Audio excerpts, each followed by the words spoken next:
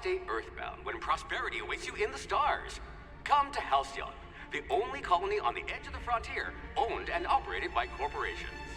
A trip of 10 short years will feel like mere minutes, thanks to the comfort and safety of your very own hibernation chamber. You'll wake up in a perfect society designed to maximize your productivity, with guaranteed full employment. With only a minor term of service, you will become the master of your own destiny when you go out of this world to the Halcyon colony.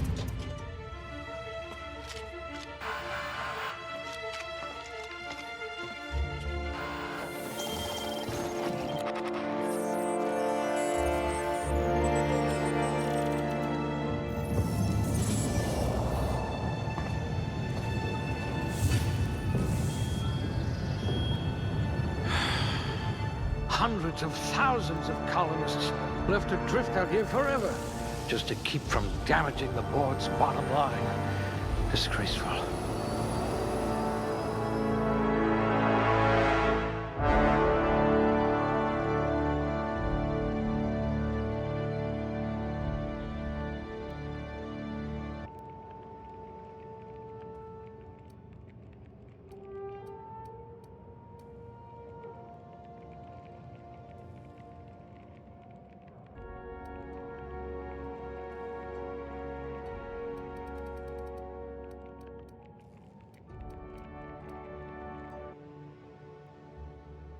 Can you really compete with a Spacer's Choice frozen dinner?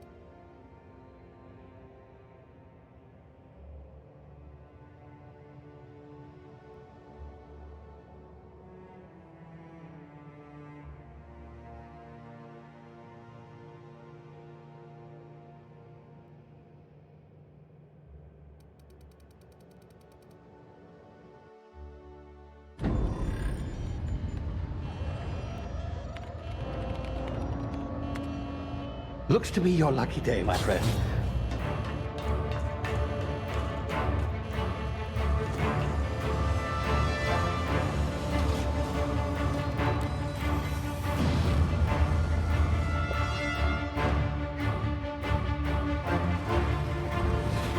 Please power down your engines and prepare to be... Not likely, bootlickers. Initiate skip jump.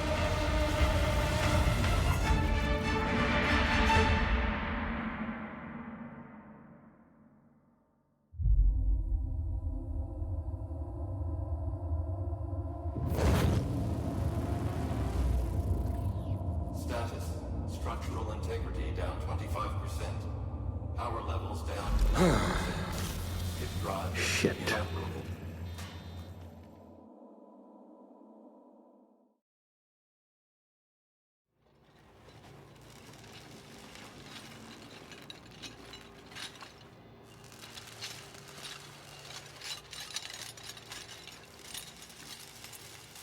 Ah, there you are. Wondering what's going on, eh? Bit of bad news there, I'm afraid. Your colony ship was inexplicably knocked out of skip space and forced to complete its journey at sublight speeds. This means that you and every other colonist on the Hope have been in suspended animation for 70 years, give or take. Normally, reviving someone after so long leads to some quite horrifying results. It's called explosive cell death, but it's really more of a liquefaction. Something wrong? Oh, yes, well, not to worry. I've pumped your body full of a special concoction I devised to keep you from dying so horrifically. Hopefully at all, but I guess we'll see, yes? Unfortunately, I used the last of my chemical supplies saving you. I know it's a lot to ask, but I must have your help securing more if we're to save the rest of your fellow colonists. I'd see it done myself, of course, but the board has a sizable bounty on my head. Now, my ship is inoperative, but I've managed to hire a smuggler to help you out. He'll be... Oh, I see we're in position. Good luck!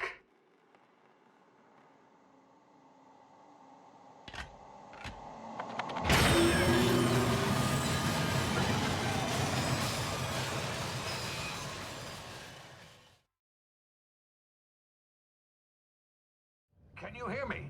Is this thing working? Ah, there you are. Now, where were we? Oh, yes, the smuggler. His name is Hawthorne, and he should be waiting for you at the landing site. He's to be your chauffeur, so to speak. Not to worry. I'm told he's a specialist. Dashing gunslinger, one-of-a-kind ship, that sort of thing. You'll like him, I'm sure. I've also outfitted you with a simple wireless monitor, so I can track your progress. I'll check in with you as soon as you land. Good luck. All the colonists are counting on you.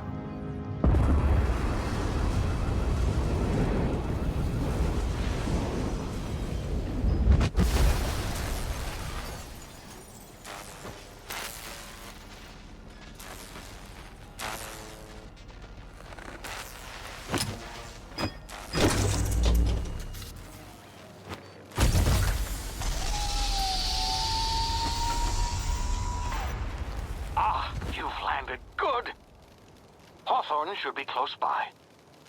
What in law's name? Is that him? Oh, that idiot. I told him to plant the beacon and move away, not stand there holding it. Oh well, no sense in letting his ship go to waste. Hawthorne won't mind you taking his ship. Better you than the board, huh? Not sure I trusted the fellow. Might have gone after the bounty on my head. Shame about the whole squashing thing. Nasty way to go.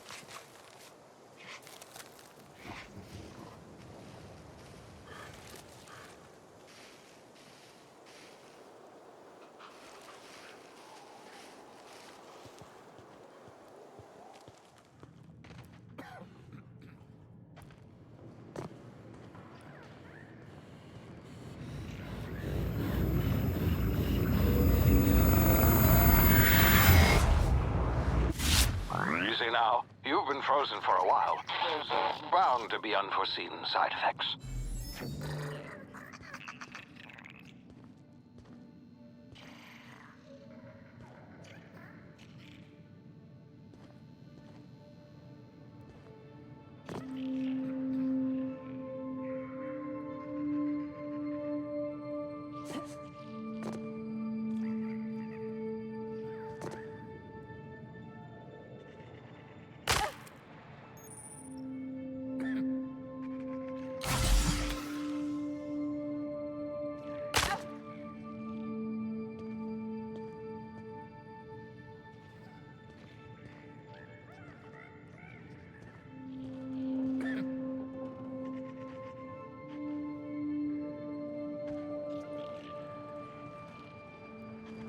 Hey, you, come here.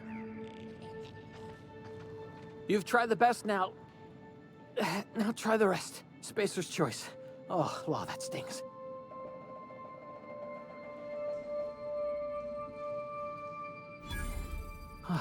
Looks like the bleeding stopped. I owe you one. Hope you don't mind me omitting this little exchange from my report. Spacer's choice doesn't like us accepting outside help.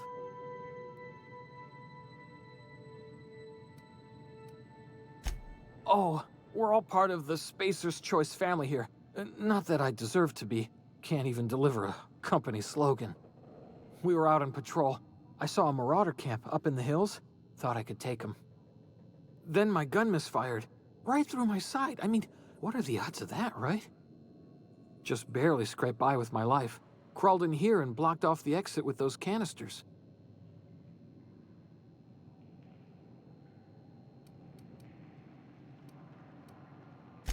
Gibbering, flesh-eating, law-breaking, unemployed lunatics with guns. Some hull had grounded their spacecraft out in the open. That's a real good way to attract marauders. See those canisters by the entrance? Marauders come sniffing around in here, and I can take them all out with a single shot. Not bad, huh?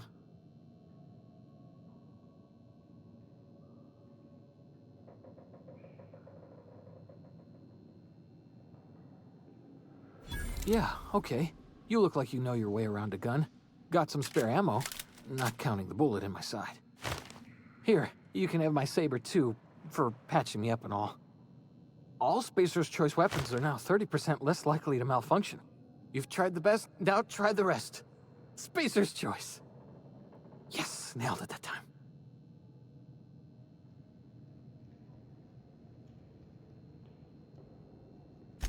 You hit your head or something?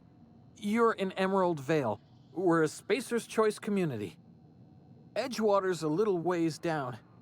Prettiest place in the Vale. Be sure to stop by a provisioner's for a can of our famous salt tuna.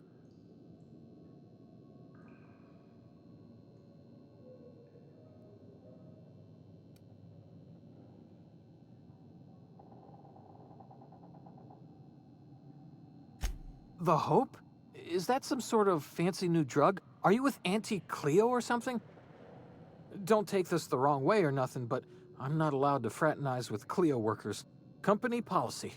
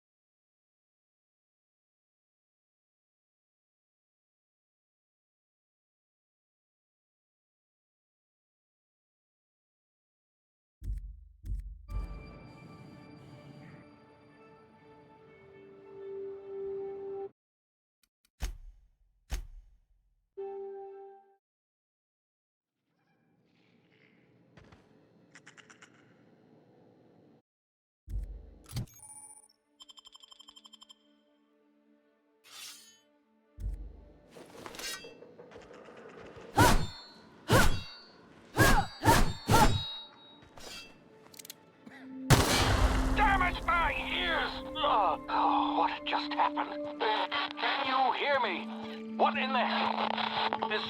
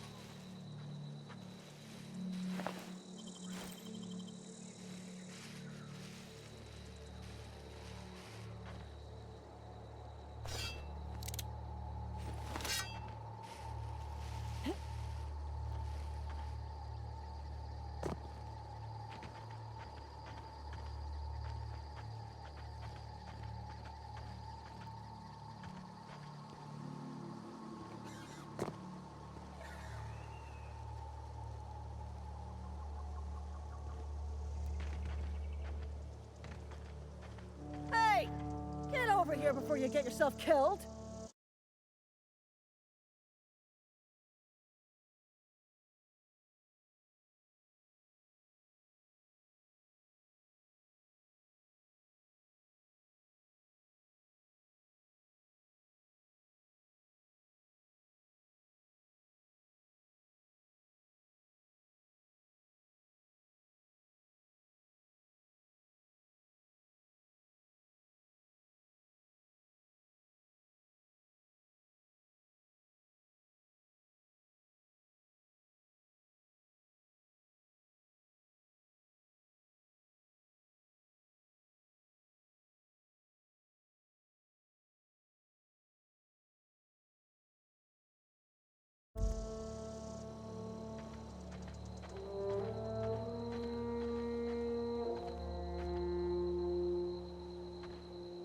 Talk to the lieutenant. She's certified in customer service. Don't know where you came from, stranger, but you best keep your head down. There's marauders hereabouts, and worse, landing violators. Gall on that rung leech. Landing in the Vale without using an official Spacer's Choice landing pad. I'd slap him with a fine if it weren't for all these marauders shambling about.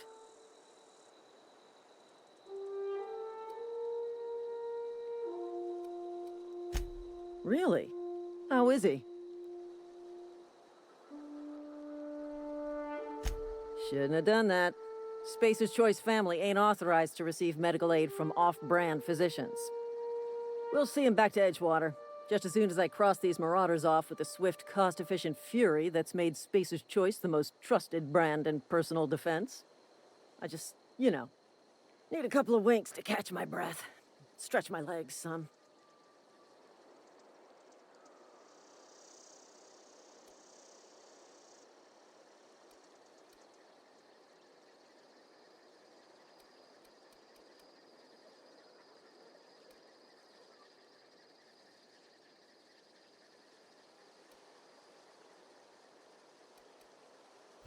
Well, sometimes. Management's real good at cost-benefit analysis. But, seeing as I'm the acting manager in this situation... You know what? You're right. It's time we cross those marauders off, find whoever owns that ship, and file a full report. Then it's gonna be fucking laminated. Here we go.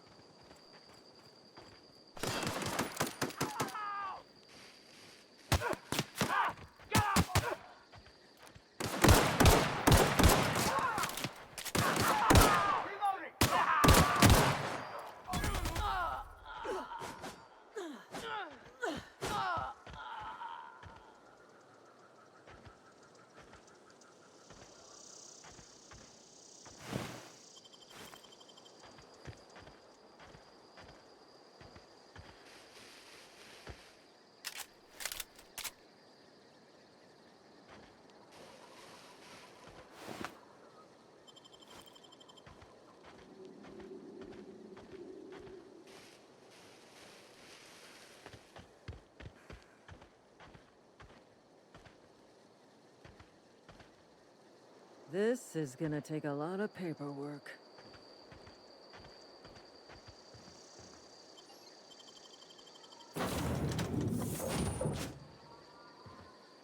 Please be informed that this vessel contains no valuable plunder.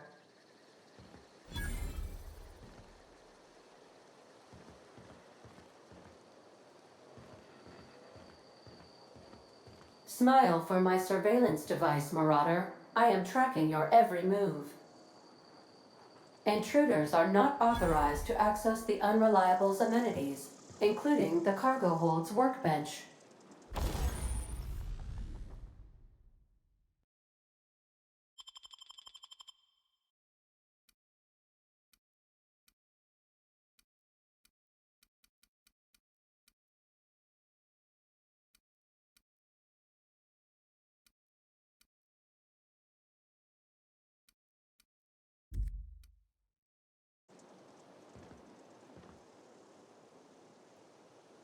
Marauder, please be informed that ignoring me is dangerous for your health.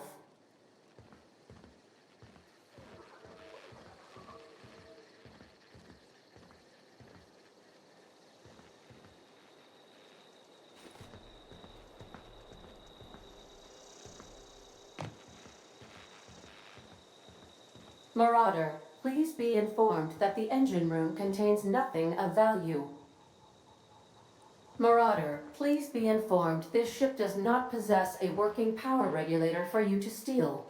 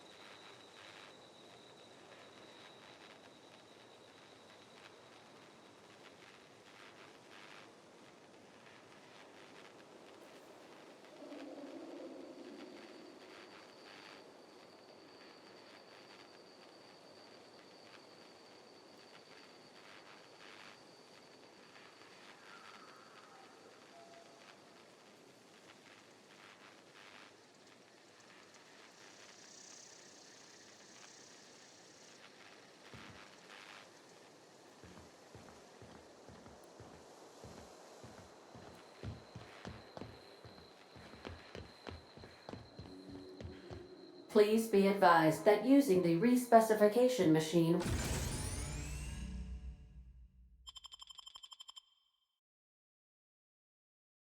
will not make you a better person.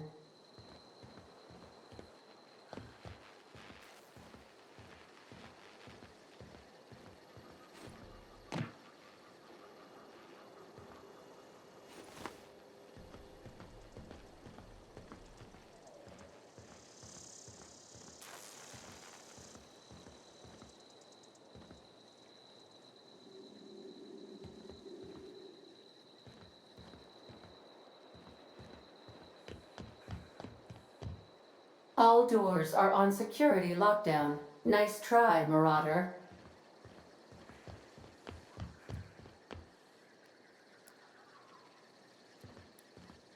Marauder, please be informed the ship has no crew for you to murder.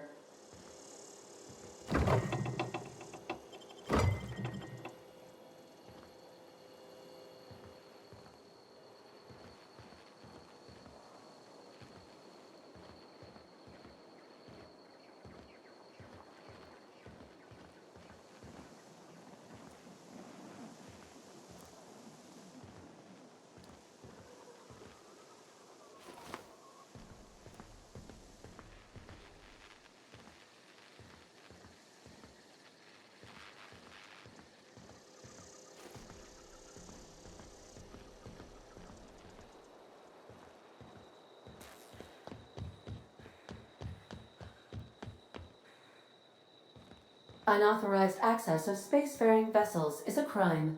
Please submit yourself to the authorities. Hello, Marauder. I am Ada, the autonomous digital astrogator of this vessel.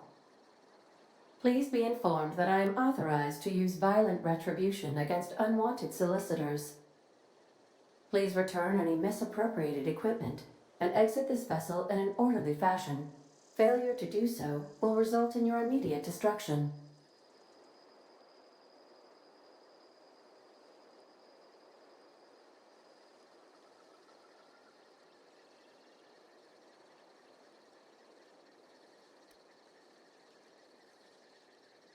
I detect an elevated heart rate, indicating dishonesty. Please prepare yourself for lethal deterrence. Jettison procedures initiated. Disengaging airlocks. Preparing to eject all boarding parties in 5, 4, 3, 2, 1.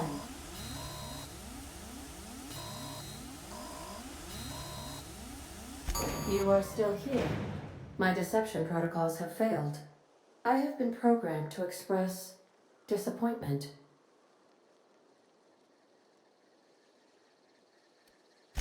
This vessel is the registered property of Captain Alex Hawthorne.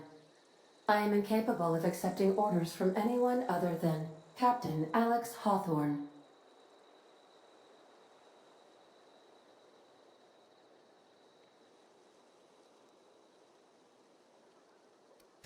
I understand. I will require some time to process this information. Thank you for your patience and for your honesty. I am programmed to take orders exclusively from Captain Hawthorne. If I accept your orders, then you must be Captain Hawthorne. Do you understand?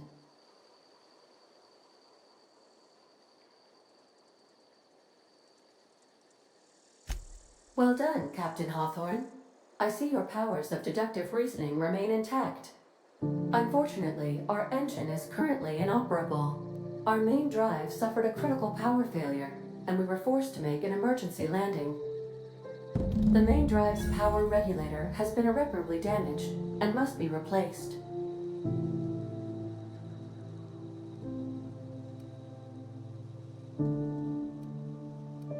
Astutely observed. However, the probability of locating a power regulator within a worker settlement falls within acceptable parameters of certainty.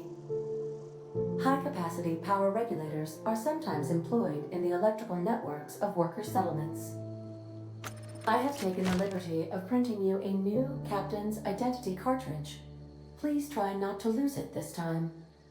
This cartridge identifies you, Alex Hawthorne, as the registered proprietor and captain of the Unreliable. Do you understand?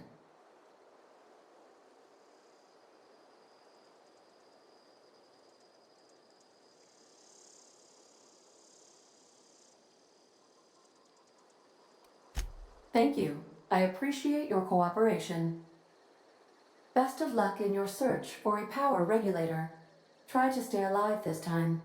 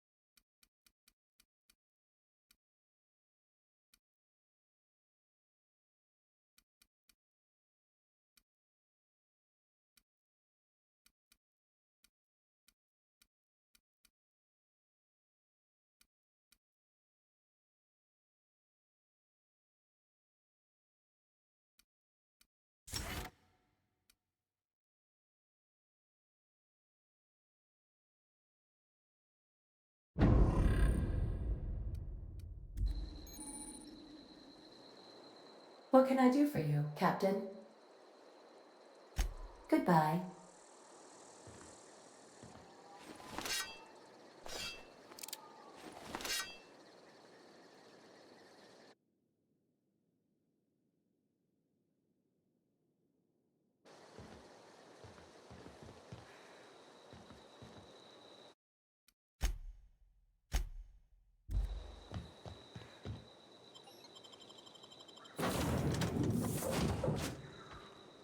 Say, this wouldn't happen to be your ship, would it?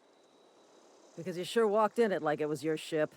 And if this ship is yours, well, ma'am, you owe Spacer's Choice a hefty fine. Afraid we gotta dock your pay.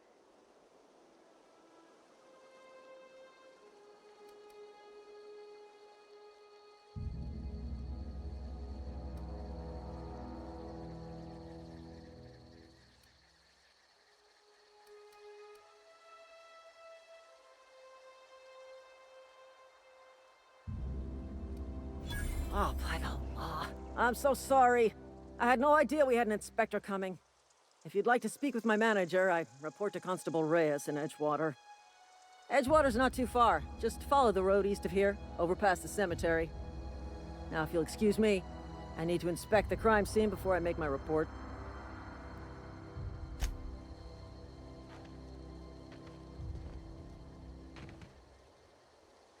This is gonna take a lot of paperwork.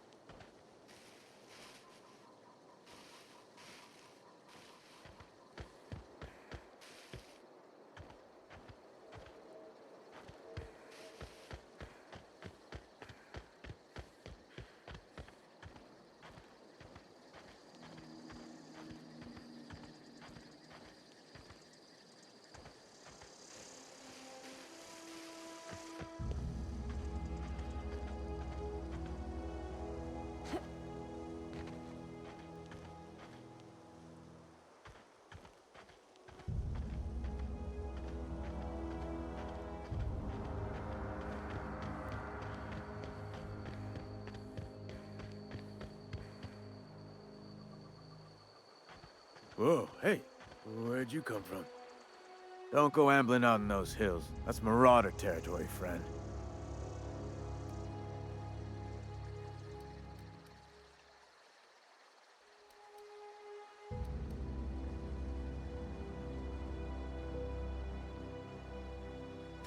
Ain't safe out here. You'd best head into town. Avail yourself of Edgewater's high walls and low prices.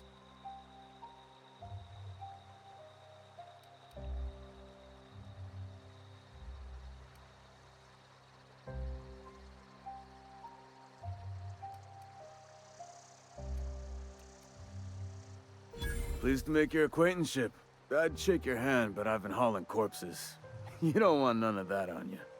Name's Silas. Junior in humor for the town of Edgewater. We're all part of the Spacer's Choice family.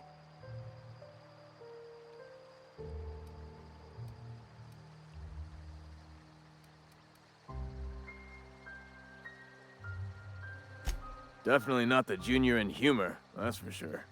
If you've got business inquiries, you should stop by Reed Thompson's office. He's up in the tower above the cannery. Head into town, follow the road.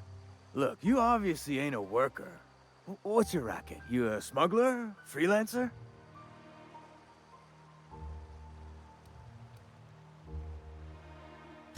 Edgewater is a company town, board-owned and operated. That includes the cemetery. None of us own our grave sites, we rent them from the company. Renting means money. Money means paperwork. Paperwork means signatures. Some of our families become a mite delinquent in paying their dues, you see?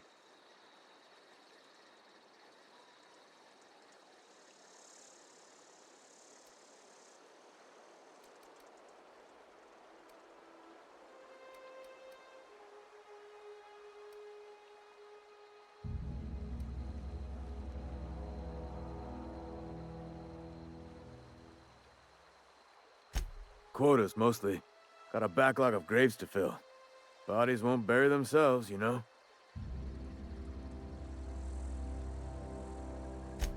4 workers still haven't paid up. Phyllis, Conrad, Ludwig, and Martin Abernathy. He's a special case. You may want to twist his arm a little. He just is. Look, I don't want to get into it. Just make sure he pays up.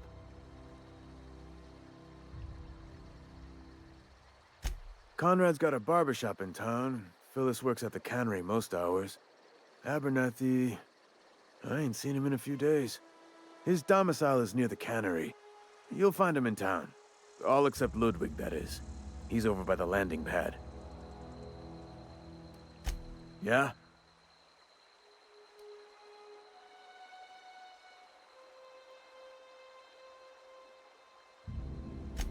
Former people, yeah. Marauders been raiding my graves, you see. Hence the armed guards.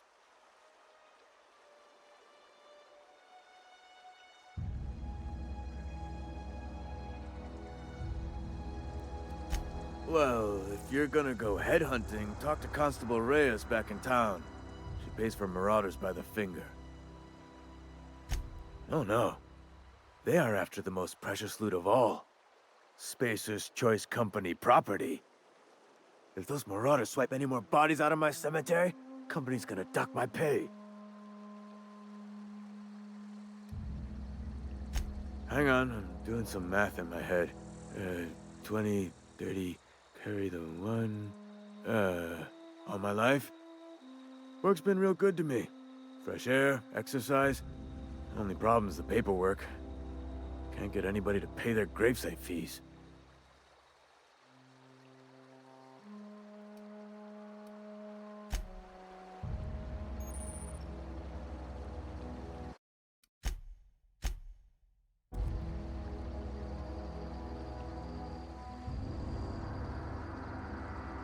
Fancy threads. That some kind of hibernation suit? You run into any trouble? Conrad's got a barbershop in town. Phyllis works at the cannery most hours. Abernathy... I ain't seen him in a few days. His domicile is near the cannery. You'll find him in town. All except... Yeah? The colony ship? Are you talking about that old rumor? Some great big starship packed full of colonists what got lost in the aether never to be found again? Ain't heard that one since I was but a stripling. Can't say it was terribly convincing far as rumors go. There a reason you asking?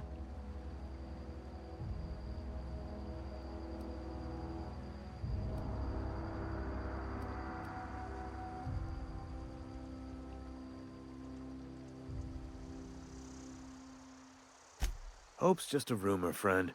Ancient rumor at that. Maybe you've been out in the sun too long. Why don't you head over to the cantina? Get yourself some zero-G brew. It's a brew that's good for what ails you.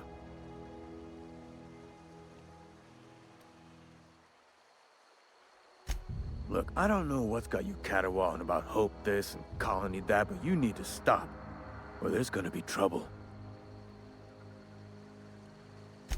Trouble's in the asking. Or don't much care for folk running their mouths, spreading hoaxes and the like. Frankly, neither do I. Something I can do for you? Yeah? You could look at it that way, I suppose. You could look at us and say, those Edgewater saps lost near every soul to plague. But you'd be wrong. We're survivors. Loyal company folk, braving the wilds.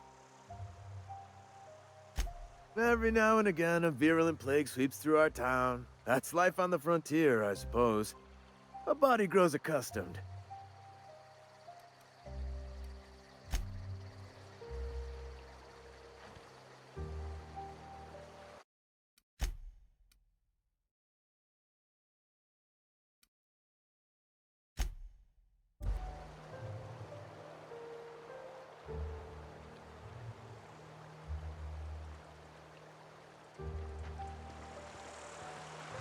Beats working at the cannery. I could really go for some salt. Huh? What?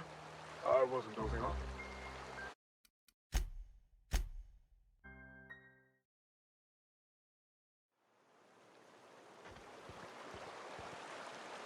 I could really go for some salt tuna. I could really go for some salt tuna. Huh? What? I wasn't dozing off.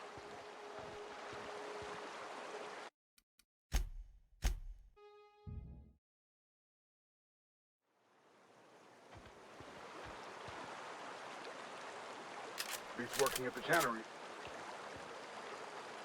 Huh? What?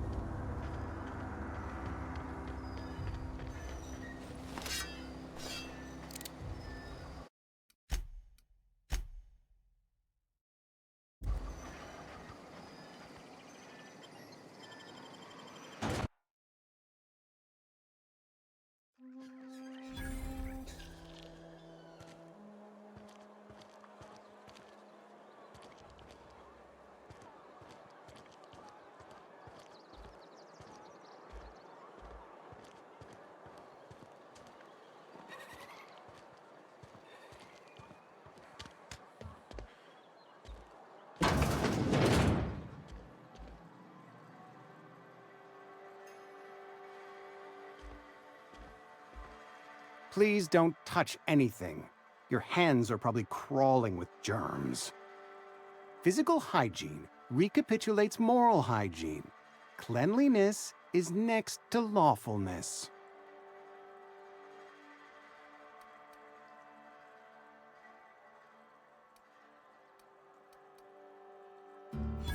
No, thank you. That's quite all right. I've seen enough body parts in my line of work.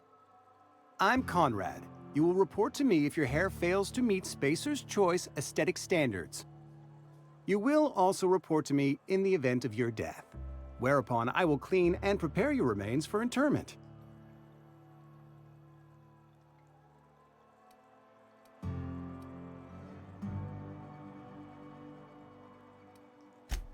A ship?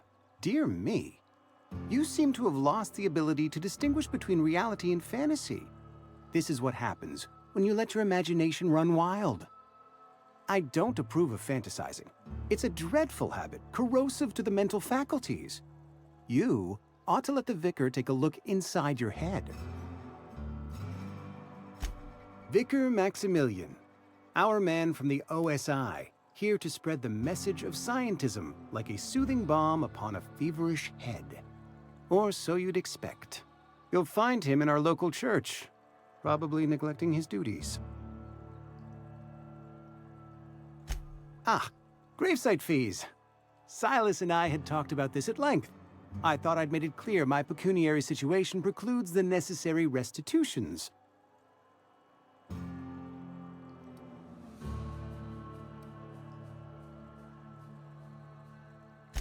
As broke as pie crust, friend.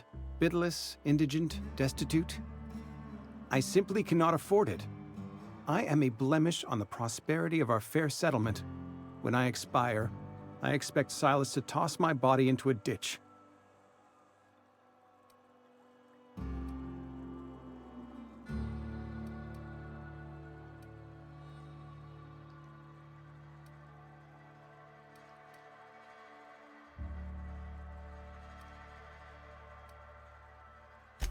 Thank you, no. I despise the cereals.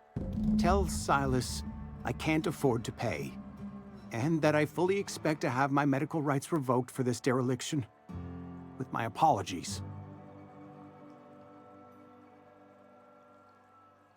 Some time ago, I fell ill with the plague.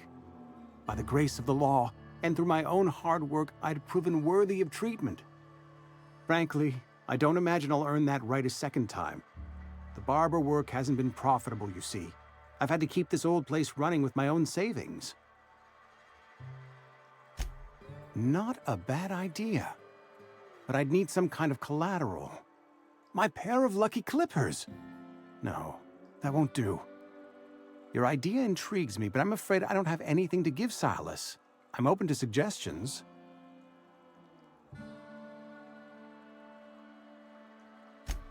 Much obliged. What can I do for you?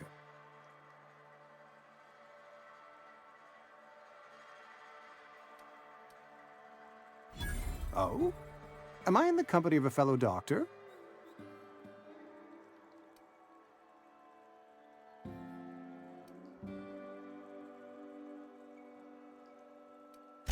You may think that, but the tidiness of my fellow worker is my responsibility, alive or otherwise. Whether you're showing up to work or going to that great cannery in the sky, it's my job to make you look like a million bits. Go ahead.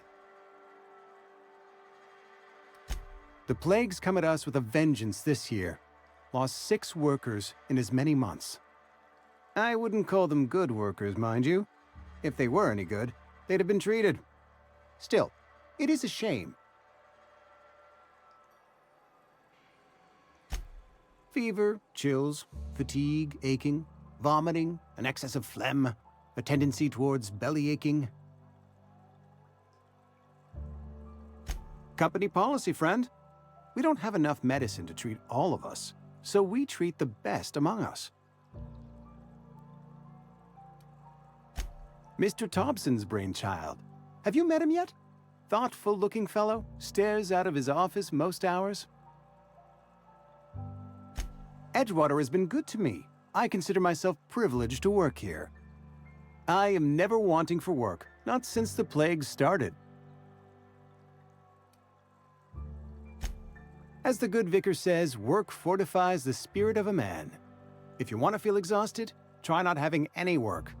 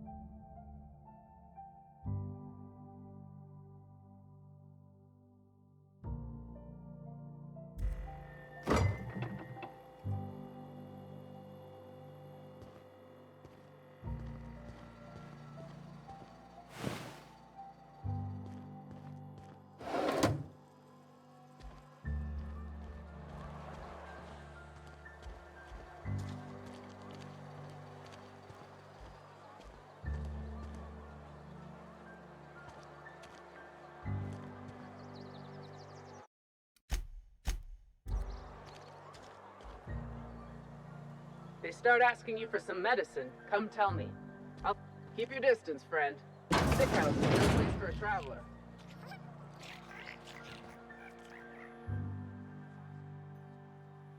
I appreciate the company and all, but you really ought to leave.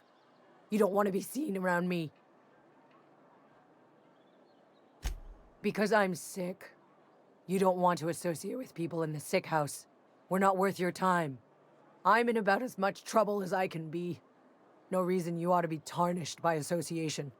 People are gonna talk.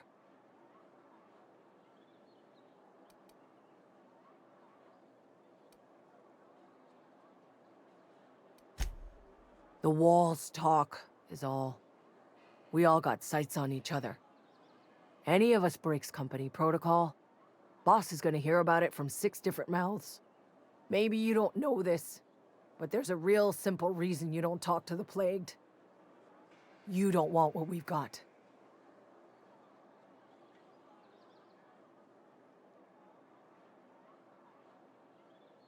Don't. Please. I could get into a lot of trouble.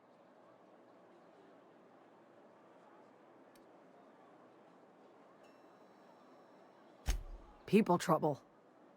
Lazy worker like me getting special treatment from some out-of-town physiker like you? People will talk. Company always tells us, weak spirits lead to weak bodies. If I didn't want to fall sick with plague, maybe I should have worked harder. Maybe I should have taken more pride in my work.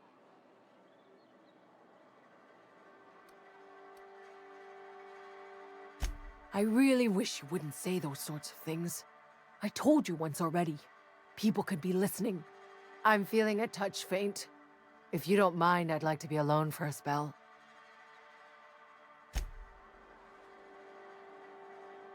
I've never seen an outfit.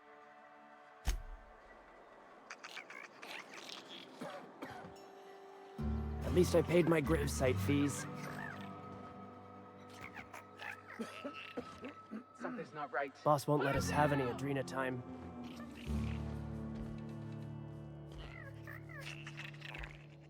I need cover!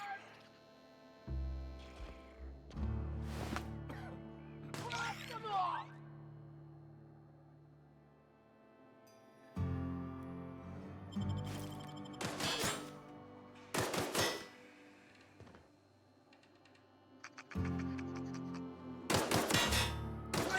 Company ammo!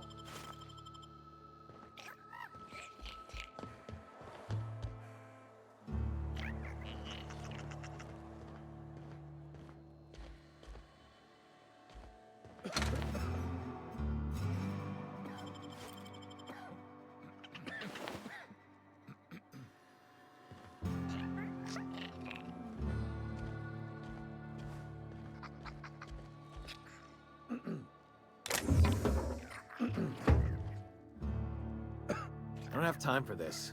What? Thought I saw something. Hey. Time to collect a fine bounty!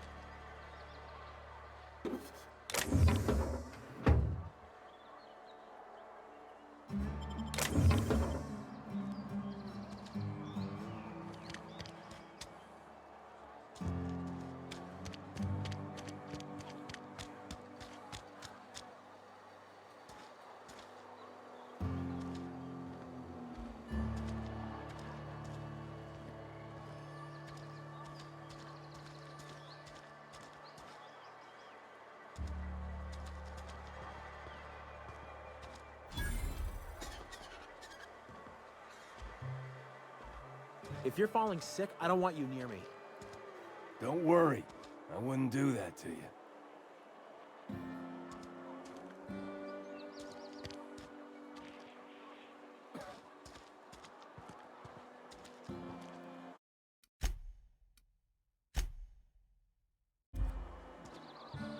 Carry on. Somebody's been rambling about some colony ship. I wonder what that's about.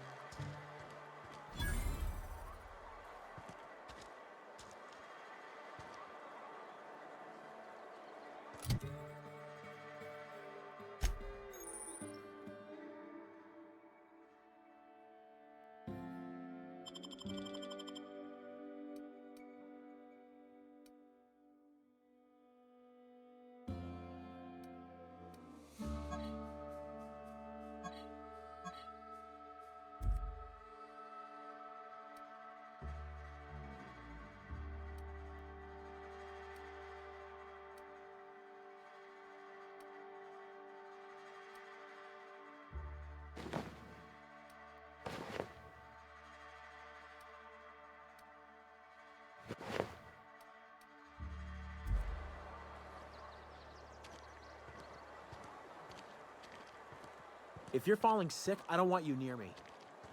Don't worry. I wouldn't do that.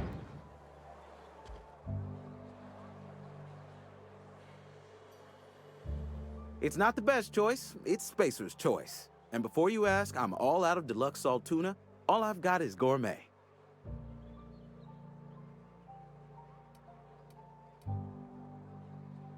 You ought to go have a talk with the boss, Reed Thompson. He's up in his tower above the cannery. Go right ahead. What, you mean Edgewater? That's a peculiar question. This a test? Am I being tested right now? It's, fine and dandy. Couldn't be happier. Wouldn't want to spend my life working anywhere else. Prettiest little town on Terra 2.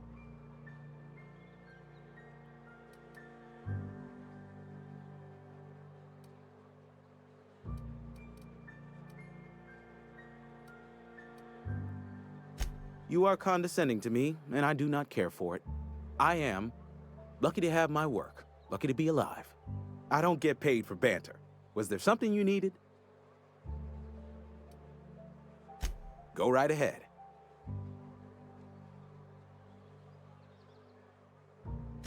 Other than yourself?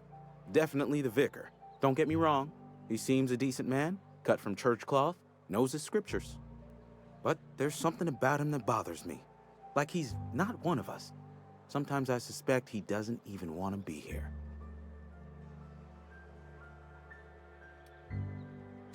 I'd keep a few paces between myself and Miss Holcomb, the town mechanic, since her dear father left the workforce. No ill intent in her, mind. Just a queer sort, restless, scatterbrained, inclined to do first and think after, if you take my meaning. Amelia. Definitely Amelia Kim. I advise against stepping foot in her drinking establishment altogether. Word is, they're gonna replace her with an auto-mechanical barkeep. She's, what's the word? Obsolete. You don't want to associate yourself with that kind of person. Plague? I don't know anything about a plague. We are the very picture of hot-blooded physical vigor.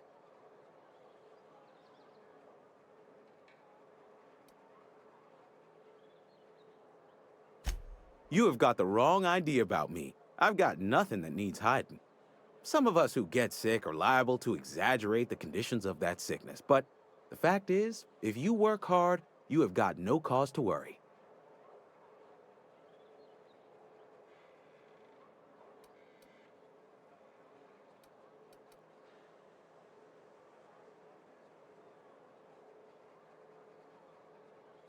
Spacer's Choice is built on love. And like any real love, it is cold and tough when needs must. Medical treatment is commensurate with our value to society. Spacer's Choice will dispense medicine for the indispensable worker. Natural selection at work. Then the hand of medical science will not grace you with its touch, and you must recover on the virtue of your own grit. Listen, you mind if we talk about something else? Rambling about company policy gets me feeling all lightheaded. Music to my ears.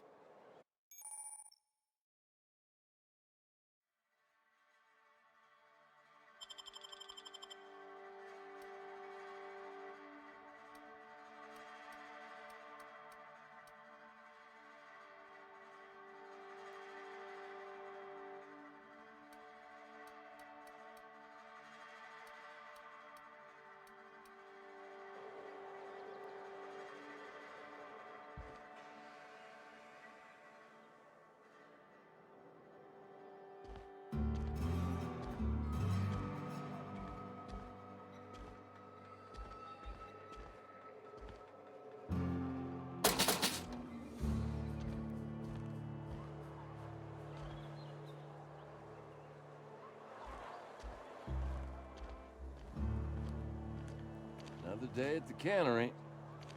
Don't go knocking your work. At least we've got work.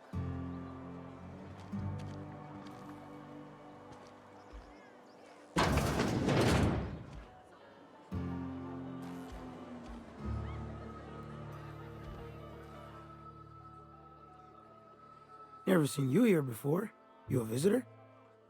Welcome. On behalf of the Spacer's Choice family, let me welcome you to, where am I again?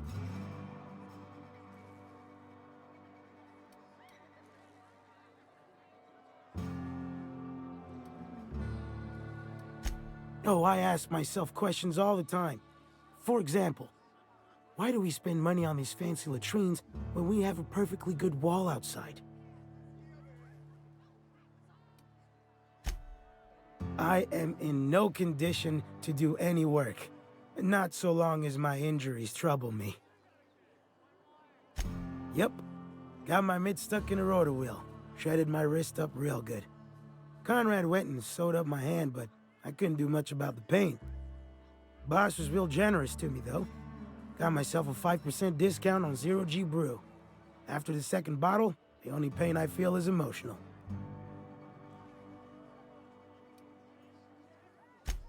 Hey, Conrad's a surgeon. Well, he's a barber.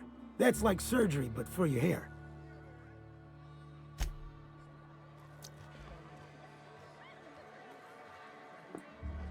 You read the latest report? Only the part that said we ain't making our quotas. If only McDevitt's folk hadn't abandoned us. Cannery could use those extra hands. Nothing we can do about that. Sure there is. We can have another Zero G.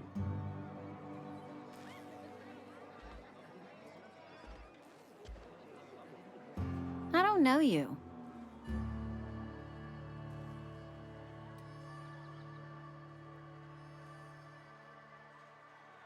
Uh-huh.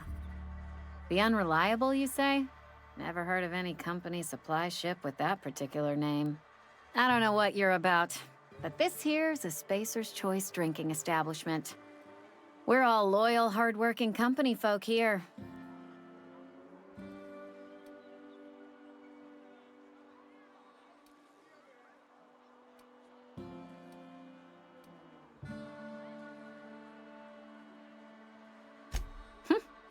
Am I that easy to read?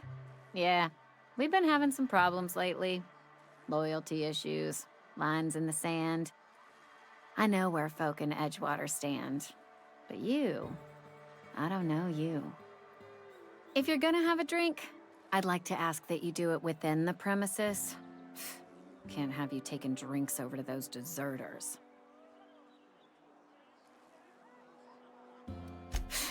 Traitors. The lot of them. Bunch of folks decided they were tired of working and went out into the wilds to fend for their own selves.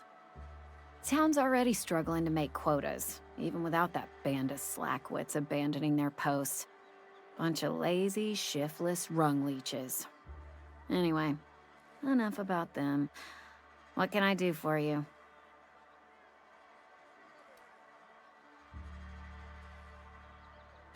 Do you now? And what makes you think Mr. Thompson wants to talk to you? He's a busy man. You want to talk to Mr. Thompson, try ignoring your duties. He'll summon you up to that great big tower atop the cannery, and you'll get yourself a proper dressing down.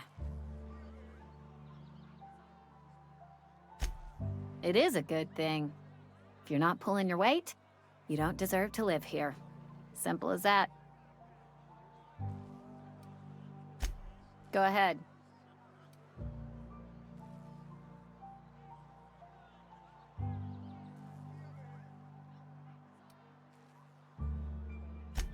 I don't see how that's any of your business.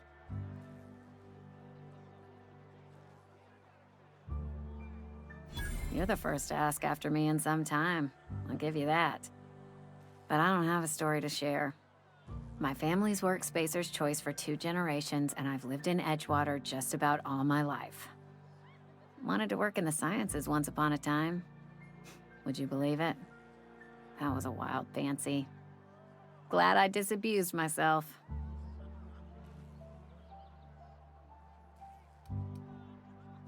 What happened, you ask? What always happens when you're dreaming? I woke up. I just didn't have the brains for it. Asked too many questions. Wasn't suited to the work. So I did the right thing and worked the life I was always meant to live. Now that I'm behind a bar, I can ask all the questions I want. Important ones. Like, when are you gonna pay your tab? And would you like another round of cold, refreshing 0G?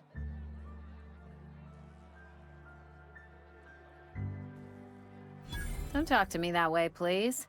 Spent many years disabusing myself of that notion. Don't need you putting it back in my head. Lab work ain't for me.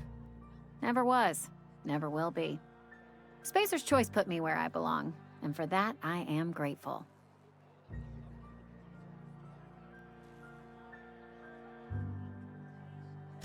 They did. They gave me a life. Gave me a purpose. This is where I belong. What's wrong with that? It's good, honest work. Pots and pans don't scrub themselves. Glasses don't fill themselves either. Unless you're in Byzantium. I hear everything's automated there. Not that I'll ever find out. Not so fast. I told you about my life. Your turn to tell me about yours. So, what's your story?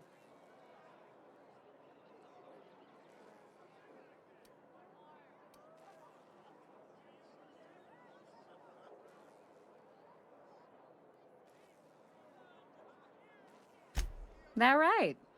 Prove it.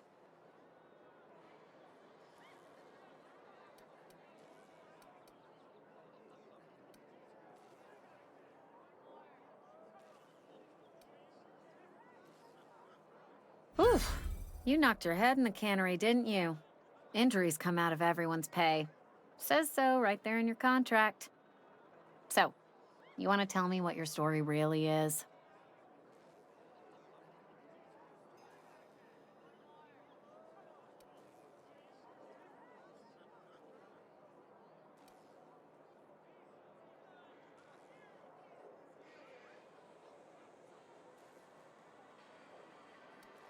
I know that serial drama.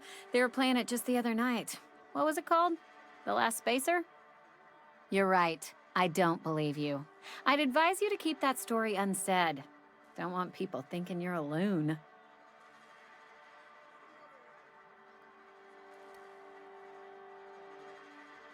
Ugh, is this the start of a joke? If you want me to laugh at your jokes, it's a 3-drink minimum.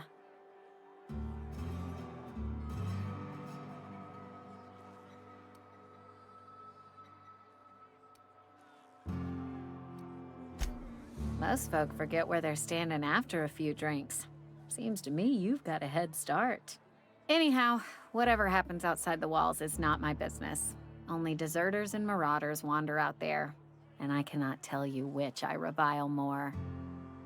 My world is these 4 walls, that door, and a row of mugs that need cleaning. Let me make something clear. Spacer's Choice has been real good to me. The town's been real good to me.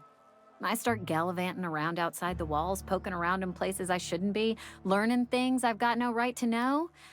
People will talk. Won't ever catch me asking about the world outside. Else the town's gonna say Amelia's gone soft. That Amelia's pondering desertion. I don't want that.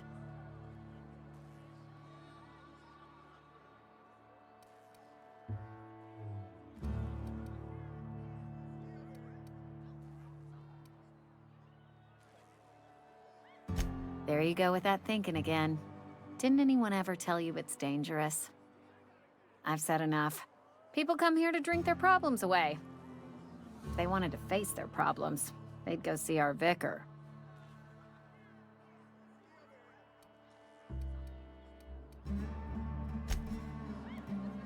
Oh, I almost forgot. I'm contractually obligated to recite company slogans to any visitors.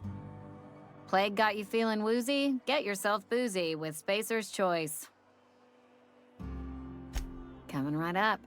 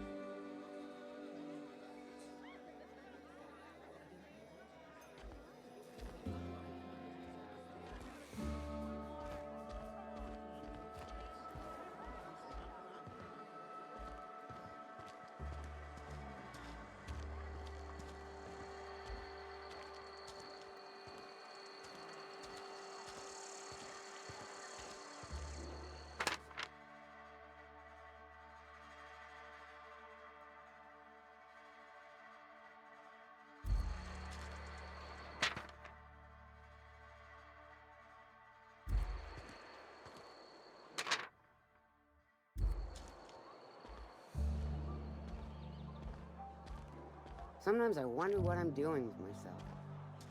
Don't let the boss catch you saying that. Somebody's been rambling about some colony ship. Spacer's Choice takes care of its own.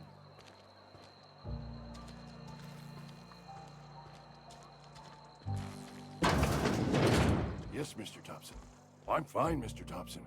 Never been healthier. Whoa, did Mr. Thompson send you? Well, you tell Mr. Thompson I'll be right at my post. Tomorrow. Bright and early tomorrow. Because I'm definitely not plagued. As spry as a spring chicken. That's old Abernathy.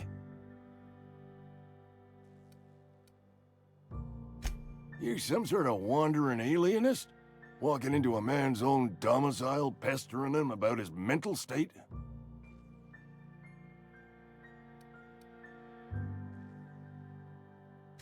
You don't know that. I could have been saying anything.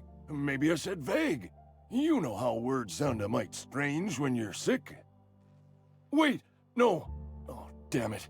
Okay, listen. Maybe I am feeling a little under the weather, but I swear I'm on the mend. Please, don't tell the constable.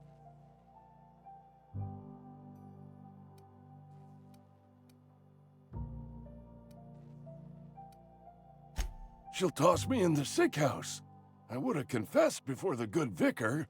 Get some ablutions for my spirit. Just never found my courage is all. Hey, you're hale and healthy and possibly for hire, ain't ya? Do a good turn for an expiring old man?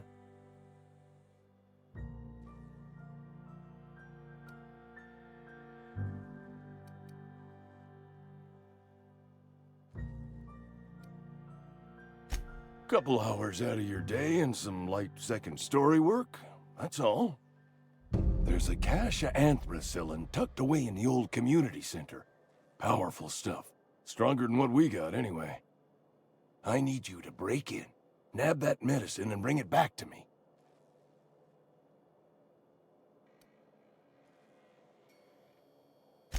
I'll do what I can. I tried medicating myself with adrenatime. Didn't do much for me, as far as I can tell. Anyway, I can't just buy medicine. Distribution of medicine is strictly prohibited to any workers beneath the acceptable margin of health. Company policy.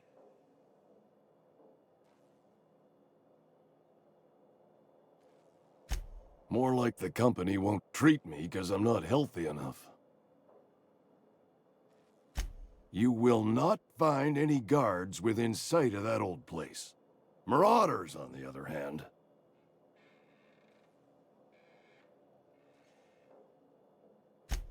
I have it on good authority. There's a gang of them squatting there. I advise stepping softly. So you'll do it then?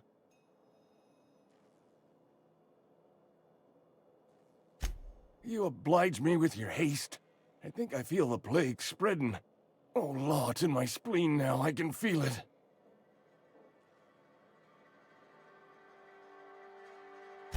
Just keep your head down when you're in there. Marauders have taken over. Probably tracking mud all over the archives.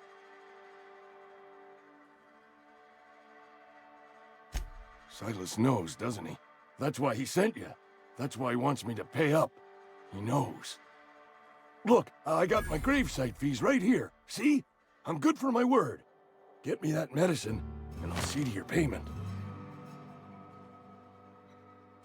I know that, but I got nobody else to turn to. Reed would have wrote me up.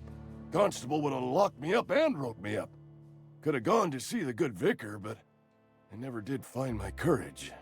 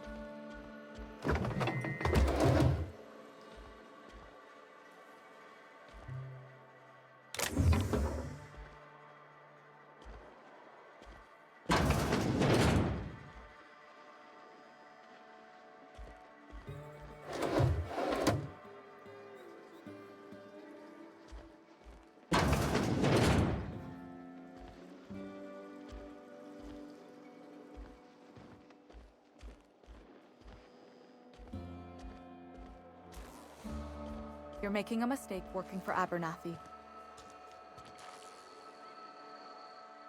Excuse me. I'm Esther Blaine, Spacer's Choice Actuary. I overheard your talk with Abernathy. I hope you're not thinking about getting him that medicine. Abernathy is a well-known hypochondriac. Anthracillin is wasted on him. You're better off selling it to me instead.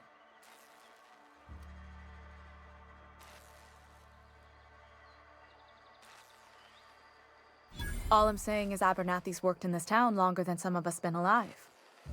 How do I put this gently? He's got a lot of cobwebs up in his attic. I probably shouldn't tell you. Don't want you implicated for what I'm trying to do. All right, here's a summary. A lot of sick people in this town, and we don't have the medicine to treat them all. Can't reach out to corporate without crossing a river of red tape, so I'm reaching out to you.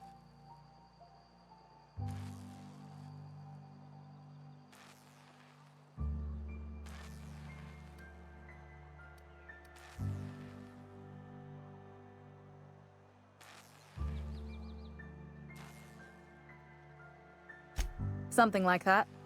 Look, I'm not in the habit of law breaking, but sometimes you've got to do the wrong thing for the right reasons. That's all I can ask of you.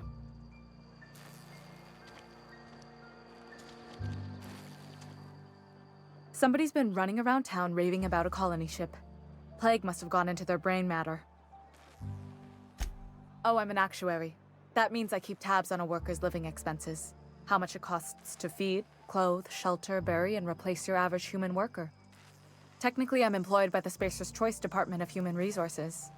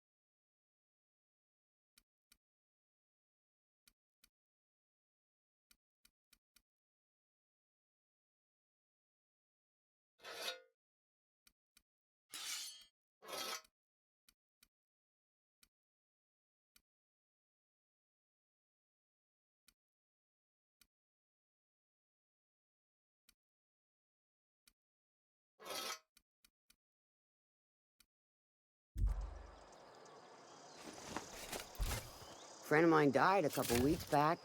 Still ain't past it. I know how you feel.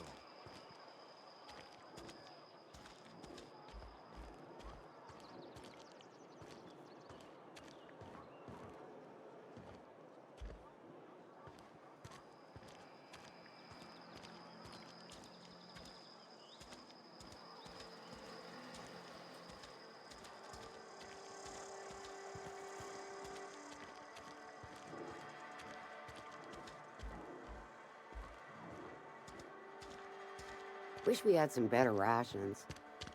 Nothing I can do.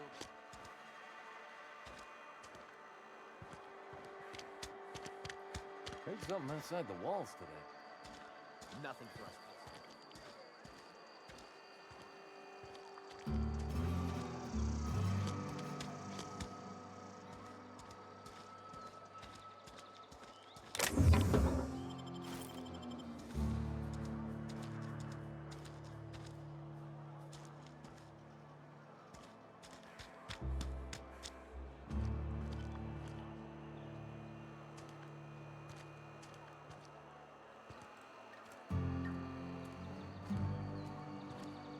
You think corporate's ever gonna visit? I'm not holding out hope. Staying long?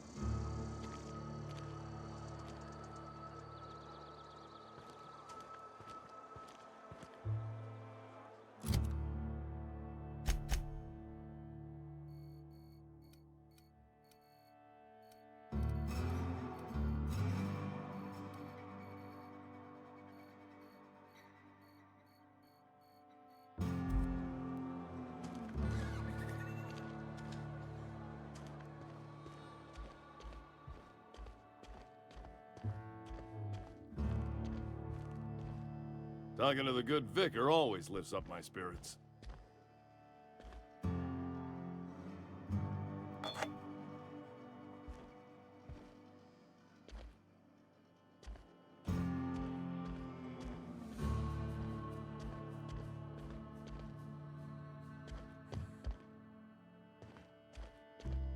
Our place in the universe is fixed. Huh? Move along.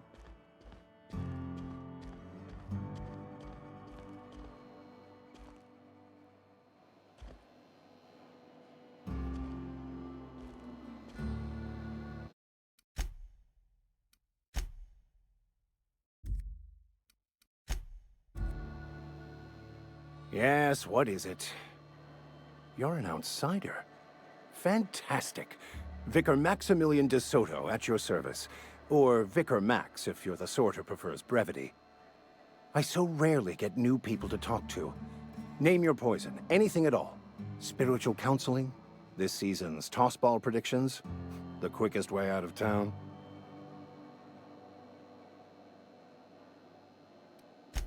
Not to put too fine a point on it, but your choice of wardrobe is not precisely common hereabouts. Also, you lack the distinctive worker gaze. Usually either a deadening behind the eyes, or in some rare cases, a wild-eyed frenzy, like a trapped animal.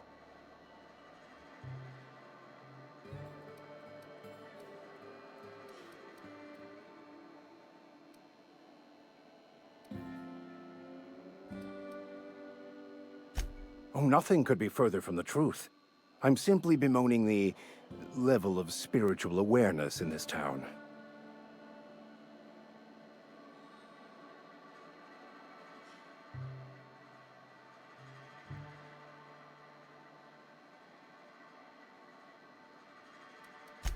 No, I am not. Though there is something to your accusation. It is wrong for me to succumb to distress.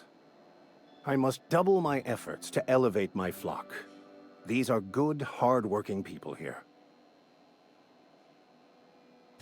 Mechanical tomfoolery is well out of my purview. I suggest you take such matters to Mr. Thompson in the cannery. Oh, and a word of warning. If you're considering wandering around outside the safety of the town, you'd best be cautious.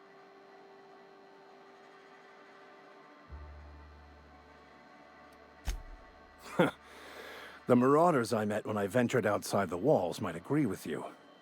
Bastards snuck up on me while I was dutifully hunting for a banned book in a collector's library. Barely escaped with my life.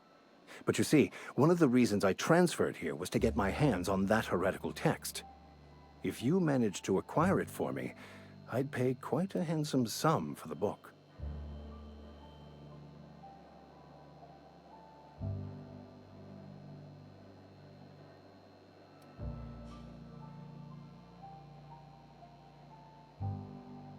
I just want to keep the writing out of layman's hands. It wouldn't do for such information to fall into public consumption.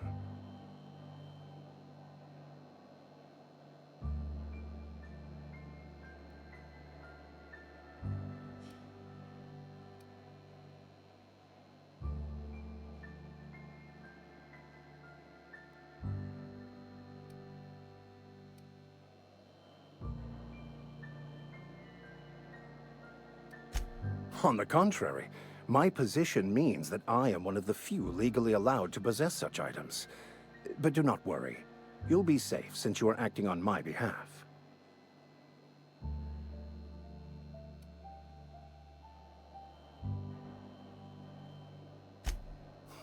I can assure you, you won't find another willing to risk imprisonment to possess this book, nor anyone willing to pay the price I can offer.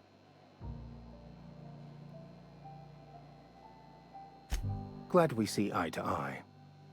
It's a handwritten journal, a faded blue cover with the name M. Bakonu handwritten in the lower corner. I'll mark where I saw it on your map. Assuming you're serious?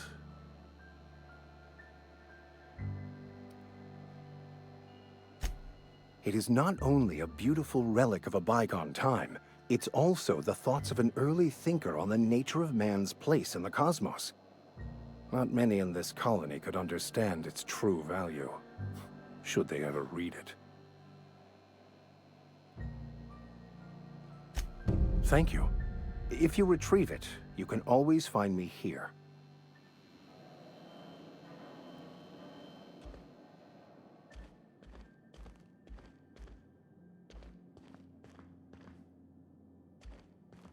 Hey there, Mary. Don't see you round here too often. Oh, I just came to talk to the vicar is all. None of us are above confessionals. What have you got to confess? You ain't thinking of deserting, are you? What? No. And I resent the accusation. Wasn't nothing but a question. Do excuse me. I must be on my way. Verity to you. Our place in the universe, talking to the good vicar always lifts my spirits. Work fortifies the spirit. Our place in the universe is fixed.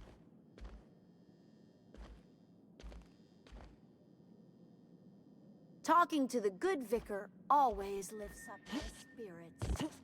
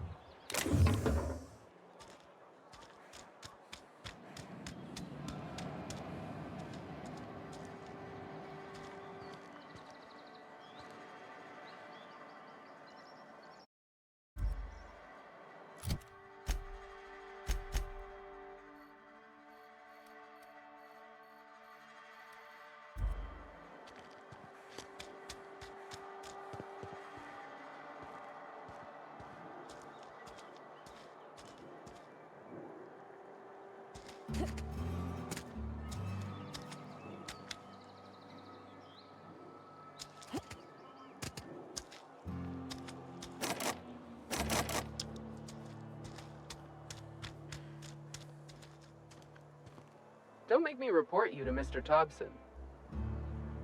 You some sort of freelancer?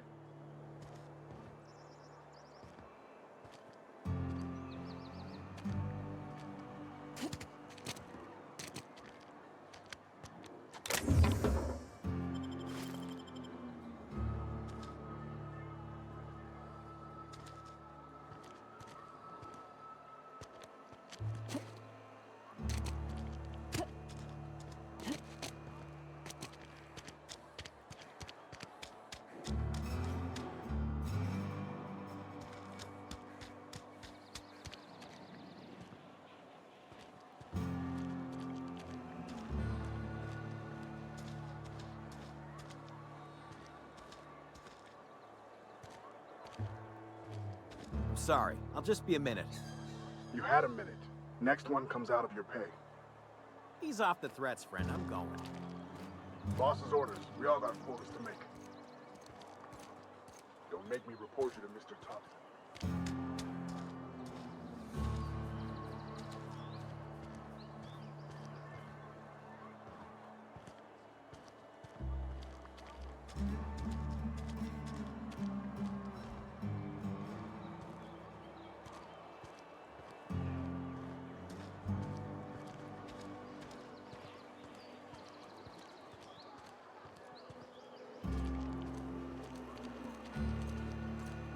Some hoehead. You're safer inside the walls.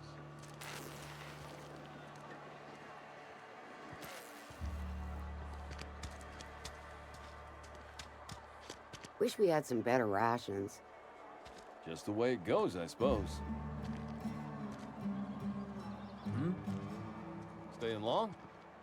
Talking to the good vicar always lifts my... We don't get a lot of visitors.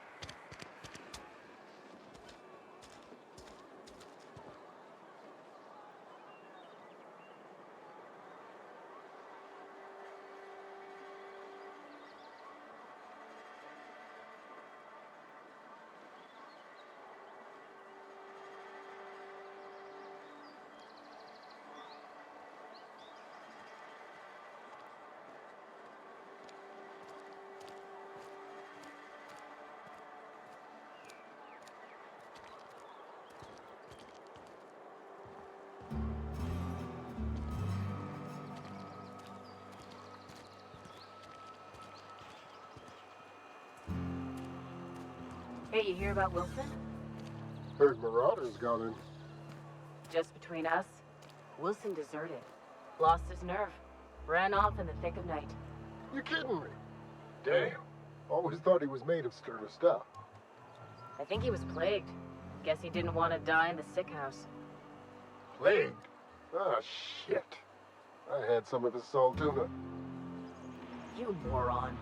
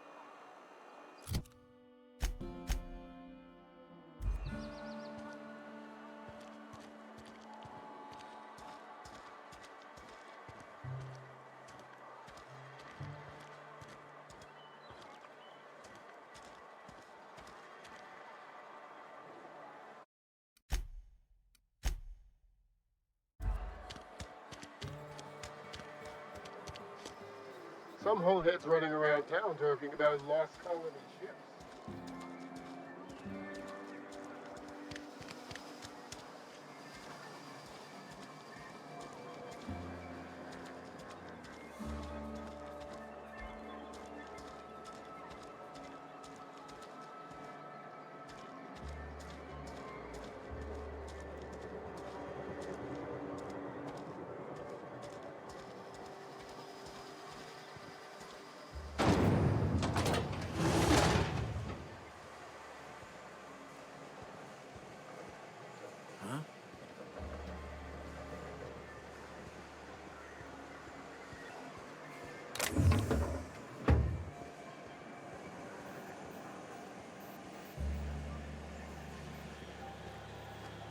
Move along.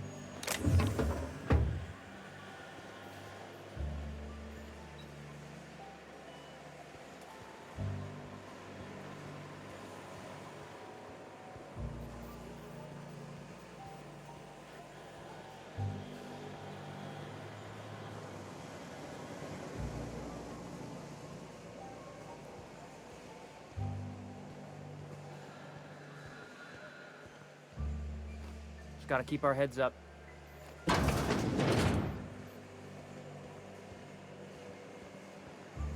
Hey.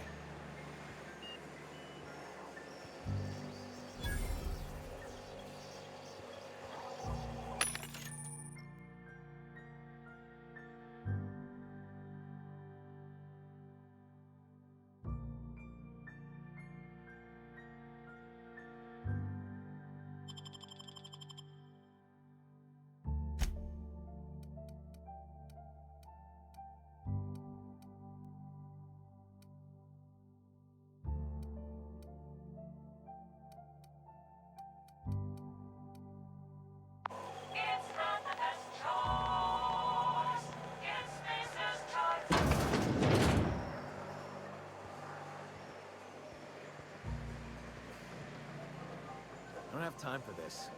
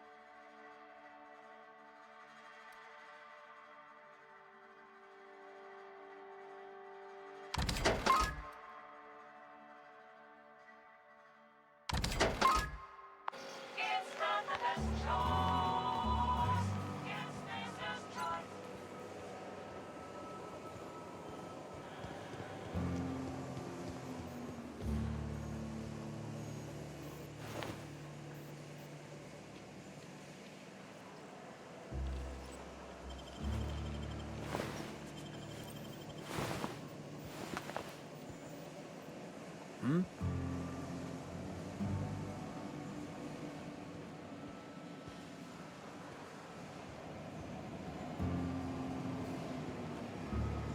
Just gotta keep our heads up.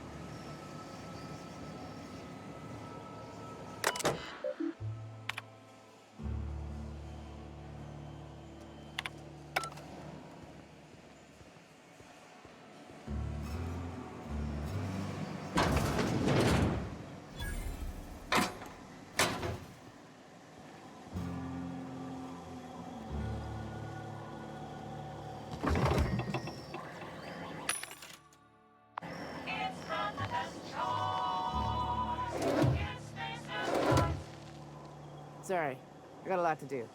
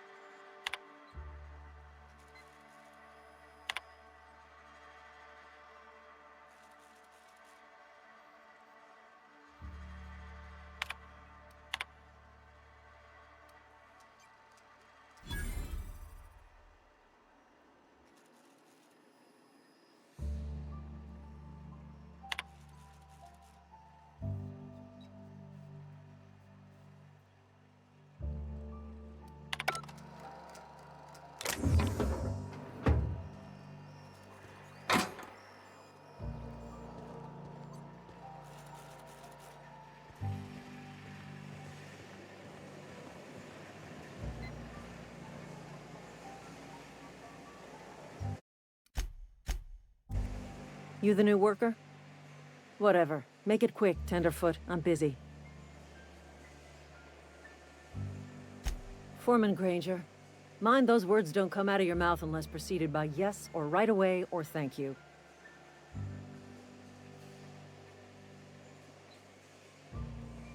Shit. Silas still on about that. Here, take the fees. I'd appreciate it if you didn't tell Reed I was late on my payment.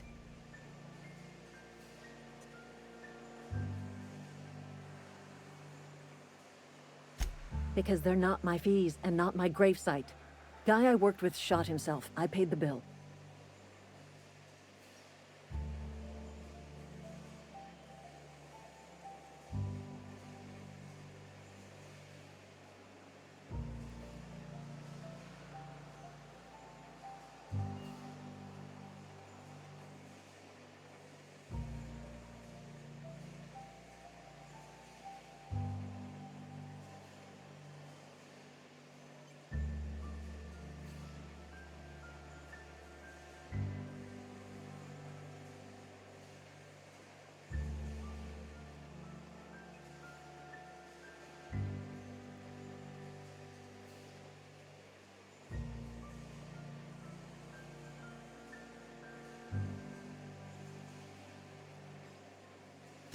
I could do without the sarcasm.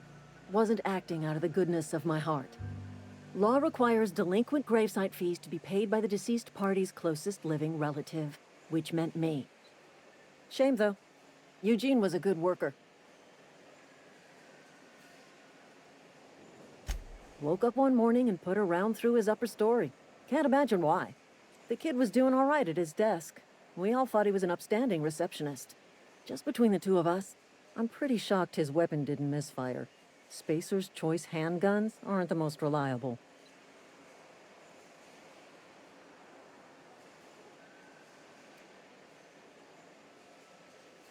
Eugene wasn't family.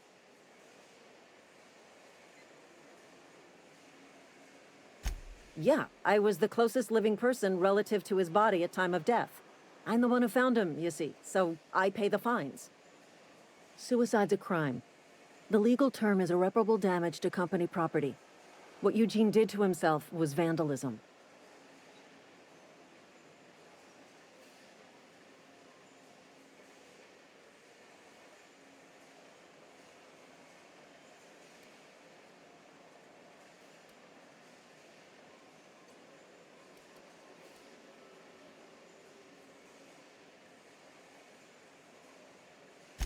When one of your workers commits a crime, the entire town pays for it.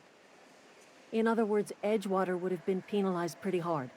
Whatever Eugene was worth as an asset, we would have had to pay out of pocket to Spacer's Choice.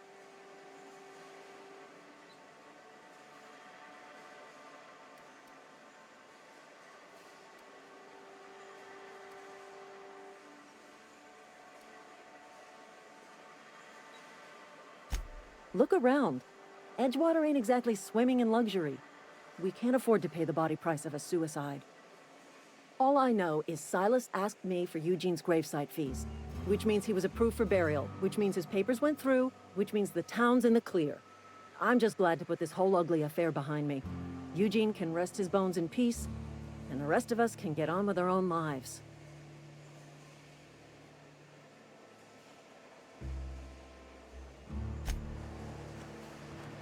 Somebody's been spinning a tale about a lost colony ship. Talk like that'll get you reported real quick. I paid his burial fees, didn't I? Let the dead sleep. Didn't anyone ever tell you not to go rifling through other people's correspondence?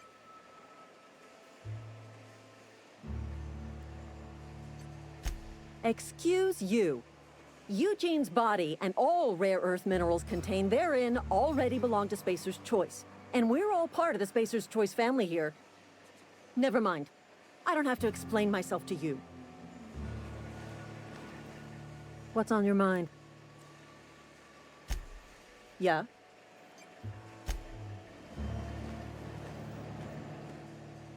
What's on your mind? Yeah?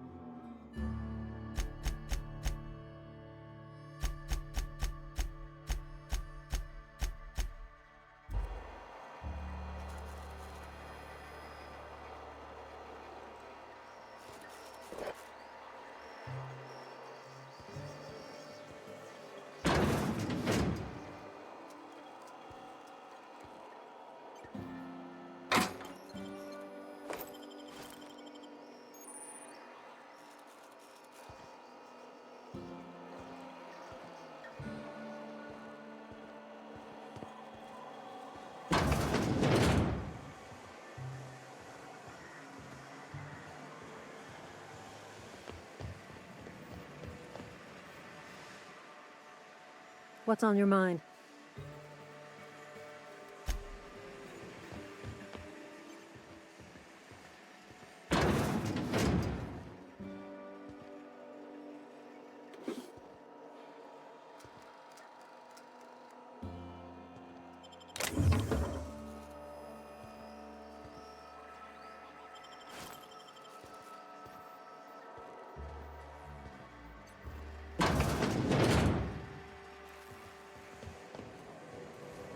Got my sights on you.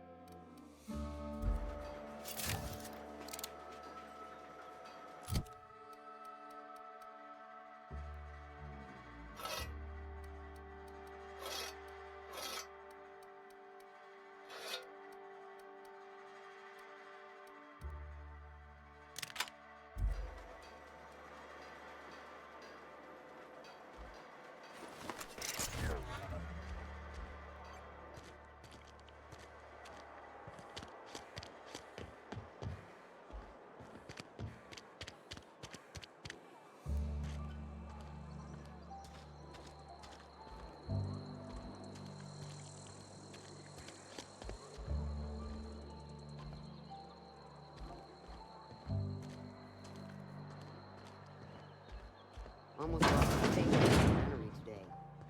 At least you got your health.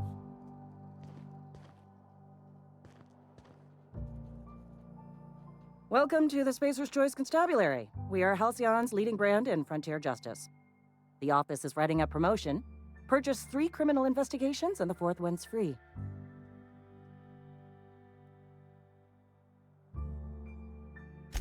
As a Spacer's Choice constable, I am authorized to grant you legal authority toward apprehending wanted criminals. Know how to carry yourself in a fight? I've got bounties out for these 3 marauders. Cross them off and bring me their fingers. Just 1 per marauder, please. I'll dust off the old fingerprint roller. As long as your questions fall within the acceptable margins of curiosity. His likeness decorates many a wanted poster. Do you have any relevant information about this individual?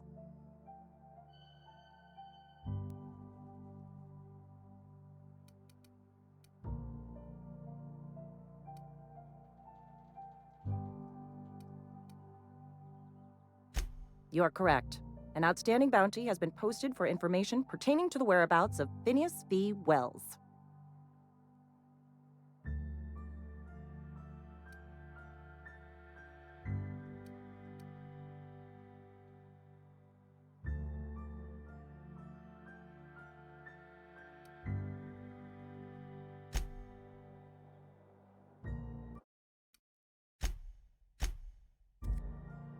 Interesting jumpsuit you've got.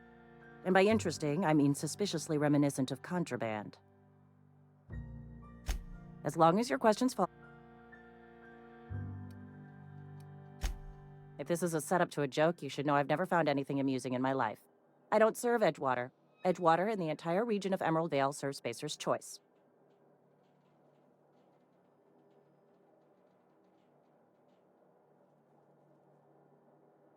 Spacer's Choice is a wholly owned subsidiary of Universal Defense Logistics, which occupies a seat on the Halcyon Holdings Corporation, also known as the Board. I must admit it bothers me that you don't already know this. Flattery won't get you anywhere with me. The bureaucracy is a noble profession, but not all of us are gifted enough to serve in it. Something to report?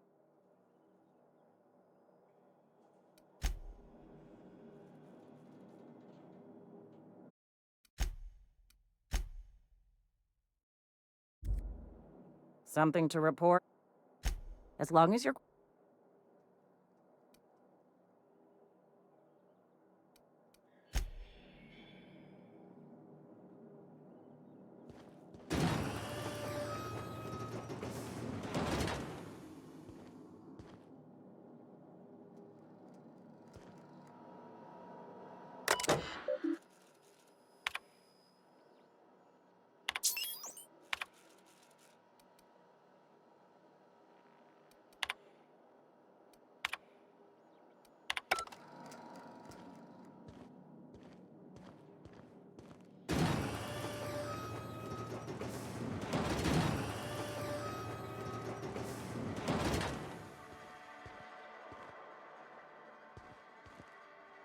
Something to report?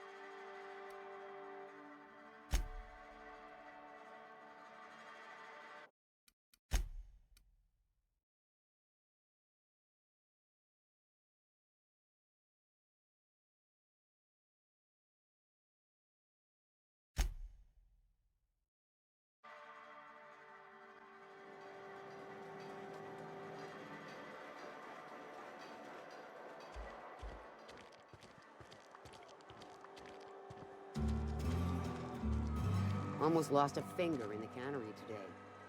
I know how you feel.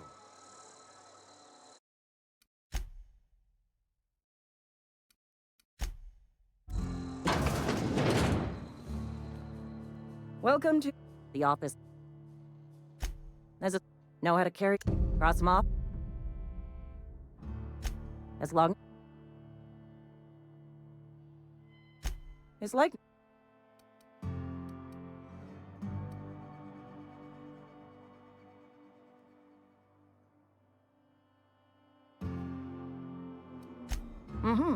Shot you into space.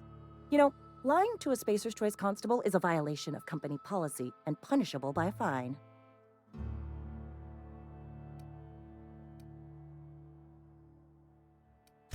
Unfortunately, the arrest of Mr. Wells falls outside my authority. I enforce the company policy of Spacer's Choice in the region of Emerald Vale.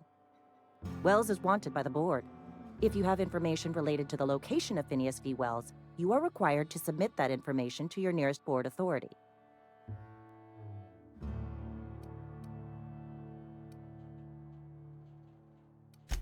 I represent Spacer's Choice. Spacer's Choice is a wholly owned subsidiary of Universal Defense Logistics, which is itself a member of the Halcyon Holdings Corporation Board. Also, I specialize in processing fingerprints, so unless you're carrying Wells's finger on you, there's not a lot I can do for you. Any information regarding outstanding bounties and wanted criminals should be directed to Mr. Udom Bedford. Mr. Bedford's office is located on the Groundbreaker. Halcyon's original colony ship, now repurposed into a space station. Mr. Udom Bedford represents the board's interest on the Groundbreaker. Something else I can do for you? As long as your questions fall within the acceptable margins of curiosity. If this is a setup to a joke, you should know I don't serve Edgewater. Also no. Flatter. Something to...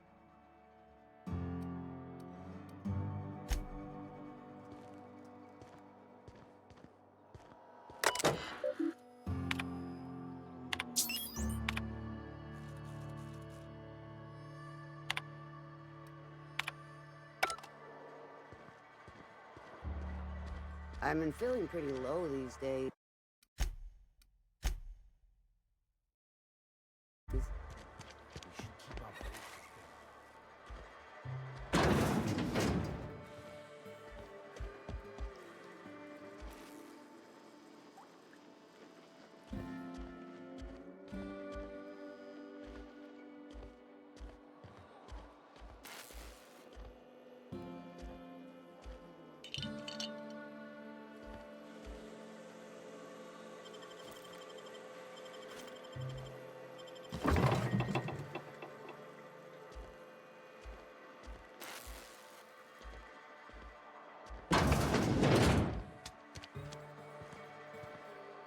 Wish we had some better rations. At least you get.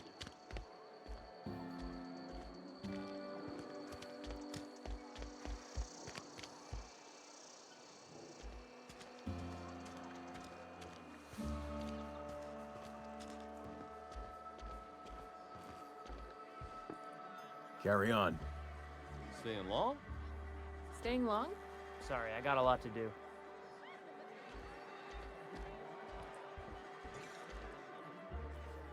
Sorry, I've got a lot to... Move along. J Hey.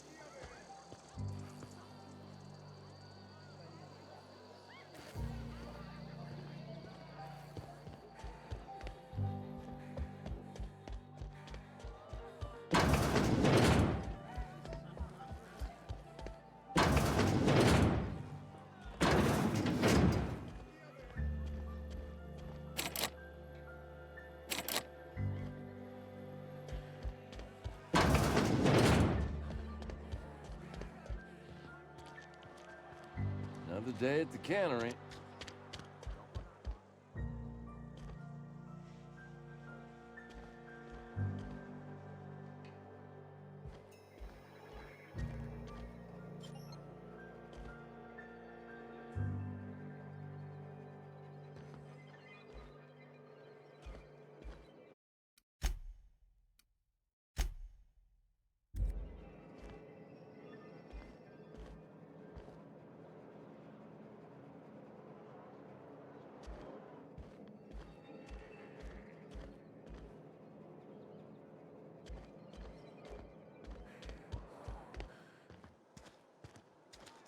Heard something outside the walls today. Nothing for us outside those walls. You ought to know that.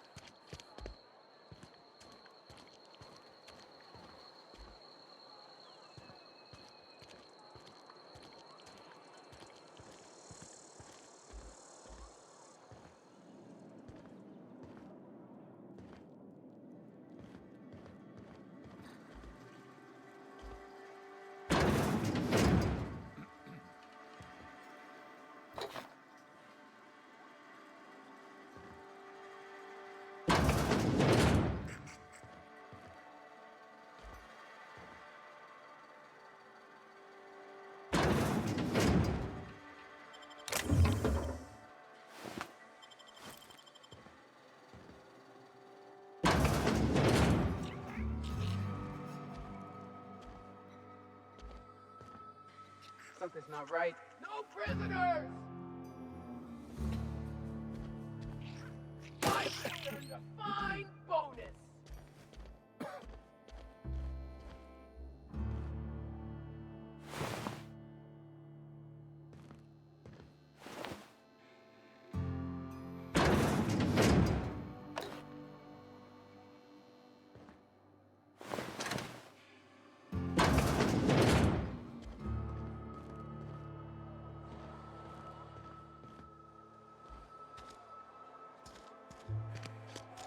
Another day at the cannery. Don't go knocking your work. At least we...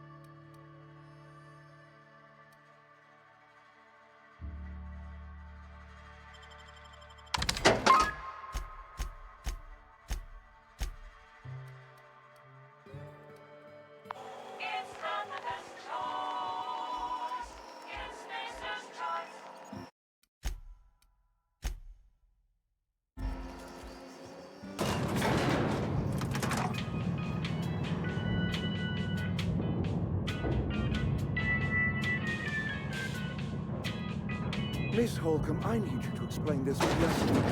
The grease monkey, Argo? I'm sorry, Mr. Thompson, sir.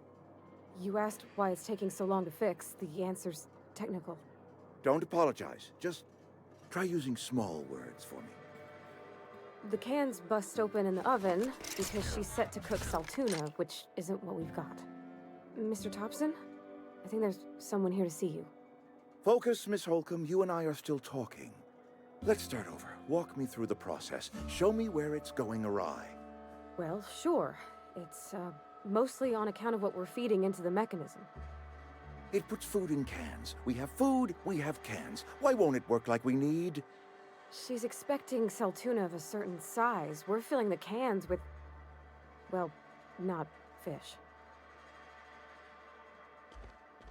Seems we've got a guest. Really now, Parvati, I do wish you'd spoken up. I do apologize. I was given no forewarning of your arrival, or I might have welcomed you at the gates myself.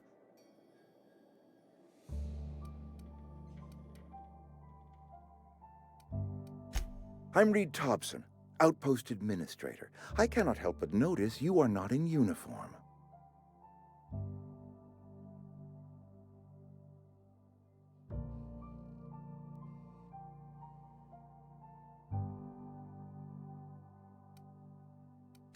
Of course not. I don't have that kind of luck. Seems I allowed my excitement to run away with my wits. Been a few seasons since we've had a visitor pass through. Only regulator we've got is hooked up to the town transformer. Mr. Thompson ain't liable to be keen on dismantling it. I beg your pardon. I am most emphatically not keen on any such thing. I can't let you have our power regulator. But I happen to know of another one, and I happen to know exactly how you may retrieve it without frying yourself in the process.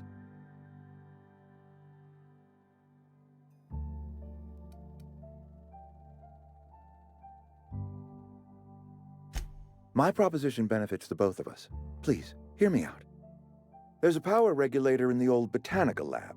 It's mostly abandoned, so all that power is being squandered.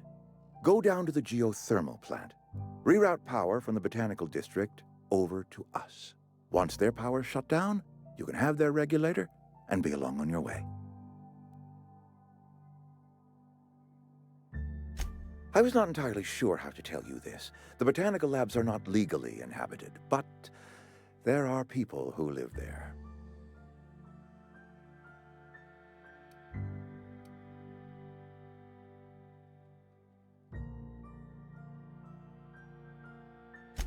No, I do not imagine they will be pleased. But like a parent disciplining an unruly child, you will be doing them a kindness. The people living in the botanical labs, they're deserters, former workers. I need them back at their posts. I need them to come home.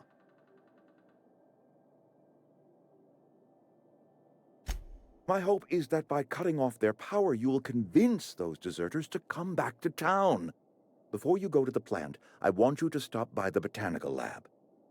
Speak to their leader, Adelaide. Tell her the power's about to go, and that it's time her band of deserters came back to town.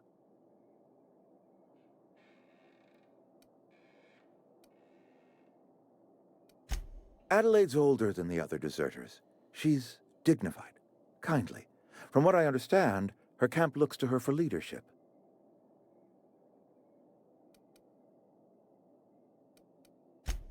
That reason was me. I asked too much and pushed too hard. But I am ready to make amends if they are willing to return to the fold. We belong to one community, the Spacer's Choice family. If we dissolve into factions, then we will all perish separately. Adelaide will understand that. My dad told me all about the plant. Taught me all he knew. I could come in useful. I mean, if that's all right with you, Mr. Thompson. Sir. I hesitate to part ways with Miss Holcomb, but I cannot deny that she is talented and may prove useful to you. You will need an administrative passcode in order to enter the plant. I am trusting you with mine, and trusting Miss Holcomb to guide you if you'd like.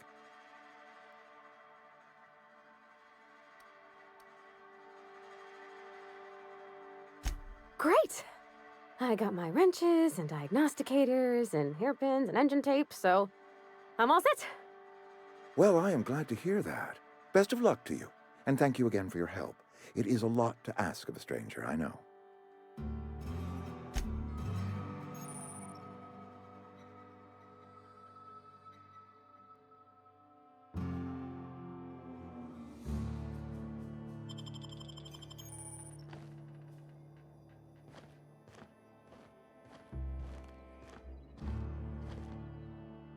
If you could see your way to getting us our power back, I'd appreciate it.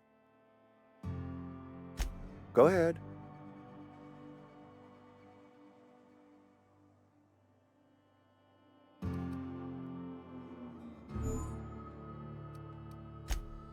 It is my job to keep two eyes on my town. I am the steward of this place, and this is my watch post.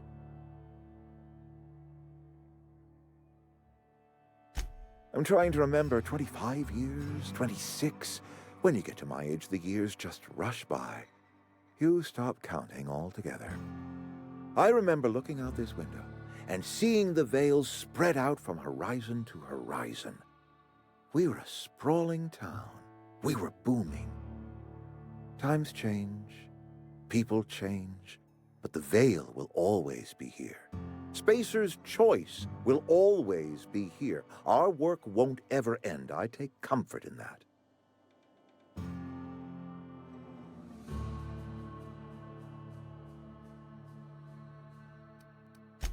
This is a Spacer's Choice town. We're all part of the Spacer's Choice family here. The company keeps us warm, keeps us fed, keeps us working. Loyalty's got nothing to do with it, friend. This is good old-fashioned gratitude.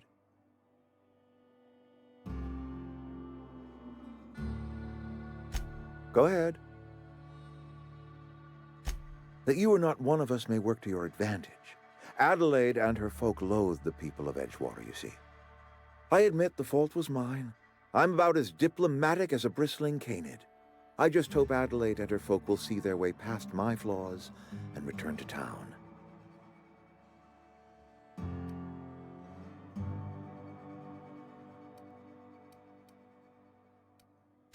Scripture tells us we all have our purpose in the world. Our work shows us that purpose. We should not have to move on from it.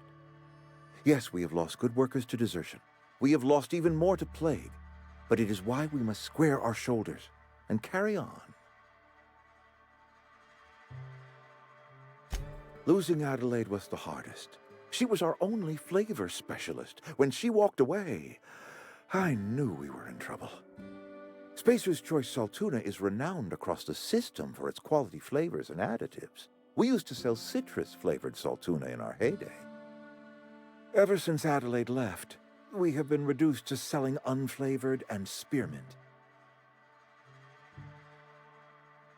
Go ahead.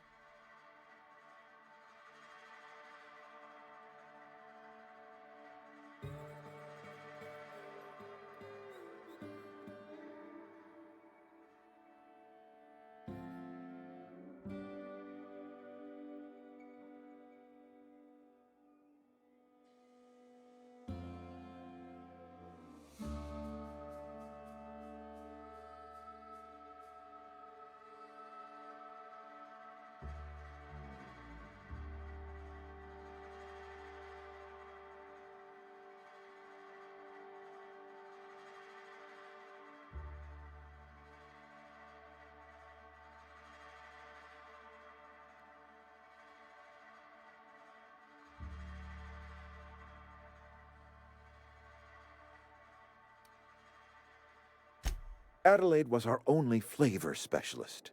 We are a Saltuna canning institution. Saltuna without flavor is like a cysty pig without tumors, borderline inedible. Were it up to me, friend, I'd stack our larders with Saltuna galore. No other brand of Saltuna adds as much vim or vigor to the body's humors. But, and this is something we must keep between the two of us, Saltuna is hard to come by. What with being a species indigenous to the seas of another world.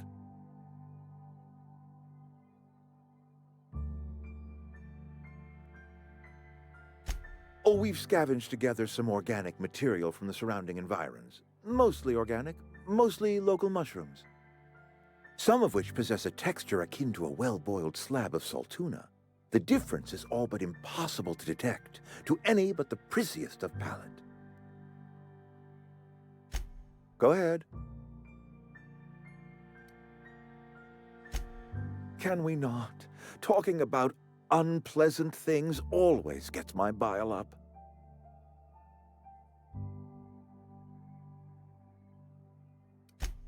That I cannot say.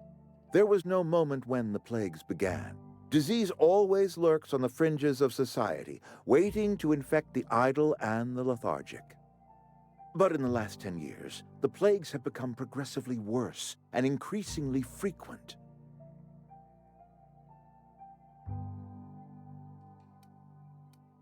Corporate doesn't like us using the word should. It encourages the imagination. I believe plague is a test. It is a test of our loyalty and our fortitude, and it is one we will see through to the end. If I had enough medicine to treat everyone who fell sick, I would, but I don't. I can't save everyone. So I have to choose.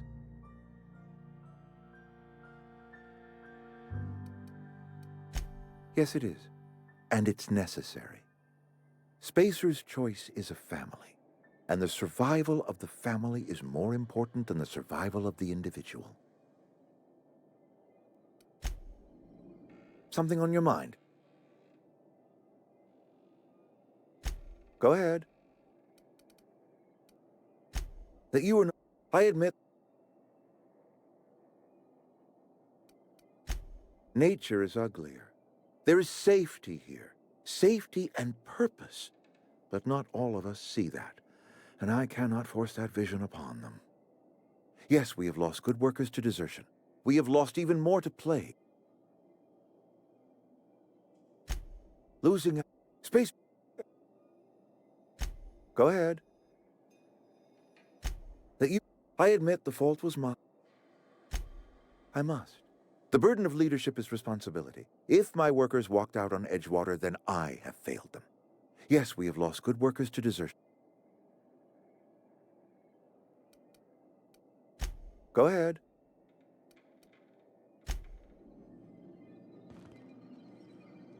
Got my sights on you.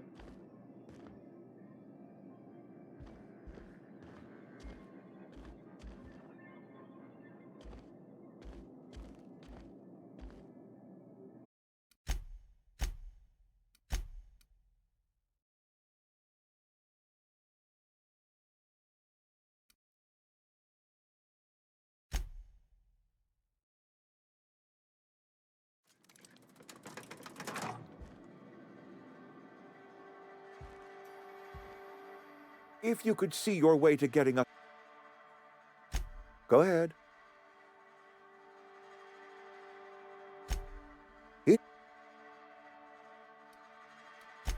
I'm trying... I wish you wouldn't say things like that.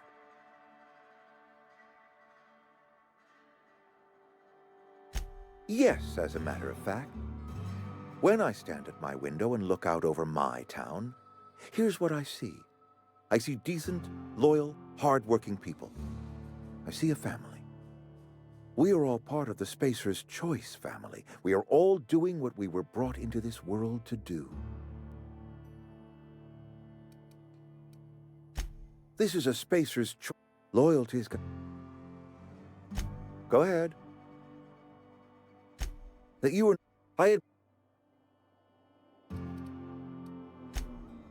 Yes, we have lost... Look, Go ahead.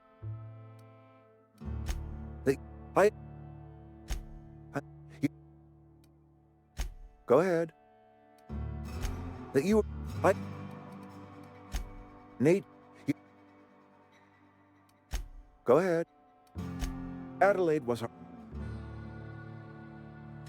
Begging your pardon. Salt tuna is a staple in the diet of any self-respecting spacer.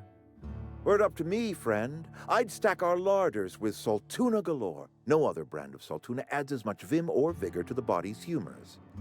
But, and this is something we must keep between the two of us, saltuna is hard to come by, what with being a species indigenous to the seas of another world. You mean you don't know? Why, Monarch, of course. Spacer's Choice ran a mighty fishing enterprise on that world. As it so turns out, saltuna do not take as readily to the waters of Terra 2.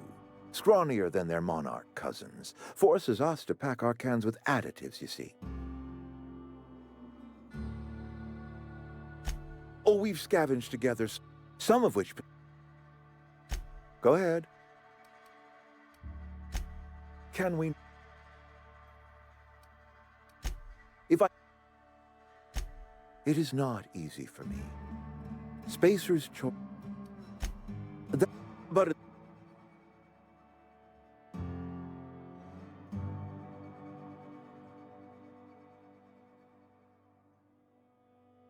Corporate doesn't like us. I believe Plague is a test. Go ahead.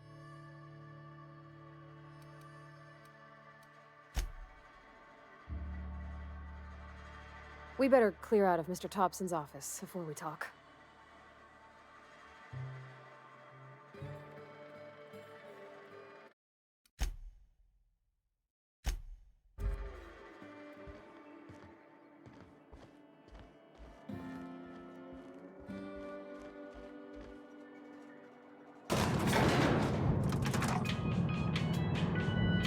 We better clear out of Mr. Thompson's office before we talk.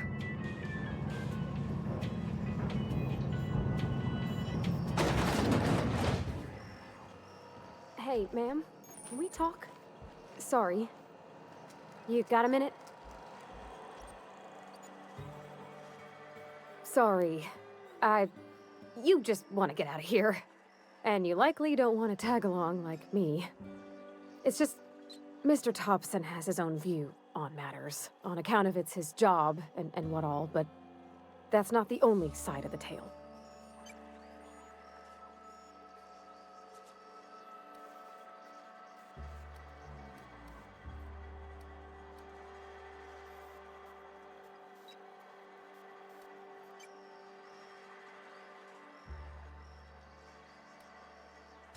To Mr. Thompson, a person's a gear. It does its job quiet-like. If it squeaks or stutters, it gets replaced. The deserters are decent folk. I knew some of them before they left.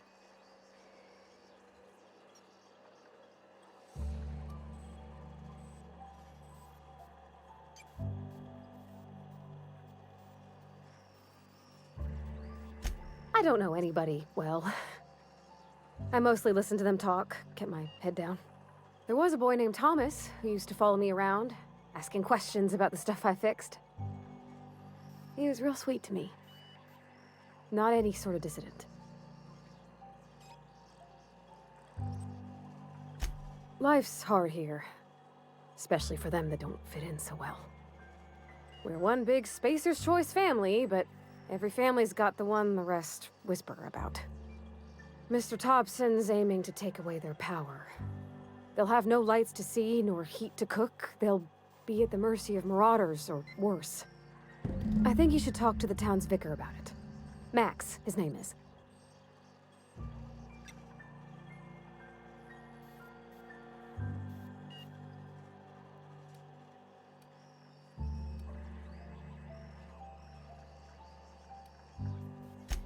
Books are for rich folk. I wonder what he wants with something like that. About if what Mr. Thompson proposes to do is upright. Leaving Miss McDevitt's folk to their fate. Their neighbors. Kin. And maybe he can think of something else to try. Something we ain't. He used to go walking outside town. Maybe he found something that'll help. It's just an idea. That's all.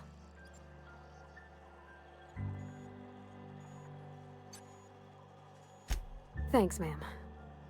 I just think when you gotta make a decision that'll hurt somebody, it's best to think on the right and wrong of it. That's what my dad used to say anyways. Yeah, huh? that's on account of how I never met her.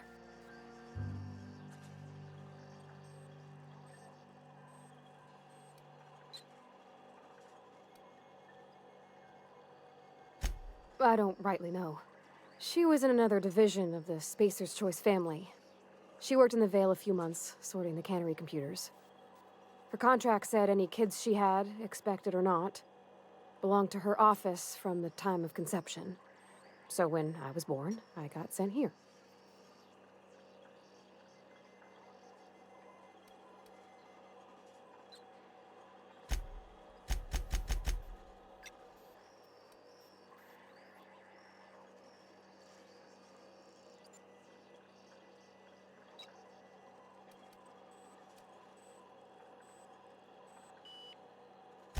It's sensible. Dad just fixed machines. She did some kind of crazy math, high-level stuff. Better to raise me on his time than hers.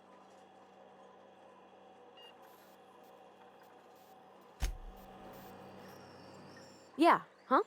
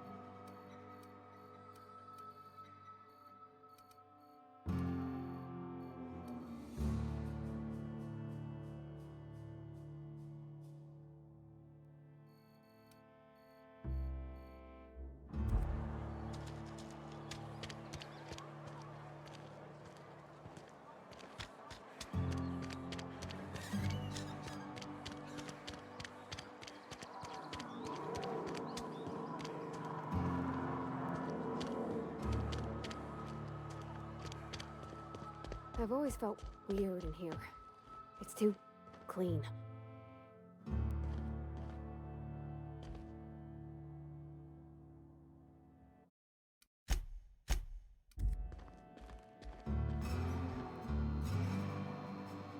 Any progress on that matter we discussed? Ah, Miss Holcomb. How rare to see you out. And with a complete stranger. Curious. This here's Vicar DeSoto. He's always offering spiritual counsel to those that need it. Thank you for the kind assessment, Miss Holcomb. I admit, I've been quite interested to make our outsider's acquaintance. Please get it.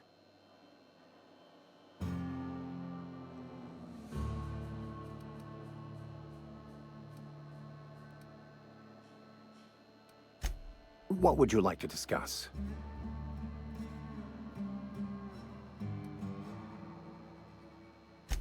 They who are not satisfied with their work are satisfied with nothing. No? How about, work fortifies the spirit. True exhaustion awaits idle hands.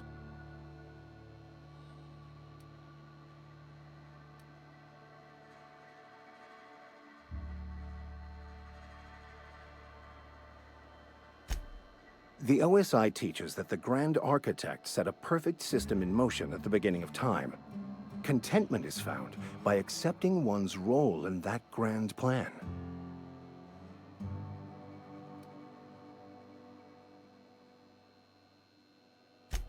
You don't talk to the Grand Architect. Once the universe was set in motion, it stepped back. It has no concern for us.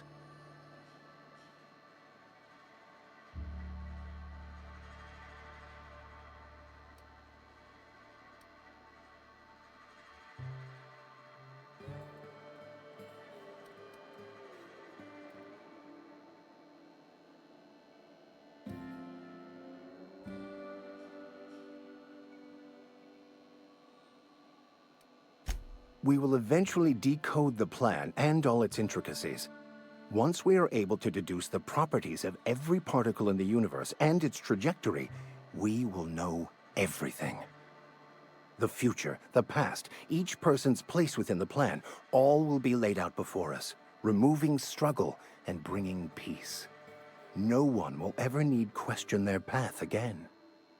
Some even believe this ultimate knowledge will unlock mankind's true potential, and we will all become akin to grand architects ourselves, after a fashion.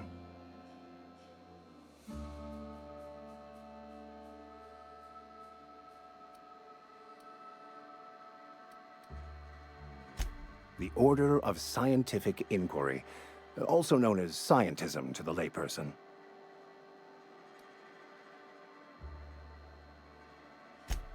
Mock me all you want. I know my beliefs to be true.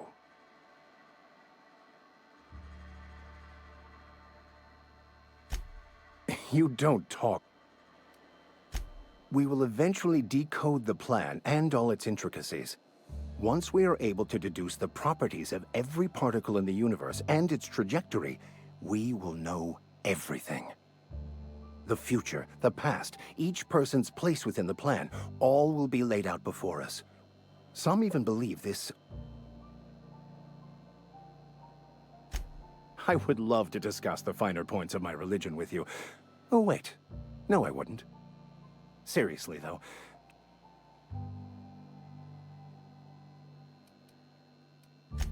They who are selling? No. It is free for all who seek it. I'm sorry you don't find these tried and true words of wisdom to your liking.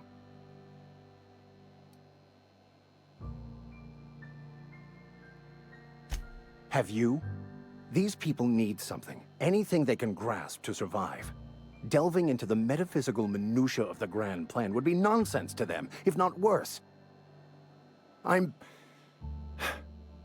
My apologies.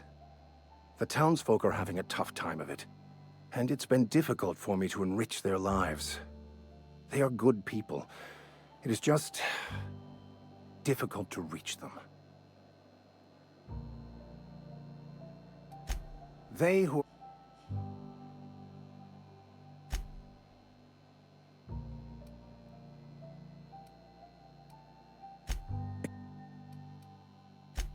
Fun. It concerns much bigger things than fun. Things like deciphering the secrets of the universe to start. We will eventually decode the plan and the future, the past, each person's place within. Some even... Well, first there's the matter of the secret blood rites and animal sacrifices. I'm kidding. Seriously, though, to truly understand the metaphysics involved takes years of study and contemplation.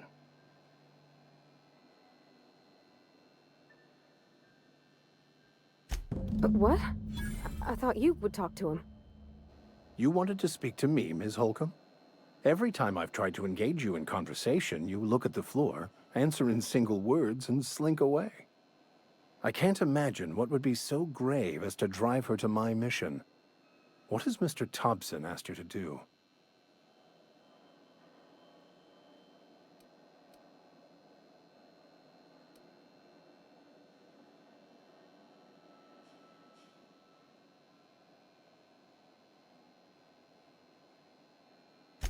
Depriving them of safety from the marauders and wildlife.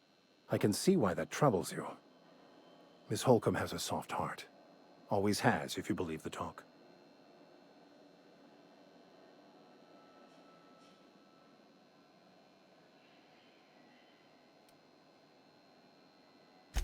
They rejected the order of society and live beyond the walls so thoughtfully provided by our Spacer's Choice patrons. Does that strike you as a responsible life choice?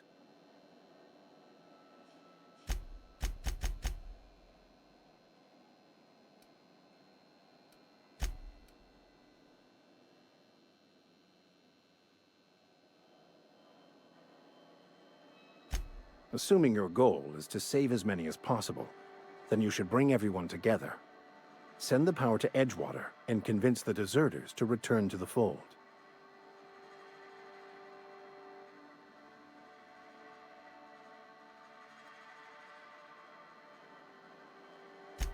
Not if things are left to stand as they are. They who are not satisfied with what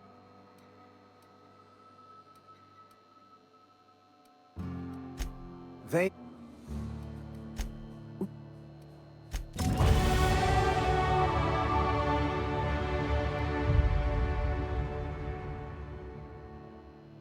Where are we headed? You mean... I know, but Vicker says the universe is a machine, that it runs by law. Real machines have gunked up oil, scratches, and worn bits. You can tell they've seen handling, been used by folk. The machine Vicker sees is one ain't never been run. It's not for people to live in. It's something on a museum shelf, under glass.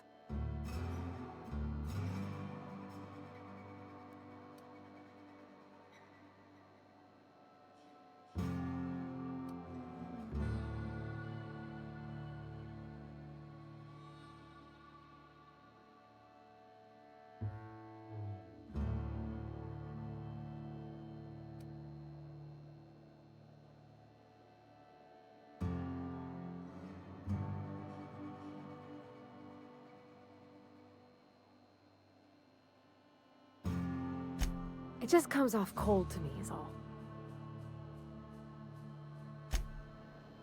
Where are we headed?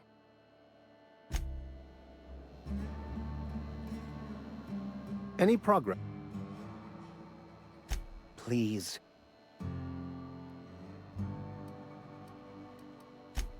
A religious because I'm...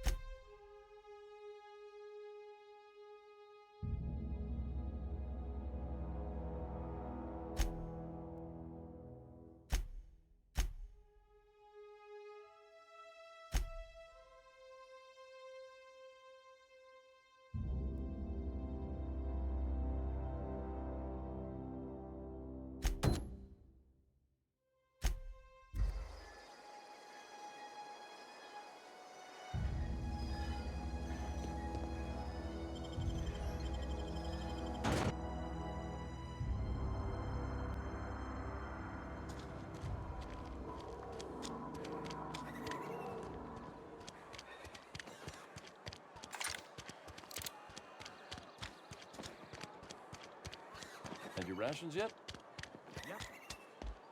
Oh, I cut my own hair. What can I do for you?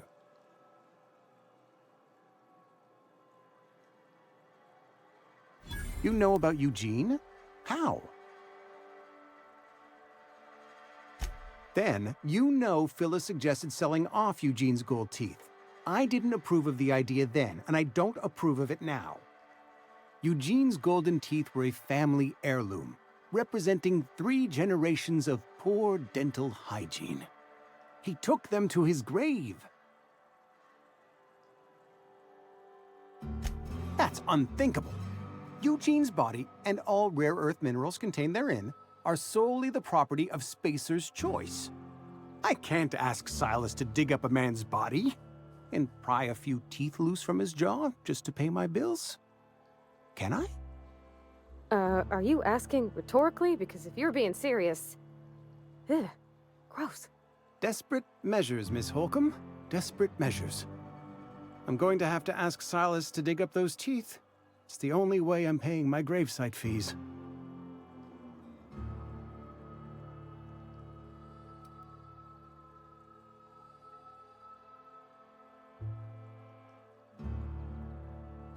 The good Vicar Maximilian and I have never quite seen eye to eye, but your point is well taken. Here you are. Gravesite papers affixed with my signature and an IOU. Eugene was not a suicide. He put a bullet in his brain, yes, but that's largely a technicality. I was the one who prepared Eugene's body for interment. I discovered symptoms of the plague on his corpse, and I discovered medicine in his pocket. Lots of medicine. Eugene overdosed on adrenatime, which is known to cause psychosis and paranoia as possible side effects. The paranoia drove him to take his own life.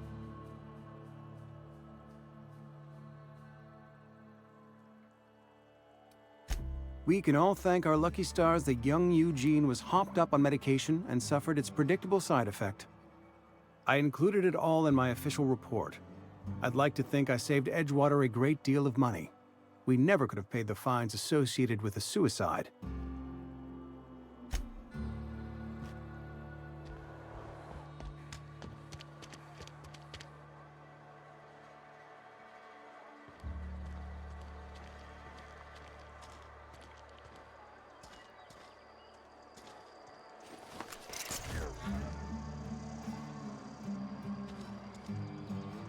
Something you need?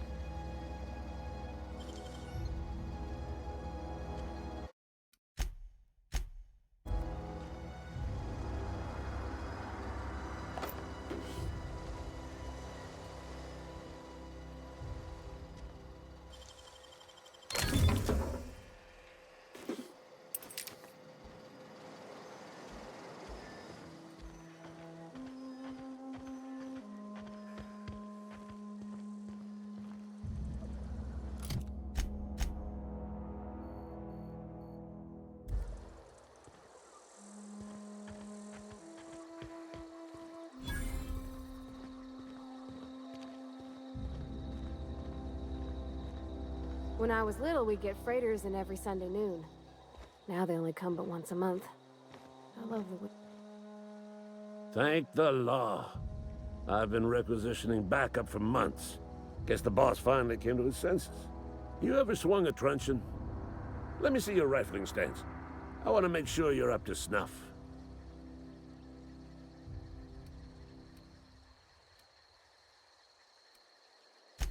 The war! The coming apocalypse! Man versus machine! I'm talking about mechanical soldier. Cold, heartless automatons made of iron and lies. Just my luck. I ask for backup and the boss sends me one of them simple folk. All right. Listen real close. Auto-mechanicals. Creatures forged in the fires of malevolence. I seen them over by the old power plant. Clattering about. Firing at the birds. Orchestrating their uprising. When the swarms of mechanicals come clanging on over that hill, where will you be? Cowering beneath your cot? Or standing, shoulder to shoulder with the resistance?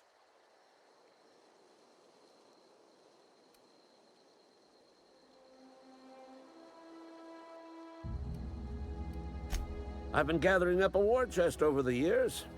Saw tuna cans, mostly, some Spacer's chaw, few bit cards. I'll reward you for your aid. Enlistment fees? Yeah, I suppose. Wouldn't want to give the Resistance a bad name. They have sent a scout, prowling around the junkyard just behind our beloved town. This scout must not be permitted to return to its base of operations. Cross it off, then report back. Mechanicals got a weak spot in their midsections. I think the technical term is, the blue glowy square thing.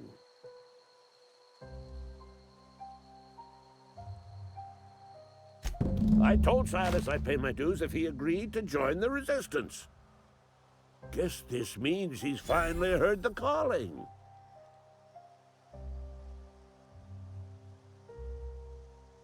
Mechanical repellent!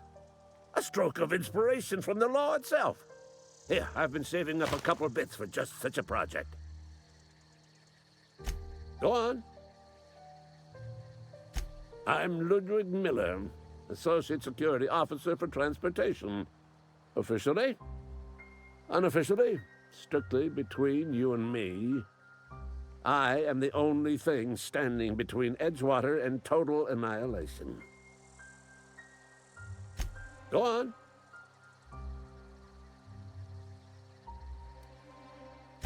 You ever seen the way a mechanical just stands there? Just looking at you, scanning you with its murderous oculars.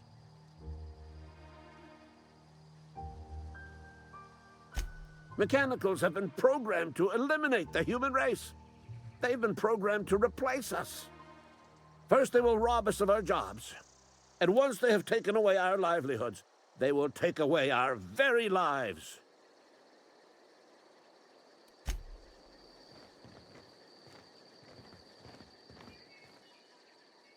Bring us honor, soldier.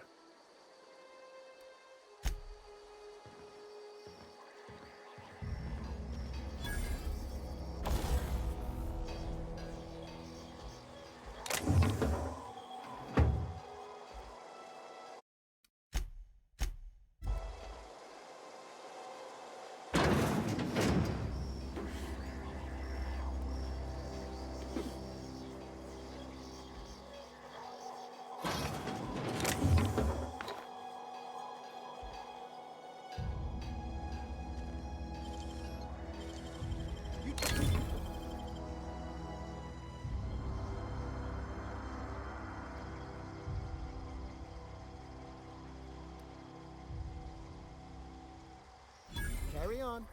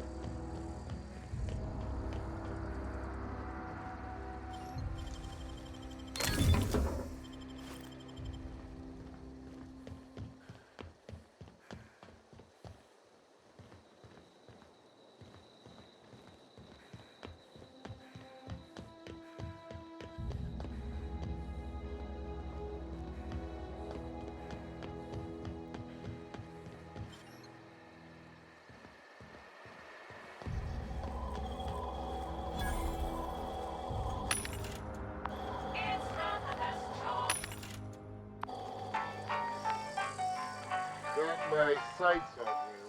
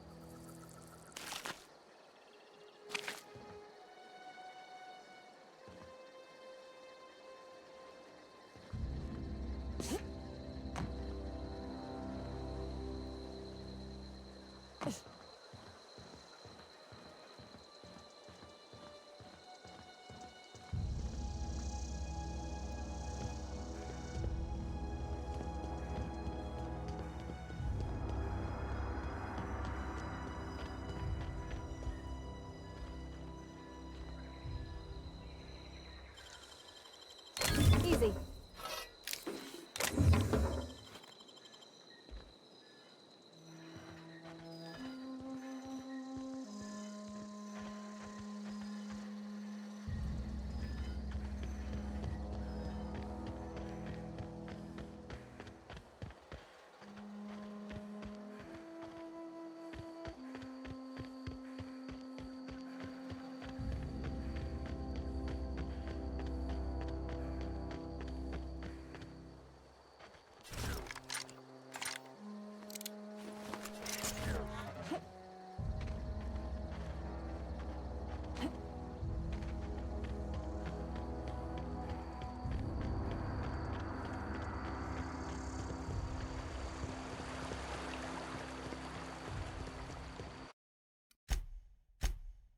Hey, Miss Parvati.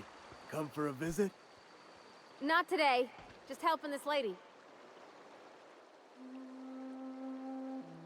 Lovely to see you about, Miss Parvati. Things going all right, Silas? Been keeping him careful and true, miss. Best to ask her yourself. My dad's buried here. Silas watches over him when I can't leave the house. Oh. Well, thanks. Something I can do for you?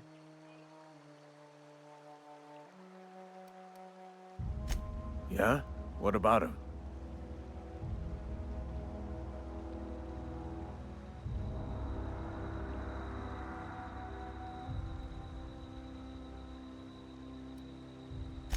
Yeah. Funny thing, Eugene's body ain't where it's supposed to be. The night we was supposed to commend his body to the earth, I had his grave all dug up and ready, right? And so I thought, I'll just rest my eyes a bit. When I woke up, his body was gone. Spirited away, vanished. The footprints nearby suggested that Eugene was stolen by marauders. Or he rose from the dead.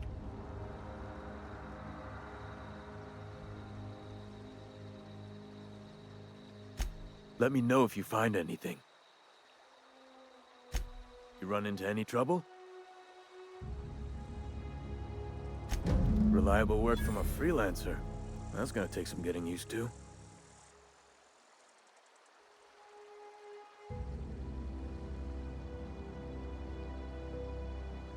And I'll buy you a drink sometime. Oh, suppose you've earned it. One good turn deserves another.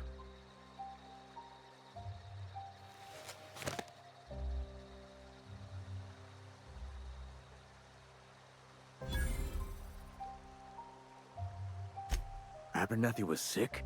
With the plague? That's disgusting. I shook hands with the guy.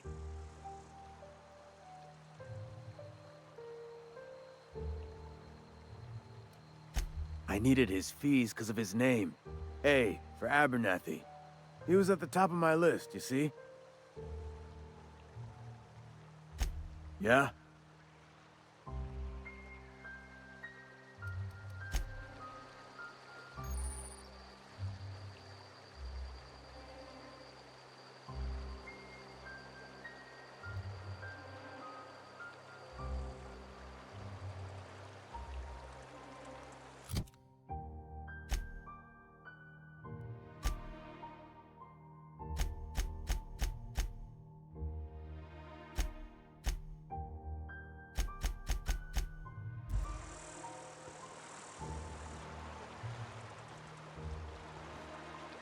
Something you need?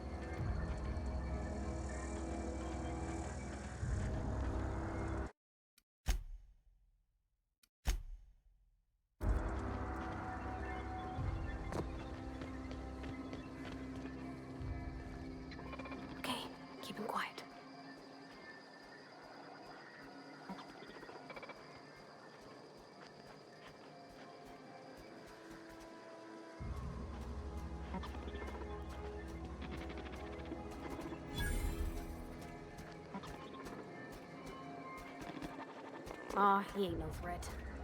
Bet I could fix him up smart.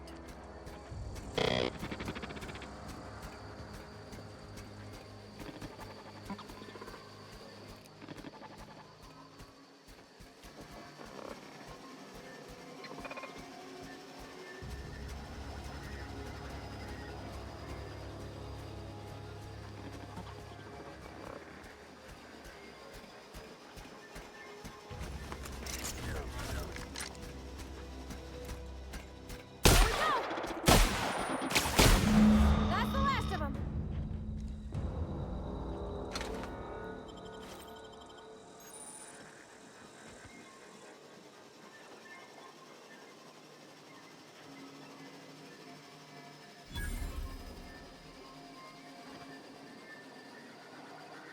Where are we headed?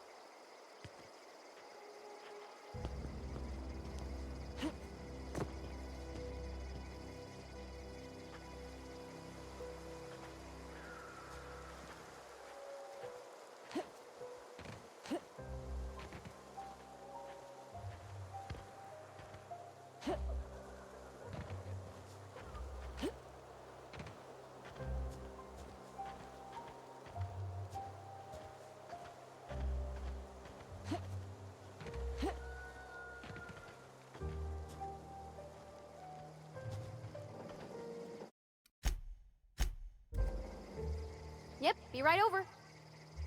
I'm on my way. In a jiff.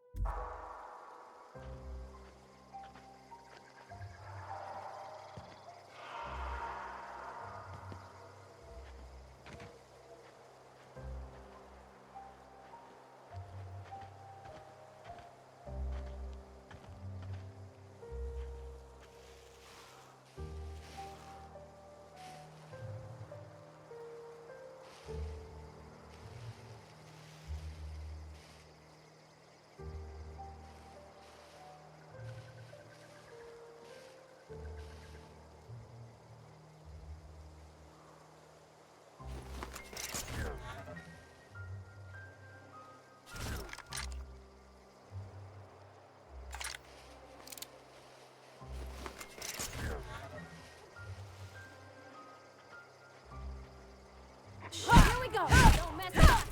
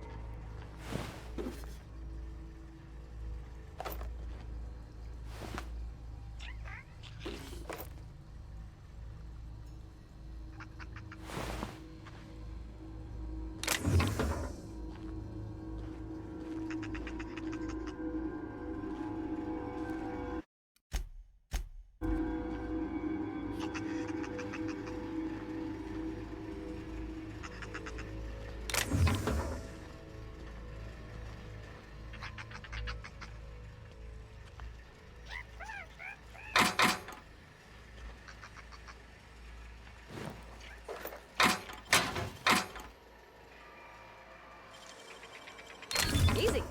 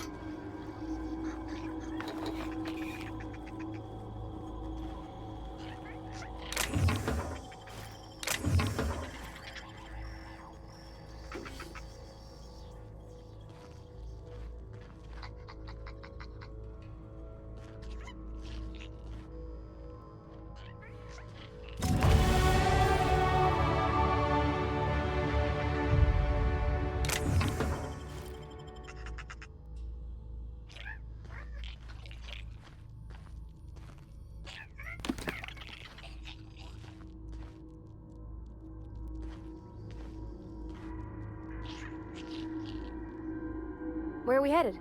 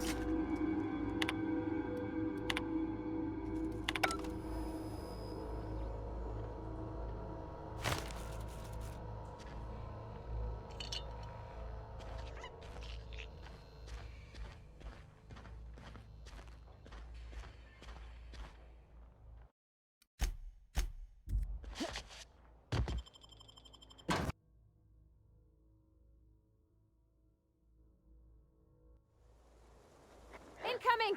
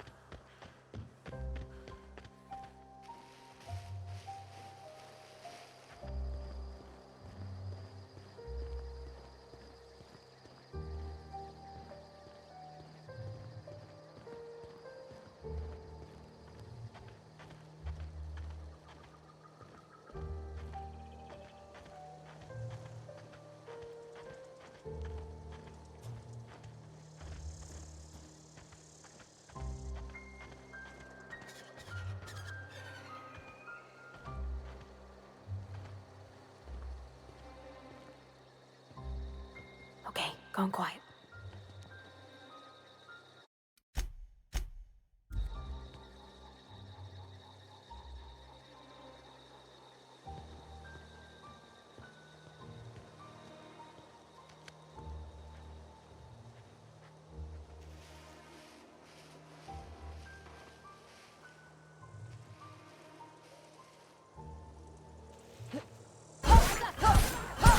Not even a threat!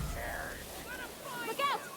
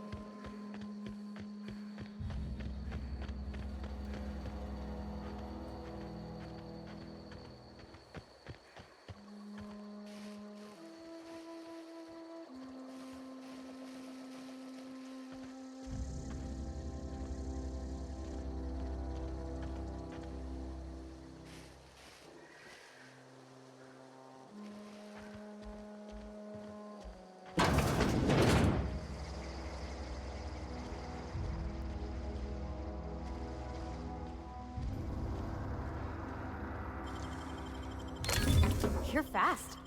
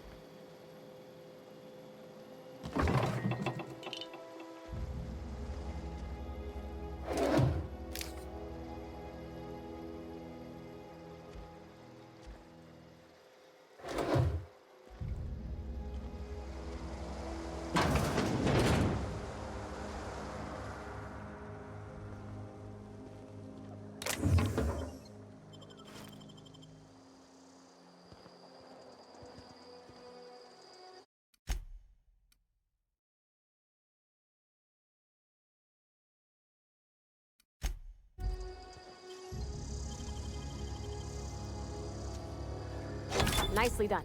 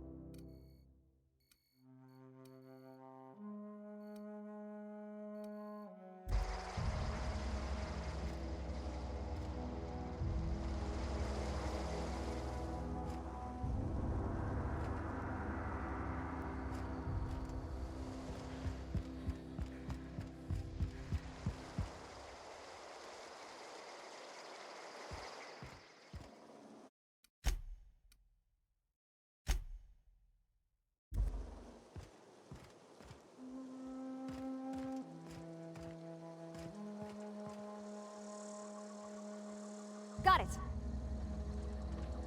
I'm going. Sure.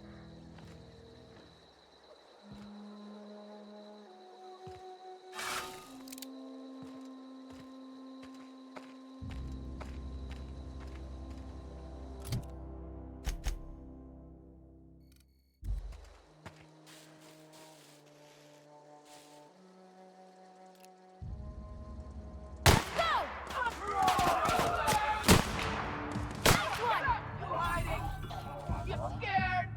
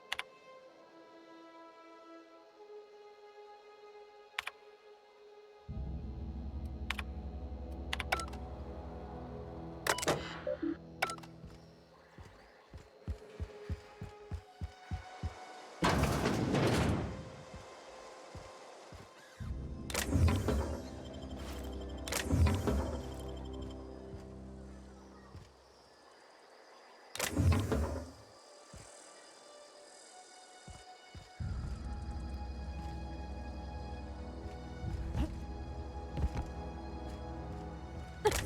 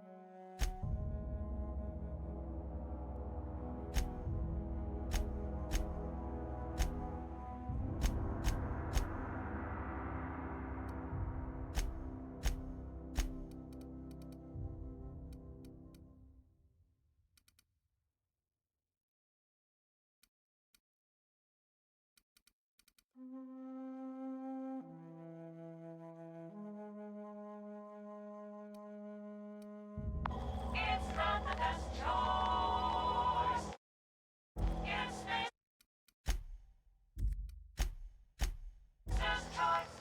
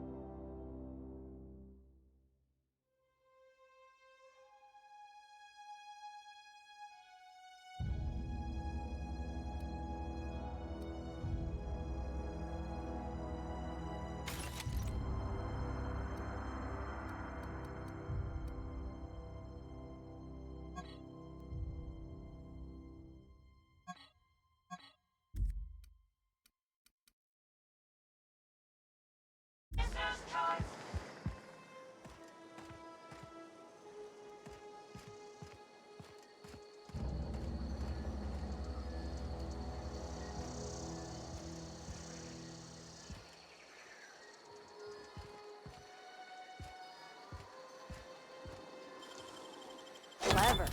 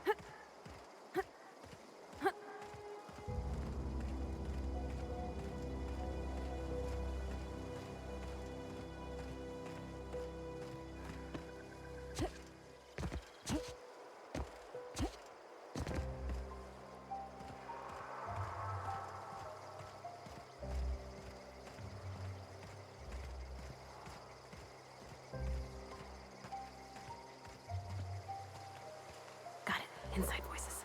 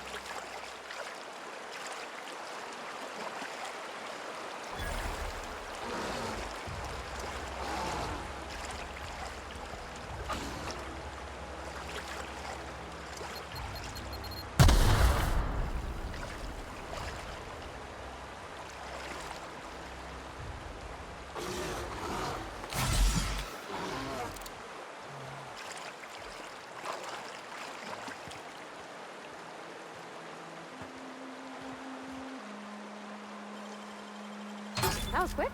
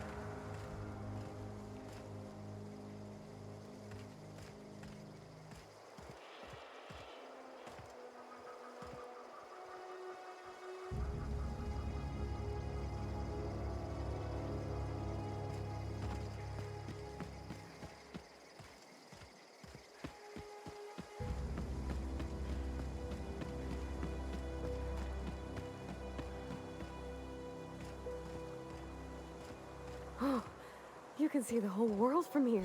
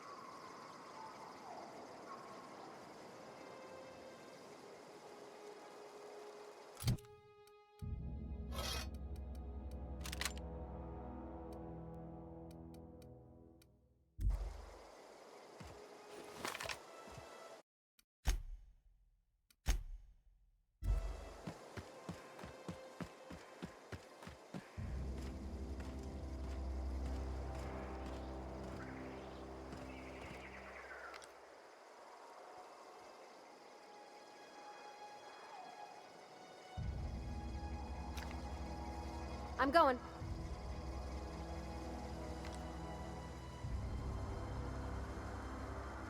Here we go!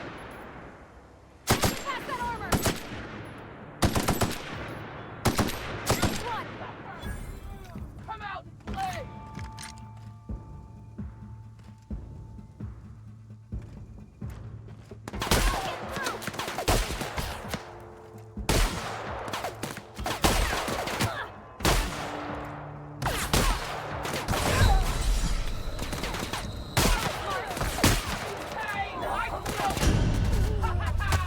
Fresh meat!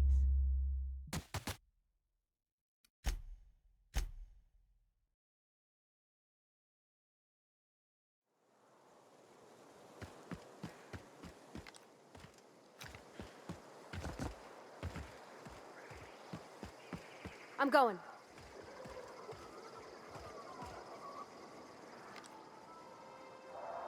I'm ready for this. Bouncing off!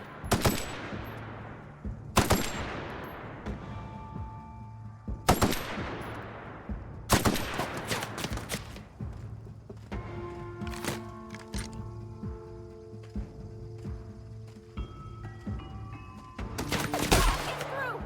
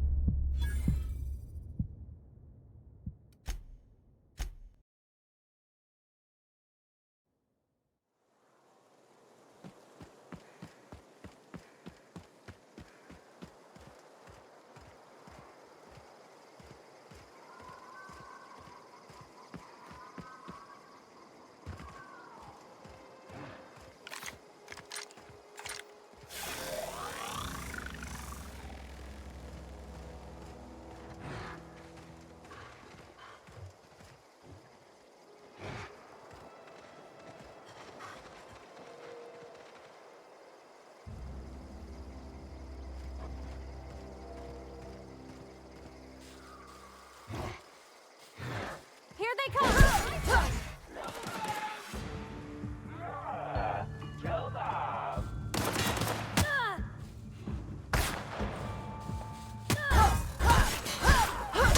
Noise! Come out and play!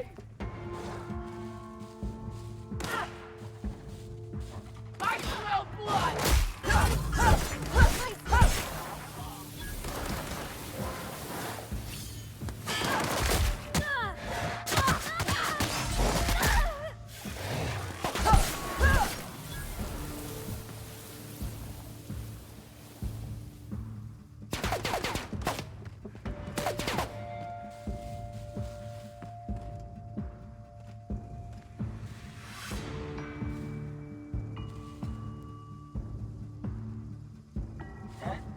Who goes?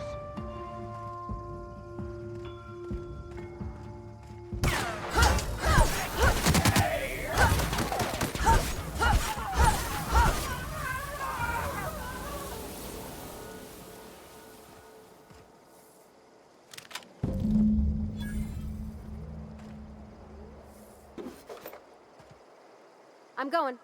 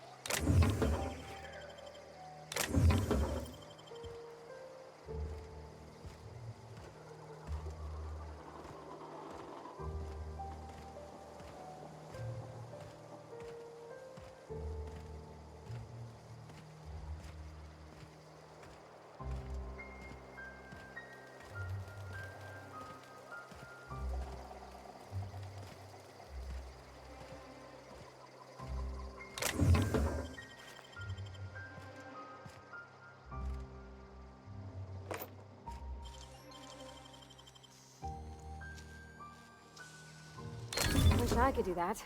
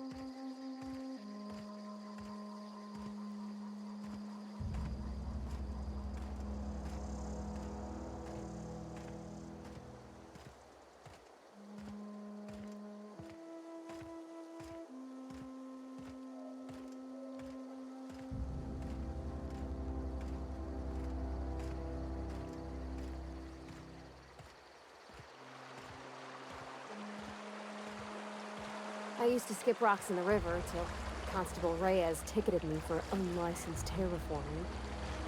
I bet she was jealous. She don't know how to skip rocks her own self.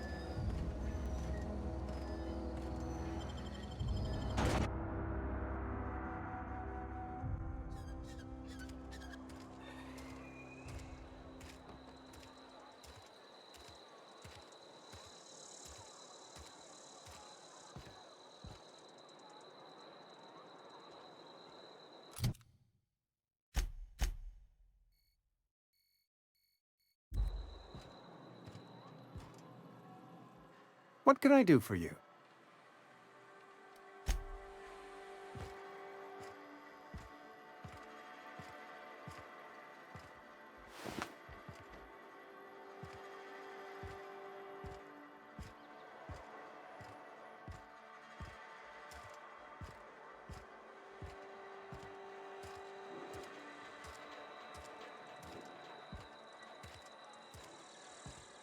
Been eating nothing but salt tuna. I've never actually been in here. Something to report?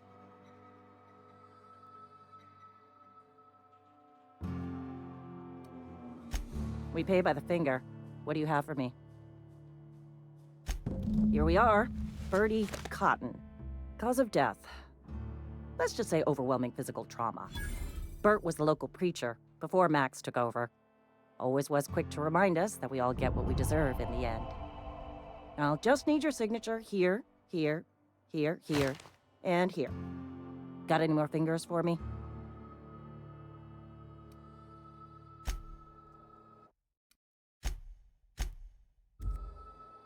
Vale's a little safer, thanks to you. Anthracillin, huh?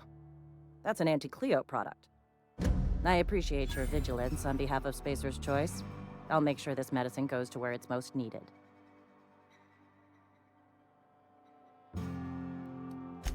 You are, of course, entitled to a reward for assisting in the apprehension of any contraband. Your compensation and your receipt. Spacer's Choice wishes you a productive shift.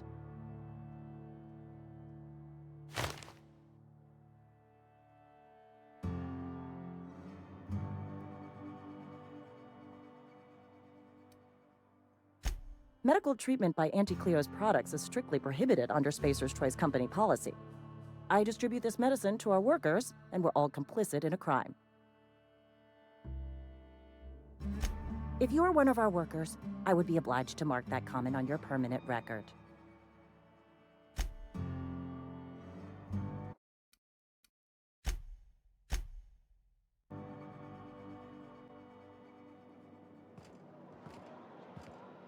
Been eating nothing but salt tuna for a year. Just the way it goes, I suppose.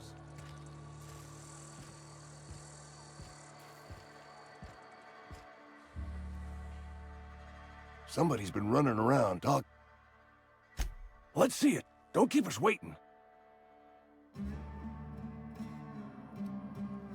I don't know what that means. Is that some sort of medical condition? Is my plague getting worse or something?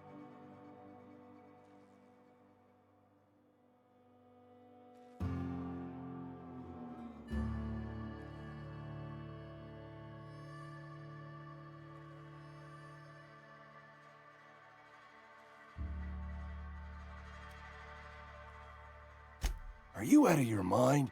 You're just gonna hand that over to Reyes? You know she's just gonna give that medicine to someone younger and stronger and prettier. You wanna mingle, go try the cantina. Sweet life-giving nostrum. The first hit's always the best. Scratched together all the bits I had around the domicile. It ain't as much as you deserve, but it's all I got.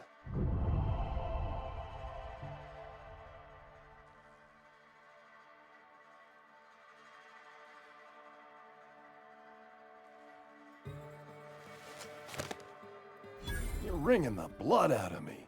Here, you can have whatever's in my pockets. Nothing like a...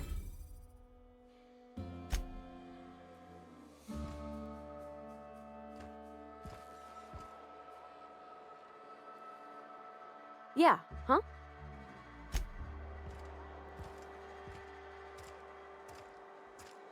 I've been feeling pretty low these days. I know how you feel. Vale's a little safer, thanks to you.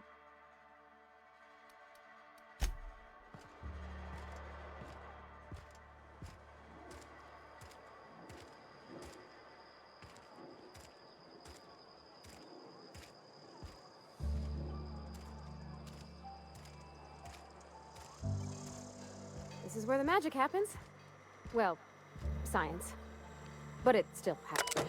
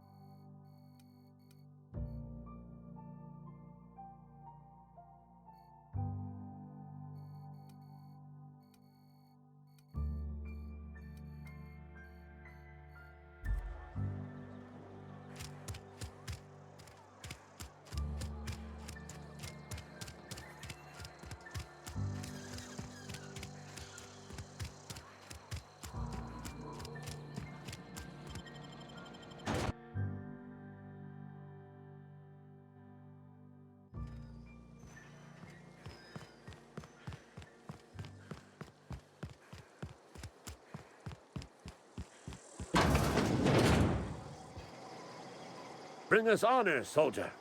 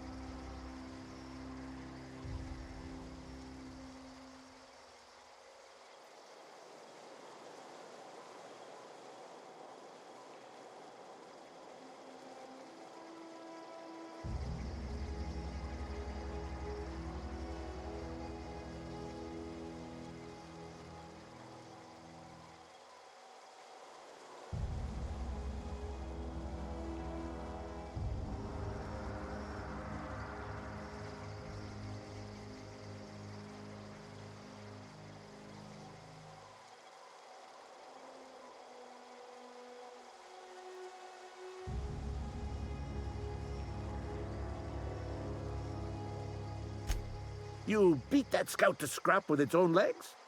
Pulled its optic cables out its head case? Actually, don't tell me. Rather use my imagination. You're a passing fair soldier, I will confess. But you are one, and the enemy is legion. What you need is an equalizer, a weapon to strike fear in their cold, mechanical hearts. Cantina, lavatory, behind one of the toilets. That's where I've kept it hidden all these years.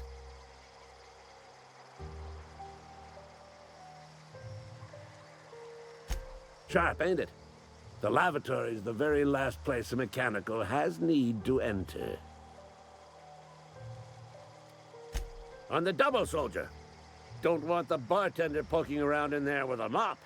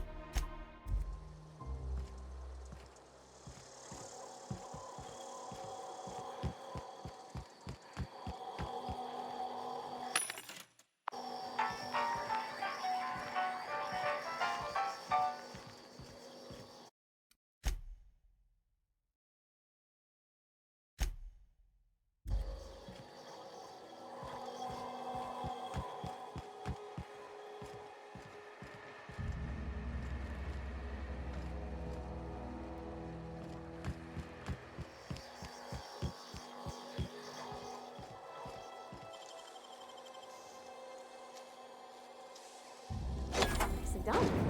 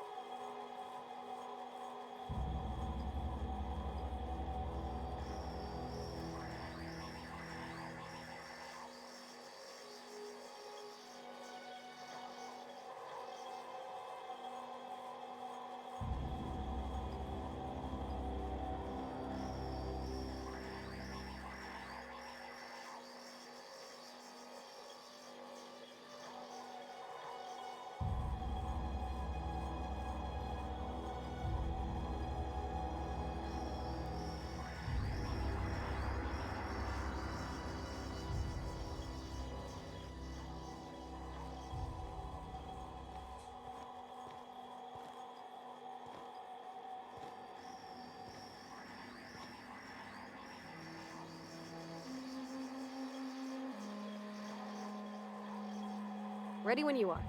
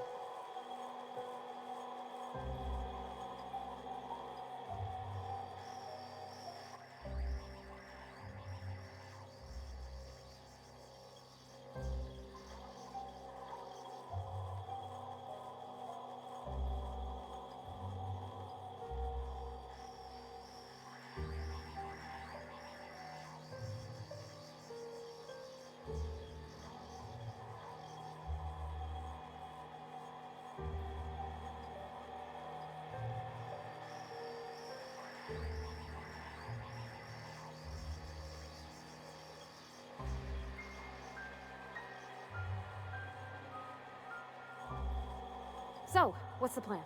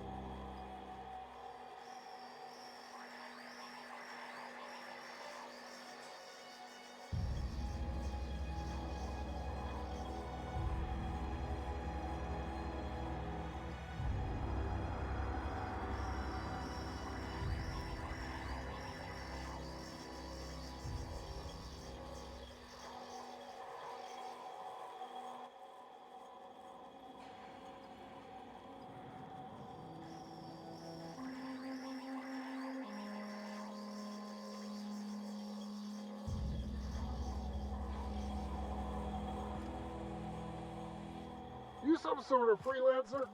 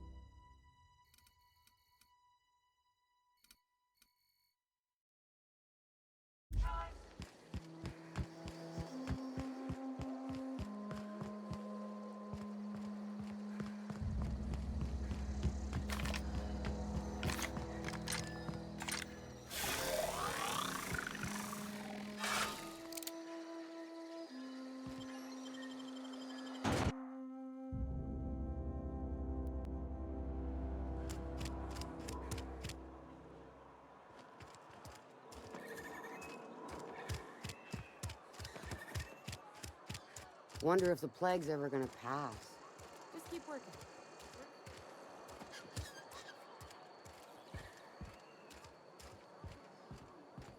You're not a big drinker, are you?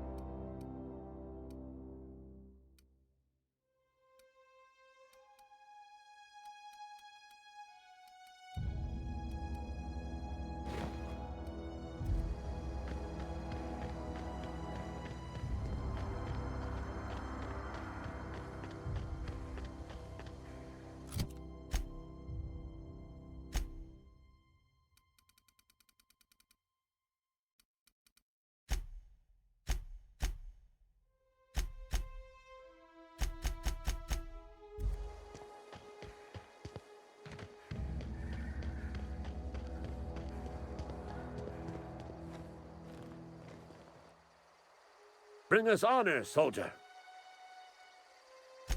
Feast your eyes, soldier. This here is a genuine Spacer's Choice injury customizing unit, designed to deliver a lethal blast of electrical discharge. I call it the Hand of the Law. You ever want to see a mechanical flailing around like a grounded fish? You stick a couple thousand volts in its guts. With compliments from old Ludwig.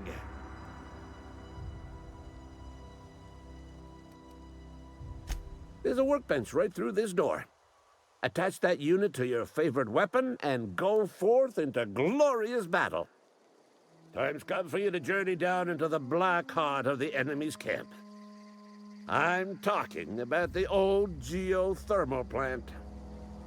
Unfortunately, the old plant lies outside my board-given jurisdiction. You'll need to get a passcode from the boss, Reed Thompson.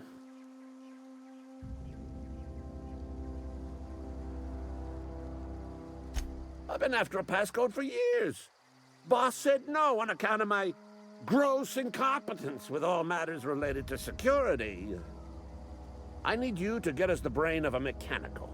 Well, not exactly a brain. Anatomically speaking, what we're looking for is a logic module.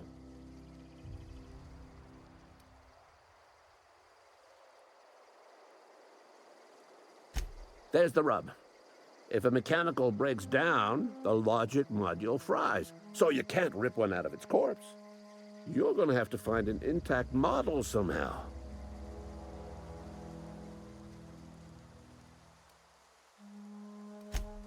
Don't tell anyone, all right? I've got a contact. A real expert in the inner workings of the automaton. We are gonna rip those mechanical secrets right out of their circuits.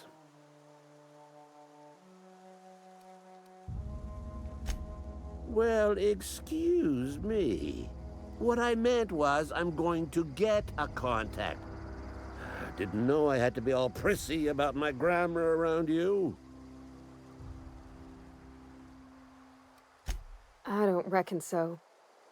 I work with gears and pistons and such. Stuff you can put hands to. Computers and mechanical brains are outside my ken. You know, she names the mechanicals she fixes. Calls them Bess and Clancy and so on. You keep a careful eye on her. Could be a sympathizer. If you die horribly, I will pour out a can of 0G to your memory.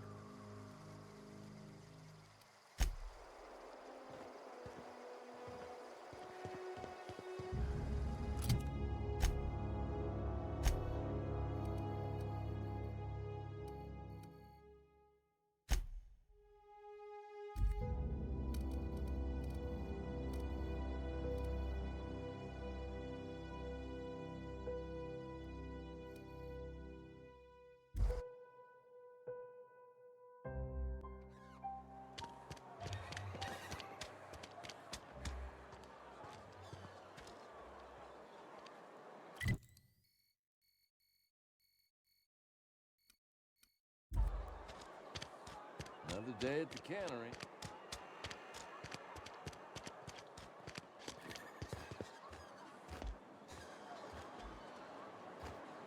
Hmm?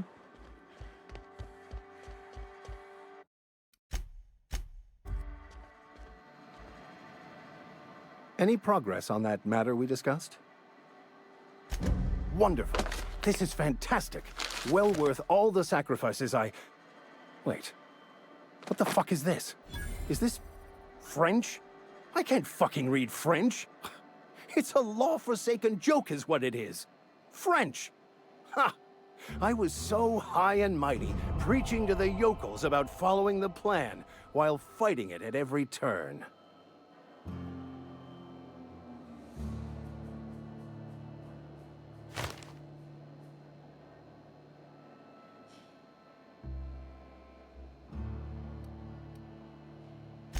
There is little more important than such a precious, rare text.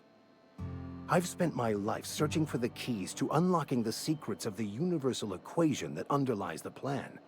I had hoped this book held some of those answers. I became so desperate, I even got myself assigned to this plague-ridden backwater to find the damn thing. All the time and suffering I've spent. Wasted.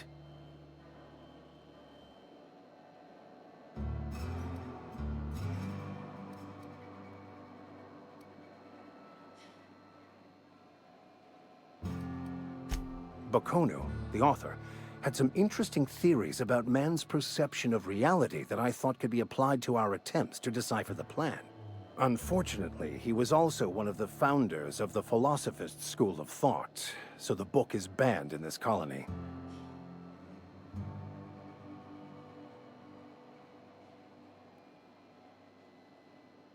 Philosophism's a false religion that stands in contradiction to almost everything we know to be true. They believe all is chaos, in stark contrast to OSI's belief in the plan. But most of the philosophist perversion of Bakonu's thoughts came more than a century after his death.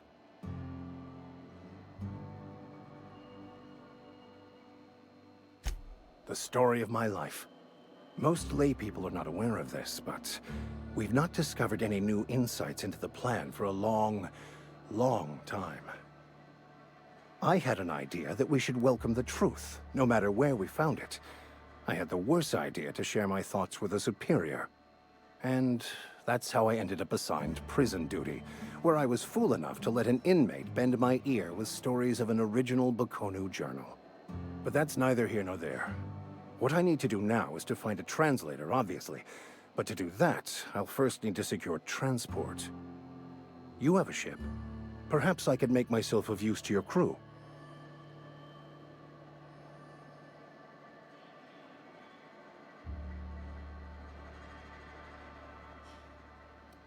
Free spiritual counseling, someone to watch your back, not to mention a grown-up in the party. I'm 28. Exactly. I'm pretty handy with a tossball stick, or any blunt instrument, really. I'm also a passable gun hand if it comes to that. I can usually talk my way out of conflict, though. Oh, I'm fairly competent at hacking computers as well.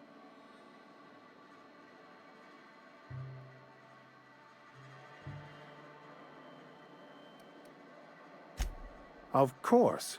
I'm a vicar who is dedicated to his calling. More dedicated than any other you'll find in this colony. I joined the OSI to help decipher the grand plan. But instead, I ended up the vicar in a prison due to ignorance and politics. Then I came here. Satisfied? Fantastic. Let me get my things in order and I'll catch up with you. Edgewater's gonna miss you. Folk here always had good things to say about their vicar. Thank you, Ms. Holcomb. I'll be glad for the change of scenery, and to leave this place behind. I shall see you on the ship, Captain, whenever you're ready to leave Emerald Vale.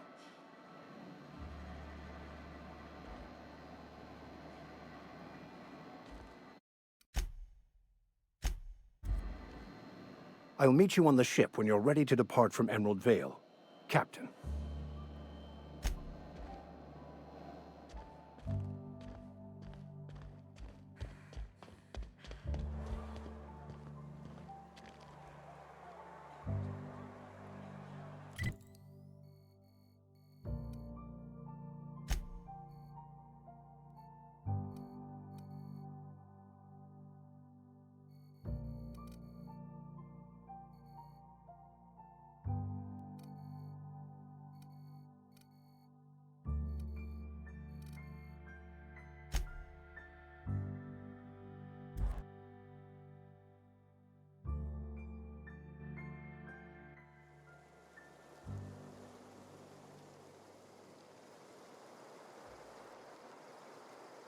Something you need?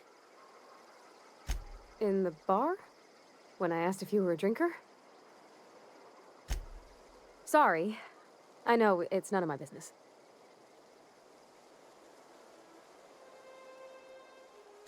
It's not like I think it a failing, mind. It's just I live right across the road. Most nights I watch folks out my window. When they come in here, they might be happy or sad. Mostly they're tired. When they leave, they're mad at themselves. Or they stumble into the alley and I listen to their hearts breaking.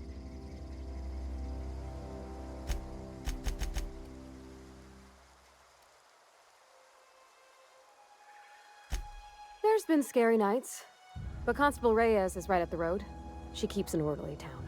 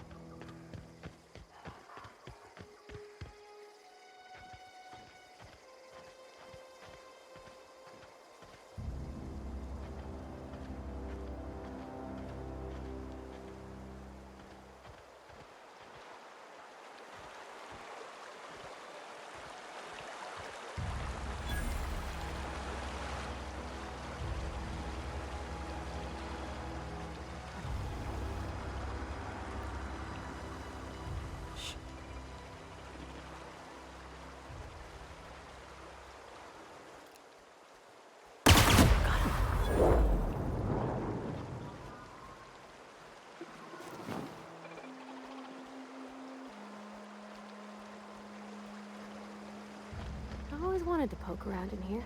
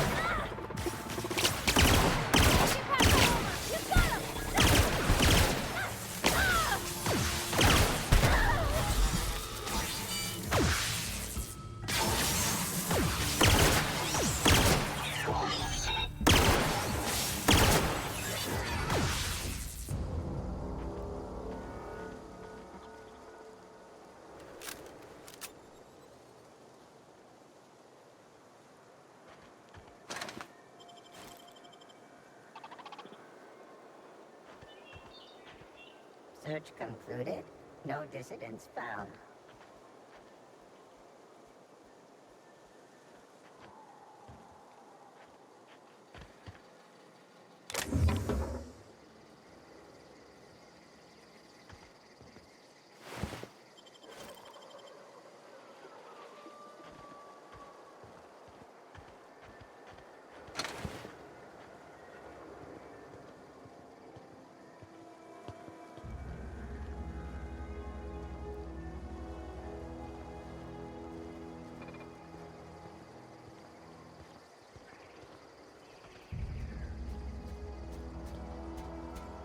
System covered.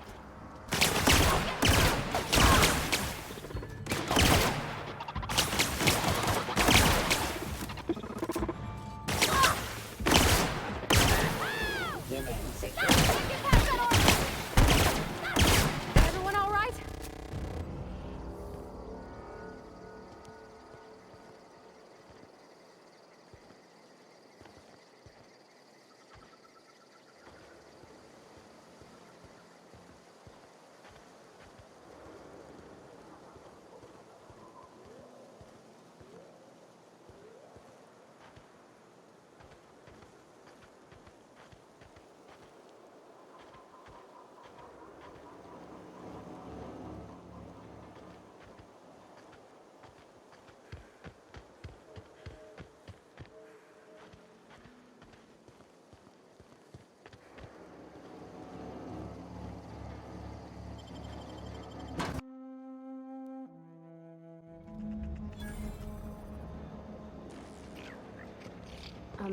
Mr. Thompson said to talk with Miss McDevitt before doing anything here?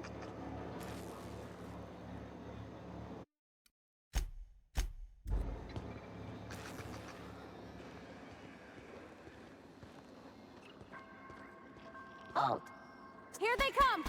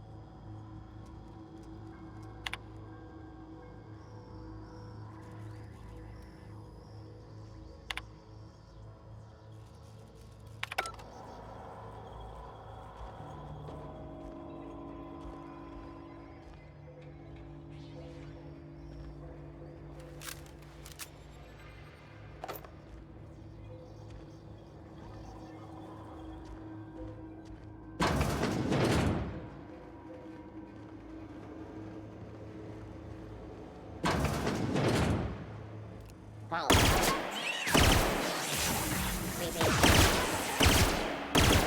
Don't mess with us. Down they go!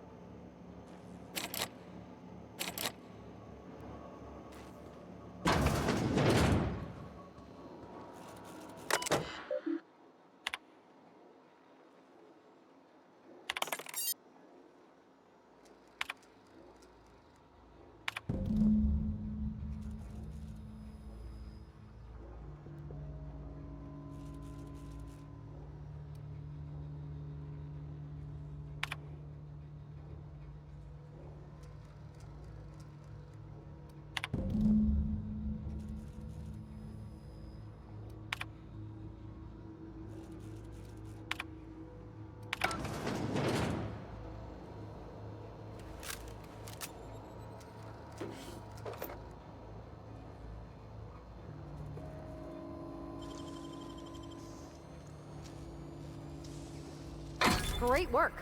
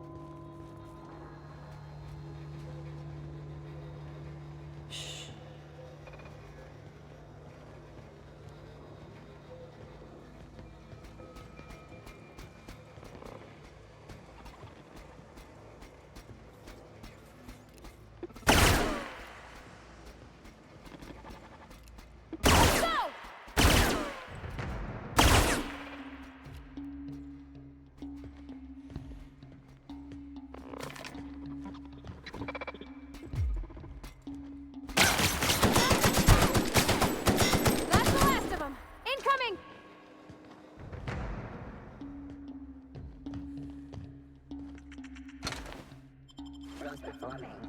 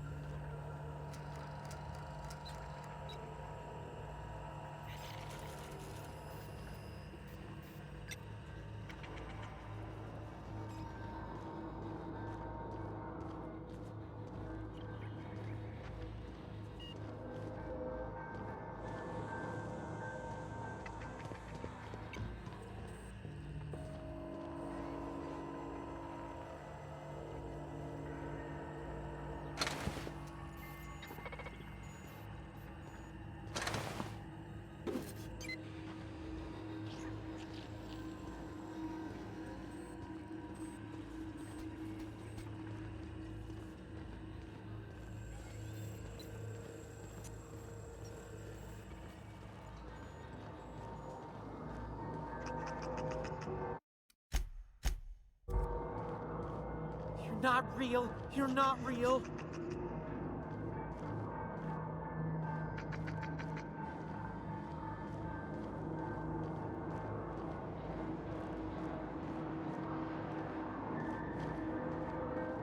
No, no, no, just leave me alone.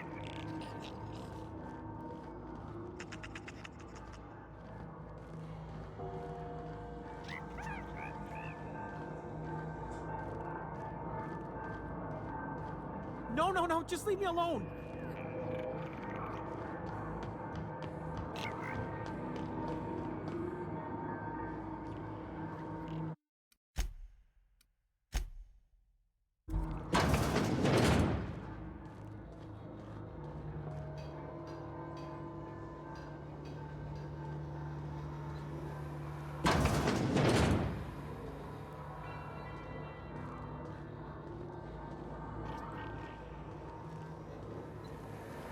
Mind the steam. You're liable to get scalded.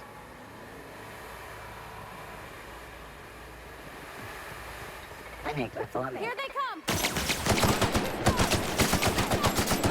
Now, investigating.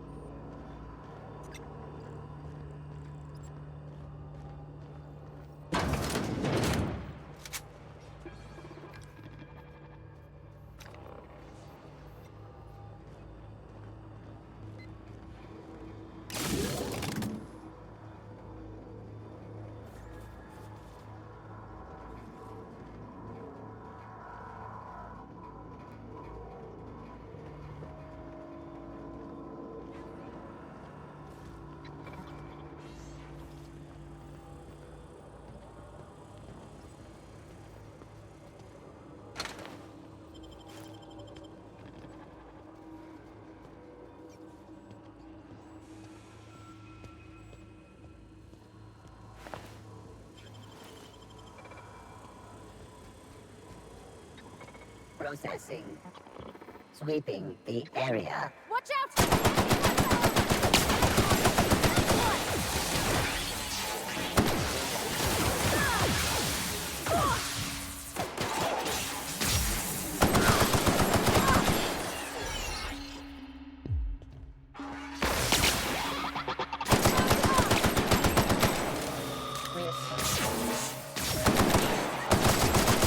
We did it!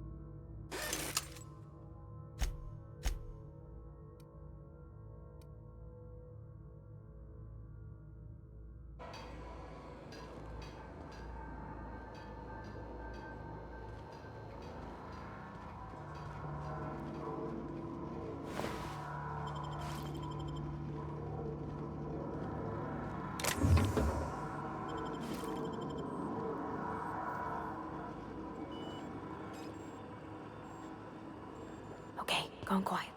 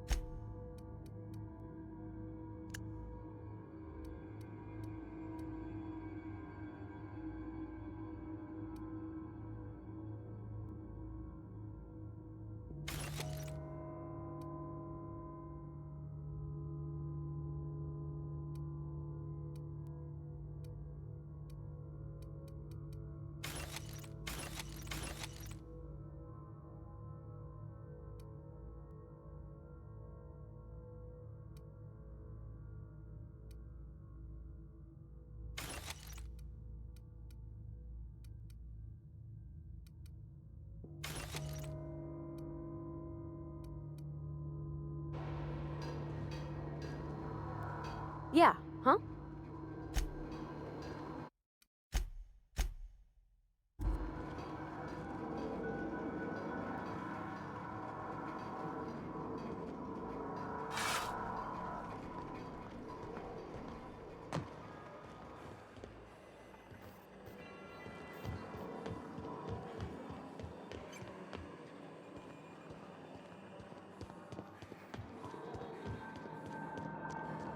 Go away, Phantom!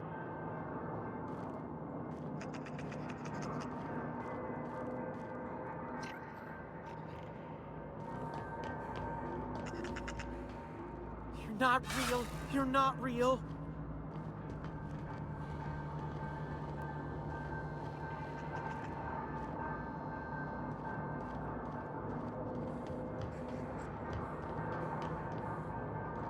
You're not real. You're not real.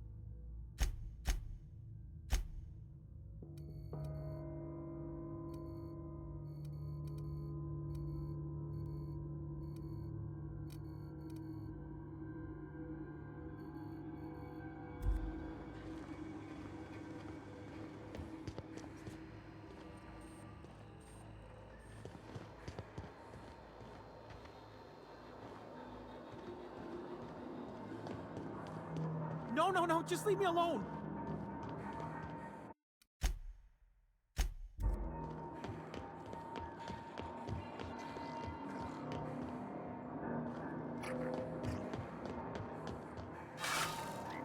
No, no, no, just leave me alone.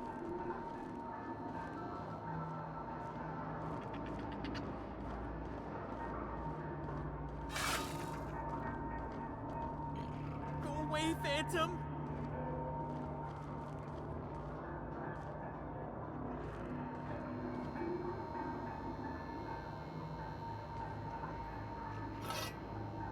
Get away!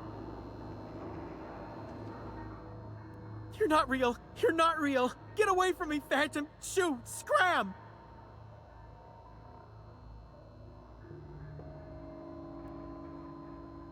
You can talk? The Phantom's never talked before. I knew I shouldn't have eaten that sprat raw. See? See, Higgins? This is why you must always boil your sprats before ingesting.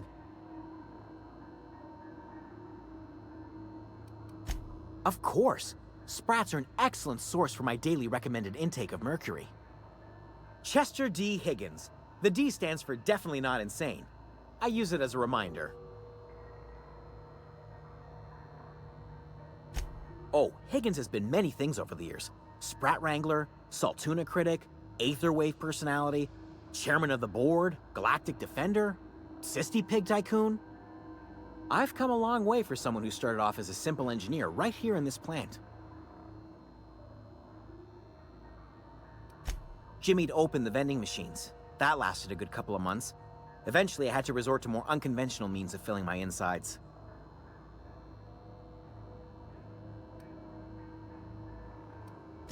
Mechanicals lost their bolts. Opened fire on anything that moved. It was pandemonium.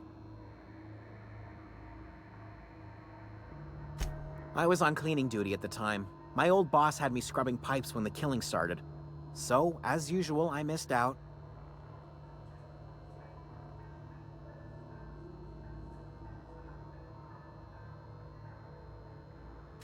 I specialized in automechanicals, drones, sentries, repaired them, maintained, upgraded, did it all from my old workroom just over in the next section.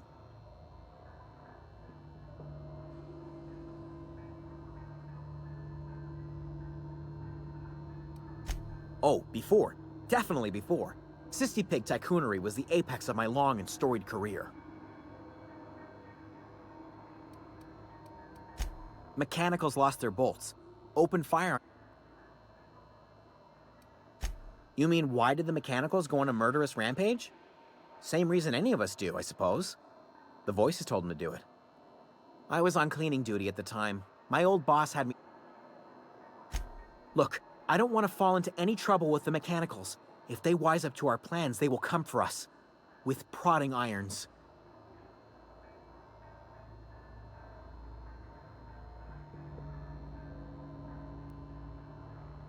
You know, you remind me of myself back when I was an intergalactic adventurer.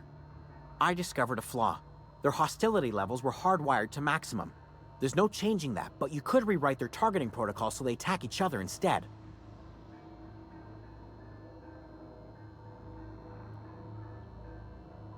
Yes, that's exactly it. I see you're also versed in the noble art of mechanical engineering. There's a behavior control terminal in the other room. It should have options to change how the Mechanicals act, including whom they shoot at. Oh, that reminds me. You'll need my passcode to access the behavior control terminal. Here, let me just write it down for you. The tail. Definitely start with the tail. If you're feeling adventurous, the ears are a particular delicacy. Forgot what you were gonna say?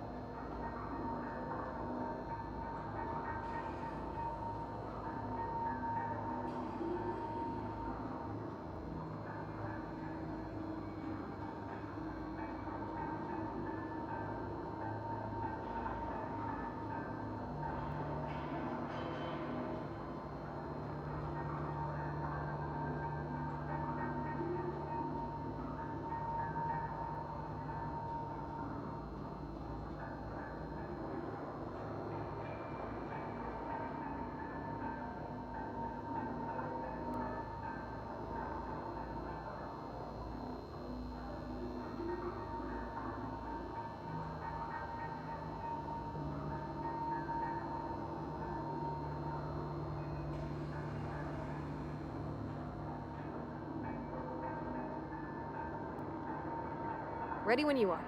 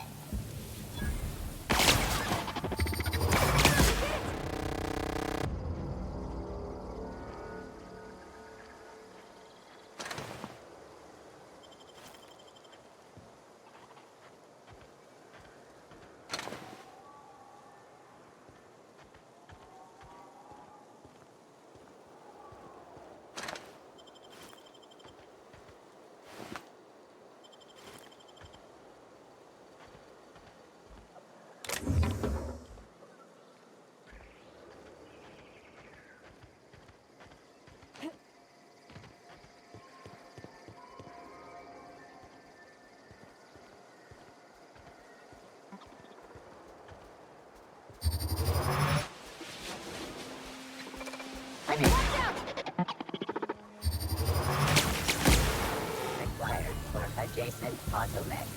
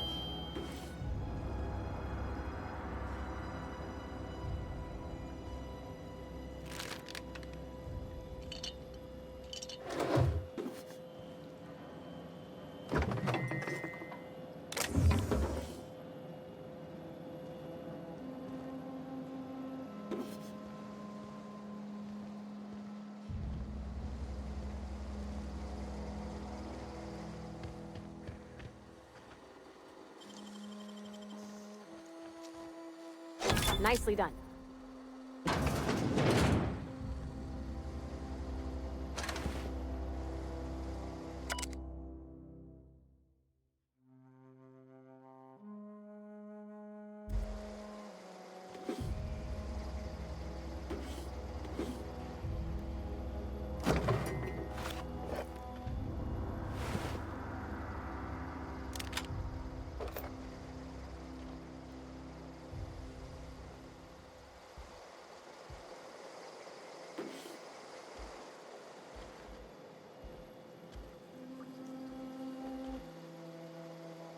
Yeah, huh?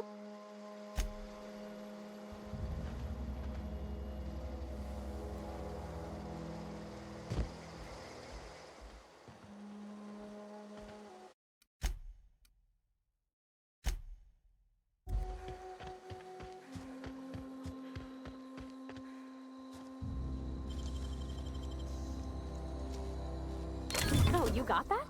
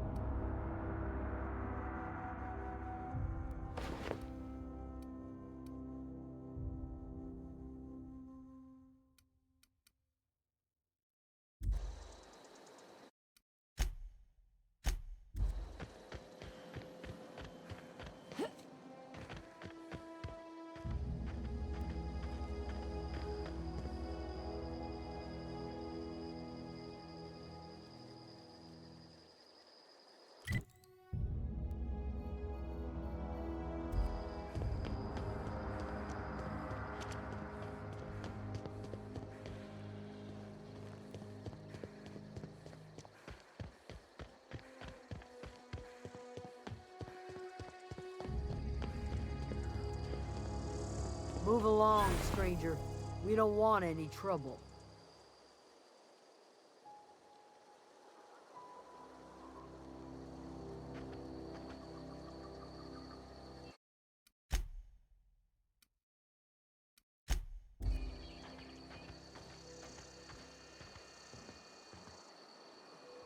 I don't know you. Whatever you're looking for, it ain't here. Move along.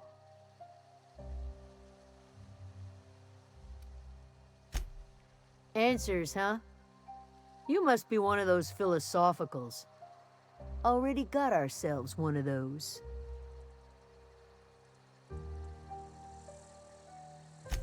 A geo what? Look, plants ain't my purview. You're better off asking after Adelaide. If you're gonna start wandering around my camp, know that I got my sights on you.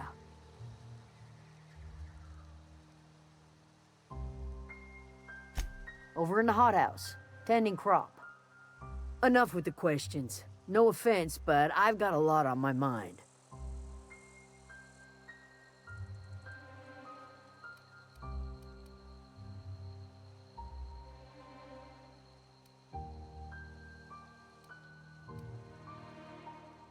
Well, look at you, buzzing around the aether with your very own ship.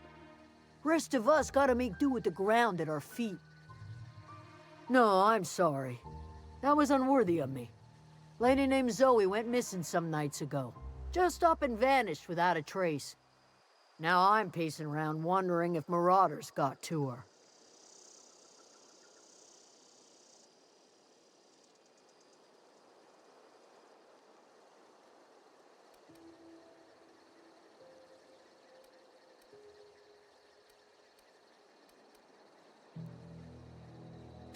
It's not like Zoe to go wandering. Figured she might be out scavenging, but that ain't exactly her talent. Can't imagine where she's gone. Vale's a wide place. She could be anywhere.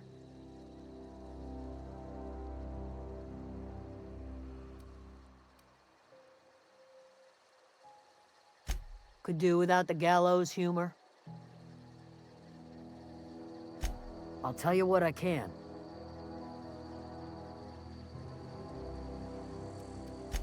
Well enough to know we never got on. Zoe and Stefan were close. If anybody knows the workings of her mind, he does.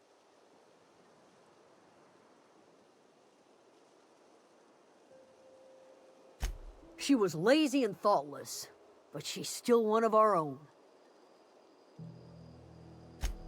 Vex me. If she told anybody, they ain't telling me.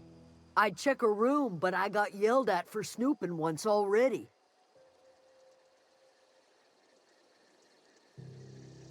Little ways ago, she was always obsessing over her serial dramas. Wanted to see what the fuss was about. Could be. Dangers aplenty out there. No telling why marauders would steal somebody like Zoe. Got no useful skill as far as I could tell. Marauder gang just moved into the districts a little ways east. Their numbers are growing. Gotta come from somewhere. What is it? I'll tell you what I can. What is it?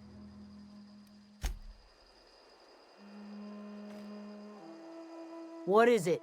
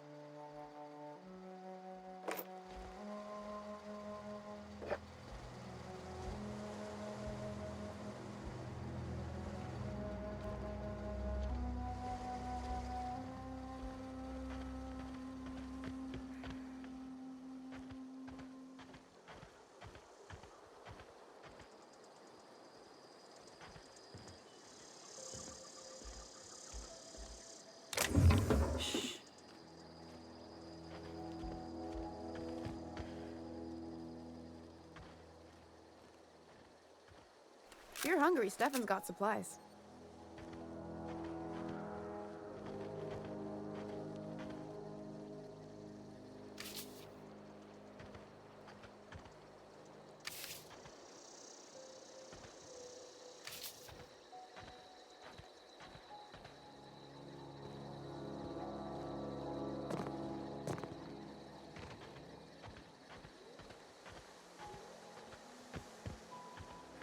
Oh, that's Thomas. He used to follow me around before he left the cannery. Yeah, huh?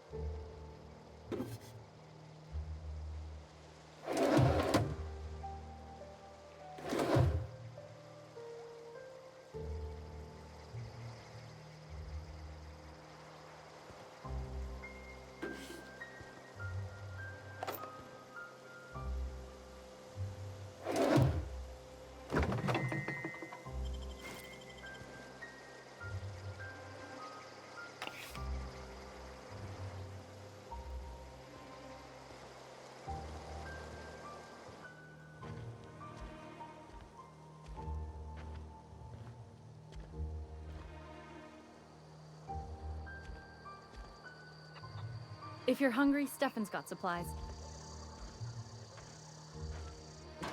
Keep your wits about you, friend.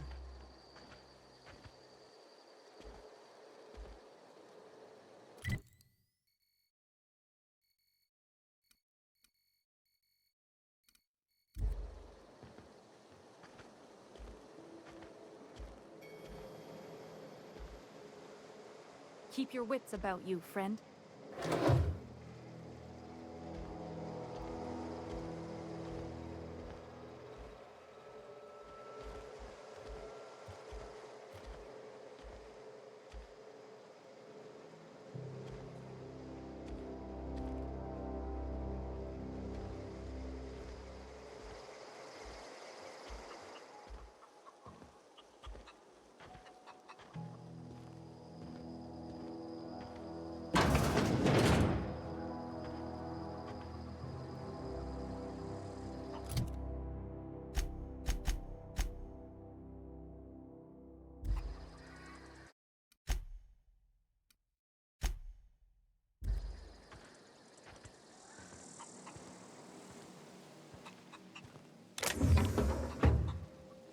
Oh gosh, it's so pretty.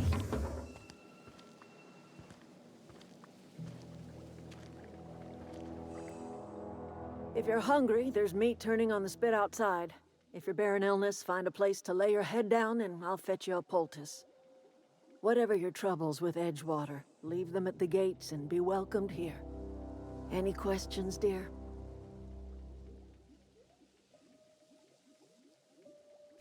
I have been called that, among other things. Green Thumb, grandmother, the strange old lady who keeps flowers. But yes, Adelaide will do just fine. Excuse me, Miss McDevitt? Sorry, it's just... You got such pretty trees in here. Why, thank you. You're Robert's girl, aren't you? I remember when you were but a sprout. Thomas speaks of you often. Are you staying long? You should try some of my tobaccorn tea. I brew it in an old spittoon, but it's been cleaned.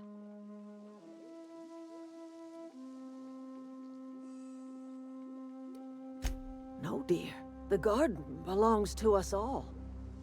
Life is the gift of the universe, and the universe yields its bounty equally, absent of prejudice.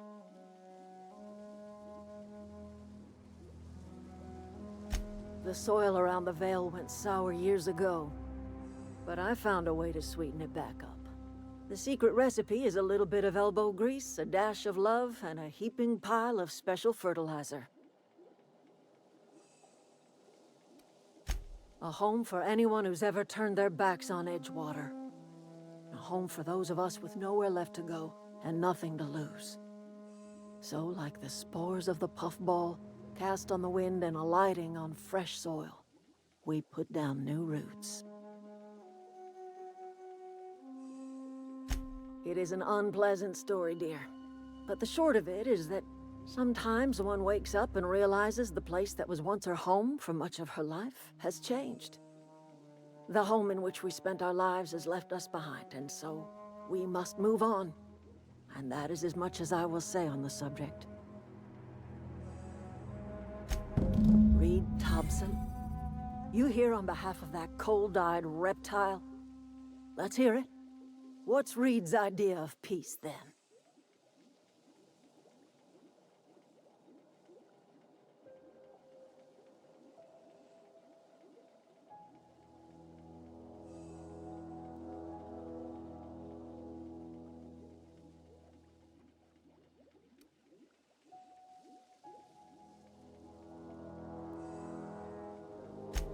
Make amends? Spare me. Only thing Reed knows how to make is a mess. Like everything else that comes out of Edgewater, that peace offering is canned. I and my own are living just fine out here by ourselves.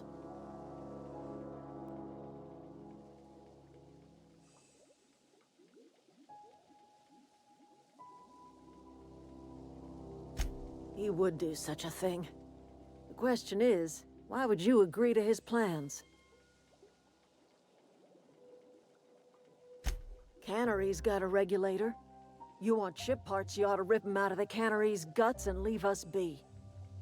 If you're going down to the plant, you should divert power away from Edgewater and toward our end of the grid. Think about it. You'd be liberating an entire town from a lifetime of service to that odious cannery. Seems the sort of thing a hero would do.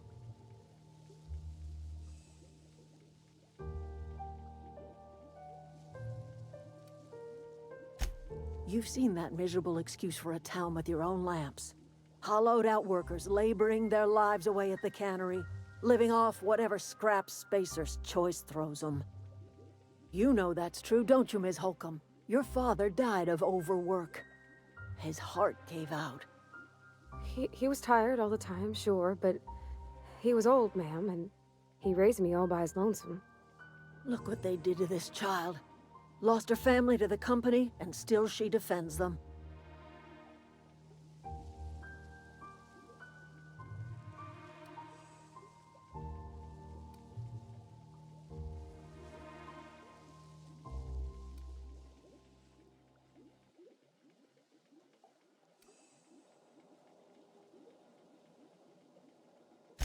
It's not much of a living. Every single person in that town has sold themselves to Spacer's Choice.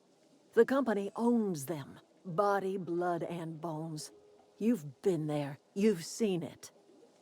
All anyone ever does is toil over a cannery. They give their lives for some heartless corporation, and then they're tossed into a Spacer's Choice brand cemetery.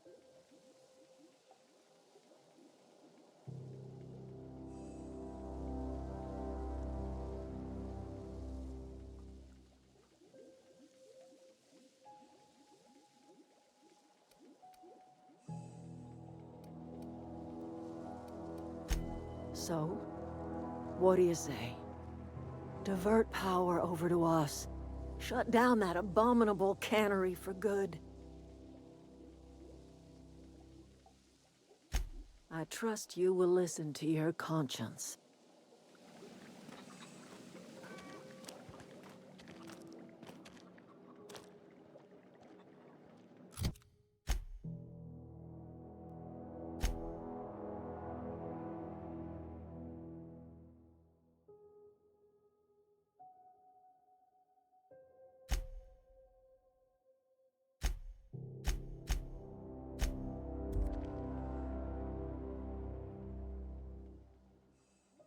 Anything else I can do for you?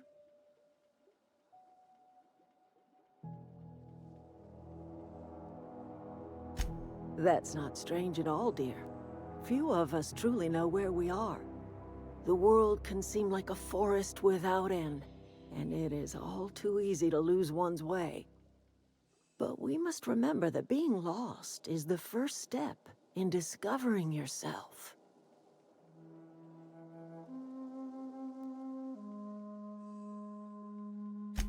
This is the old botanical lab, in Emerald Vale, on Terra 2. By the look on your face, I'm guessing you're not quite following me.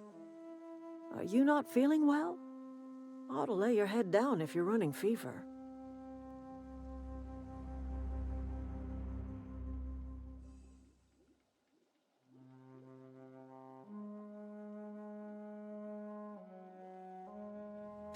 Are you talking about an escape pod of some sort? Where did you say you were from?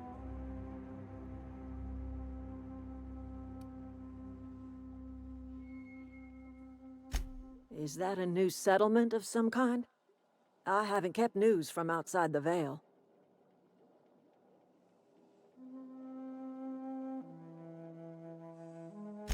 Oh, you're talking about that old piece of folklore. Now I'm convinced you're delirious. You really ought to lay your head down, dear. Babbling only agitates the humors. You ought to try some of my purgative tea. Won't cure what ails you, but it will distract you for a spell. Maybe I do. I don't know yet. Growing up, I heard my folks talking about the hope. Always believed it was just a story we told ourselves to keep our spirits up. Listen, don't you worry about what I think. That's not important. Worry about what the board thinks of you going around talking about lost ships from decades past.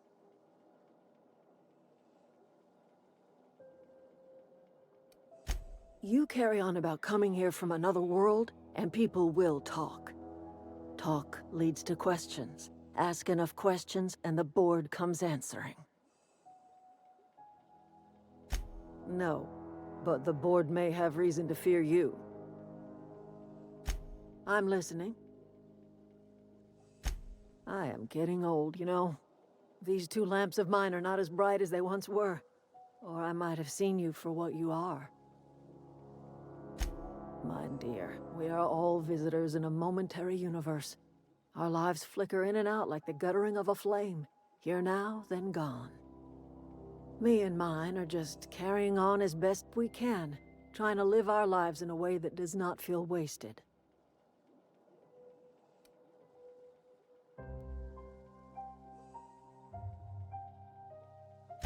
More of the colony felt the way you did, we'd have ourselves a proper revolution. I can't stop you from conducting your business down at the plant. I just want you to know that if you take our power away, you will have brought an end to our way of life.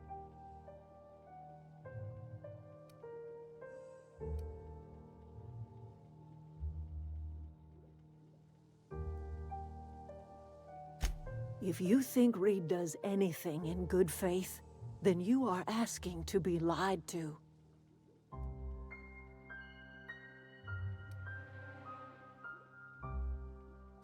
That's because Reed was my boss. I was the cannery's one and only flavor specialist, you see. Remember that limited run of white chocolate saltuna? That was all me. My son worked in that cannery. When the plague started coming, he was one of the first to fall sick. We had a store of medicine locked away, but Reed refused to treat him. Said my boy didn't deserve treatment. Said the medicine would have been wasted on him. So I buried my boy in the cemetery, gathered my belongings, and left. That's as much of the story as you need to hear.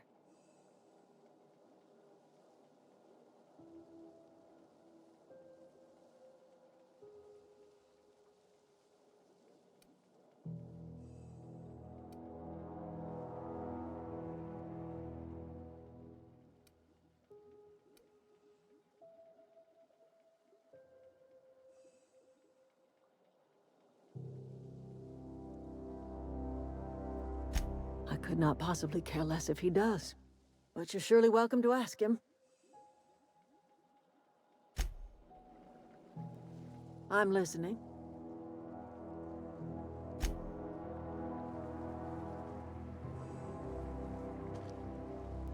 Something you need?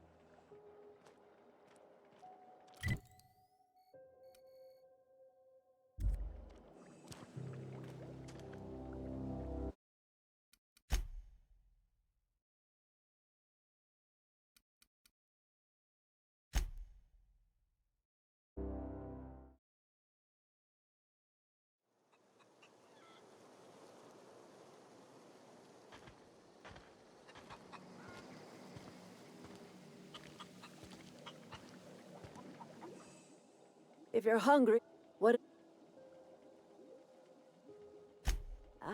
Excuse me. What are you...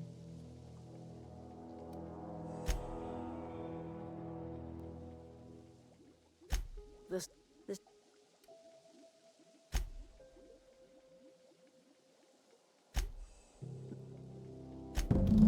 Let's...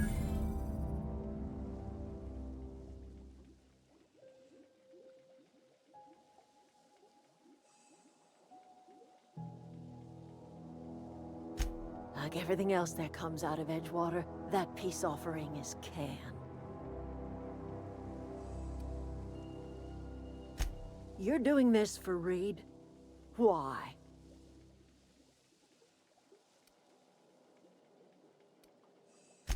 Can you think about...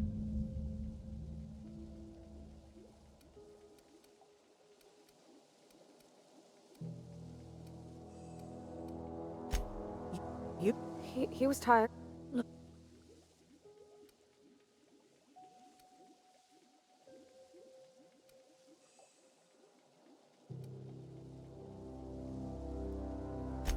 It's not much.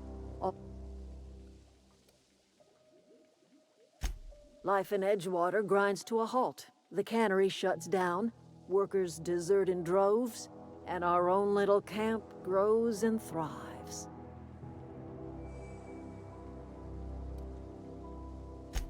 You bring power to Reed's town and you'll be killing us. Reed knows it. He's counting on it.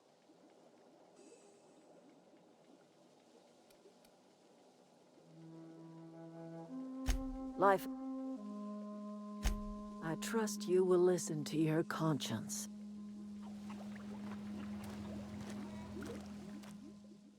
Anything else I can do for you?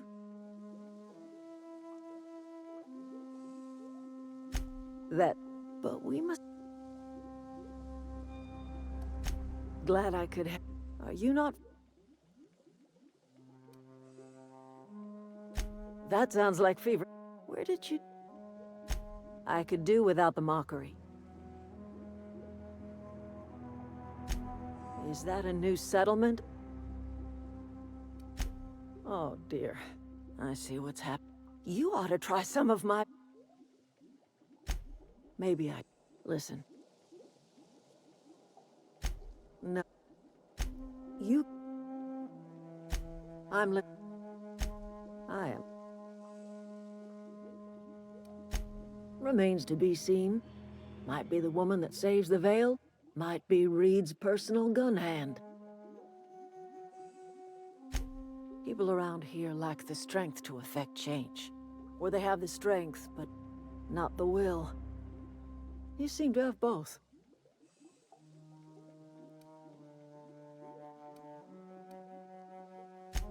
More of the colony felt the way you did, we'd have ourselves a proper revolution.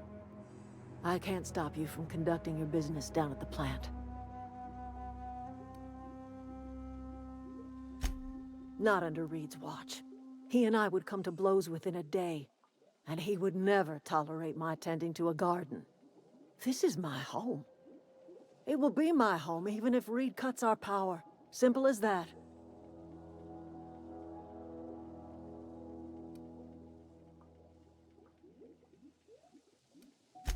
If you think... That's because... We had a store of...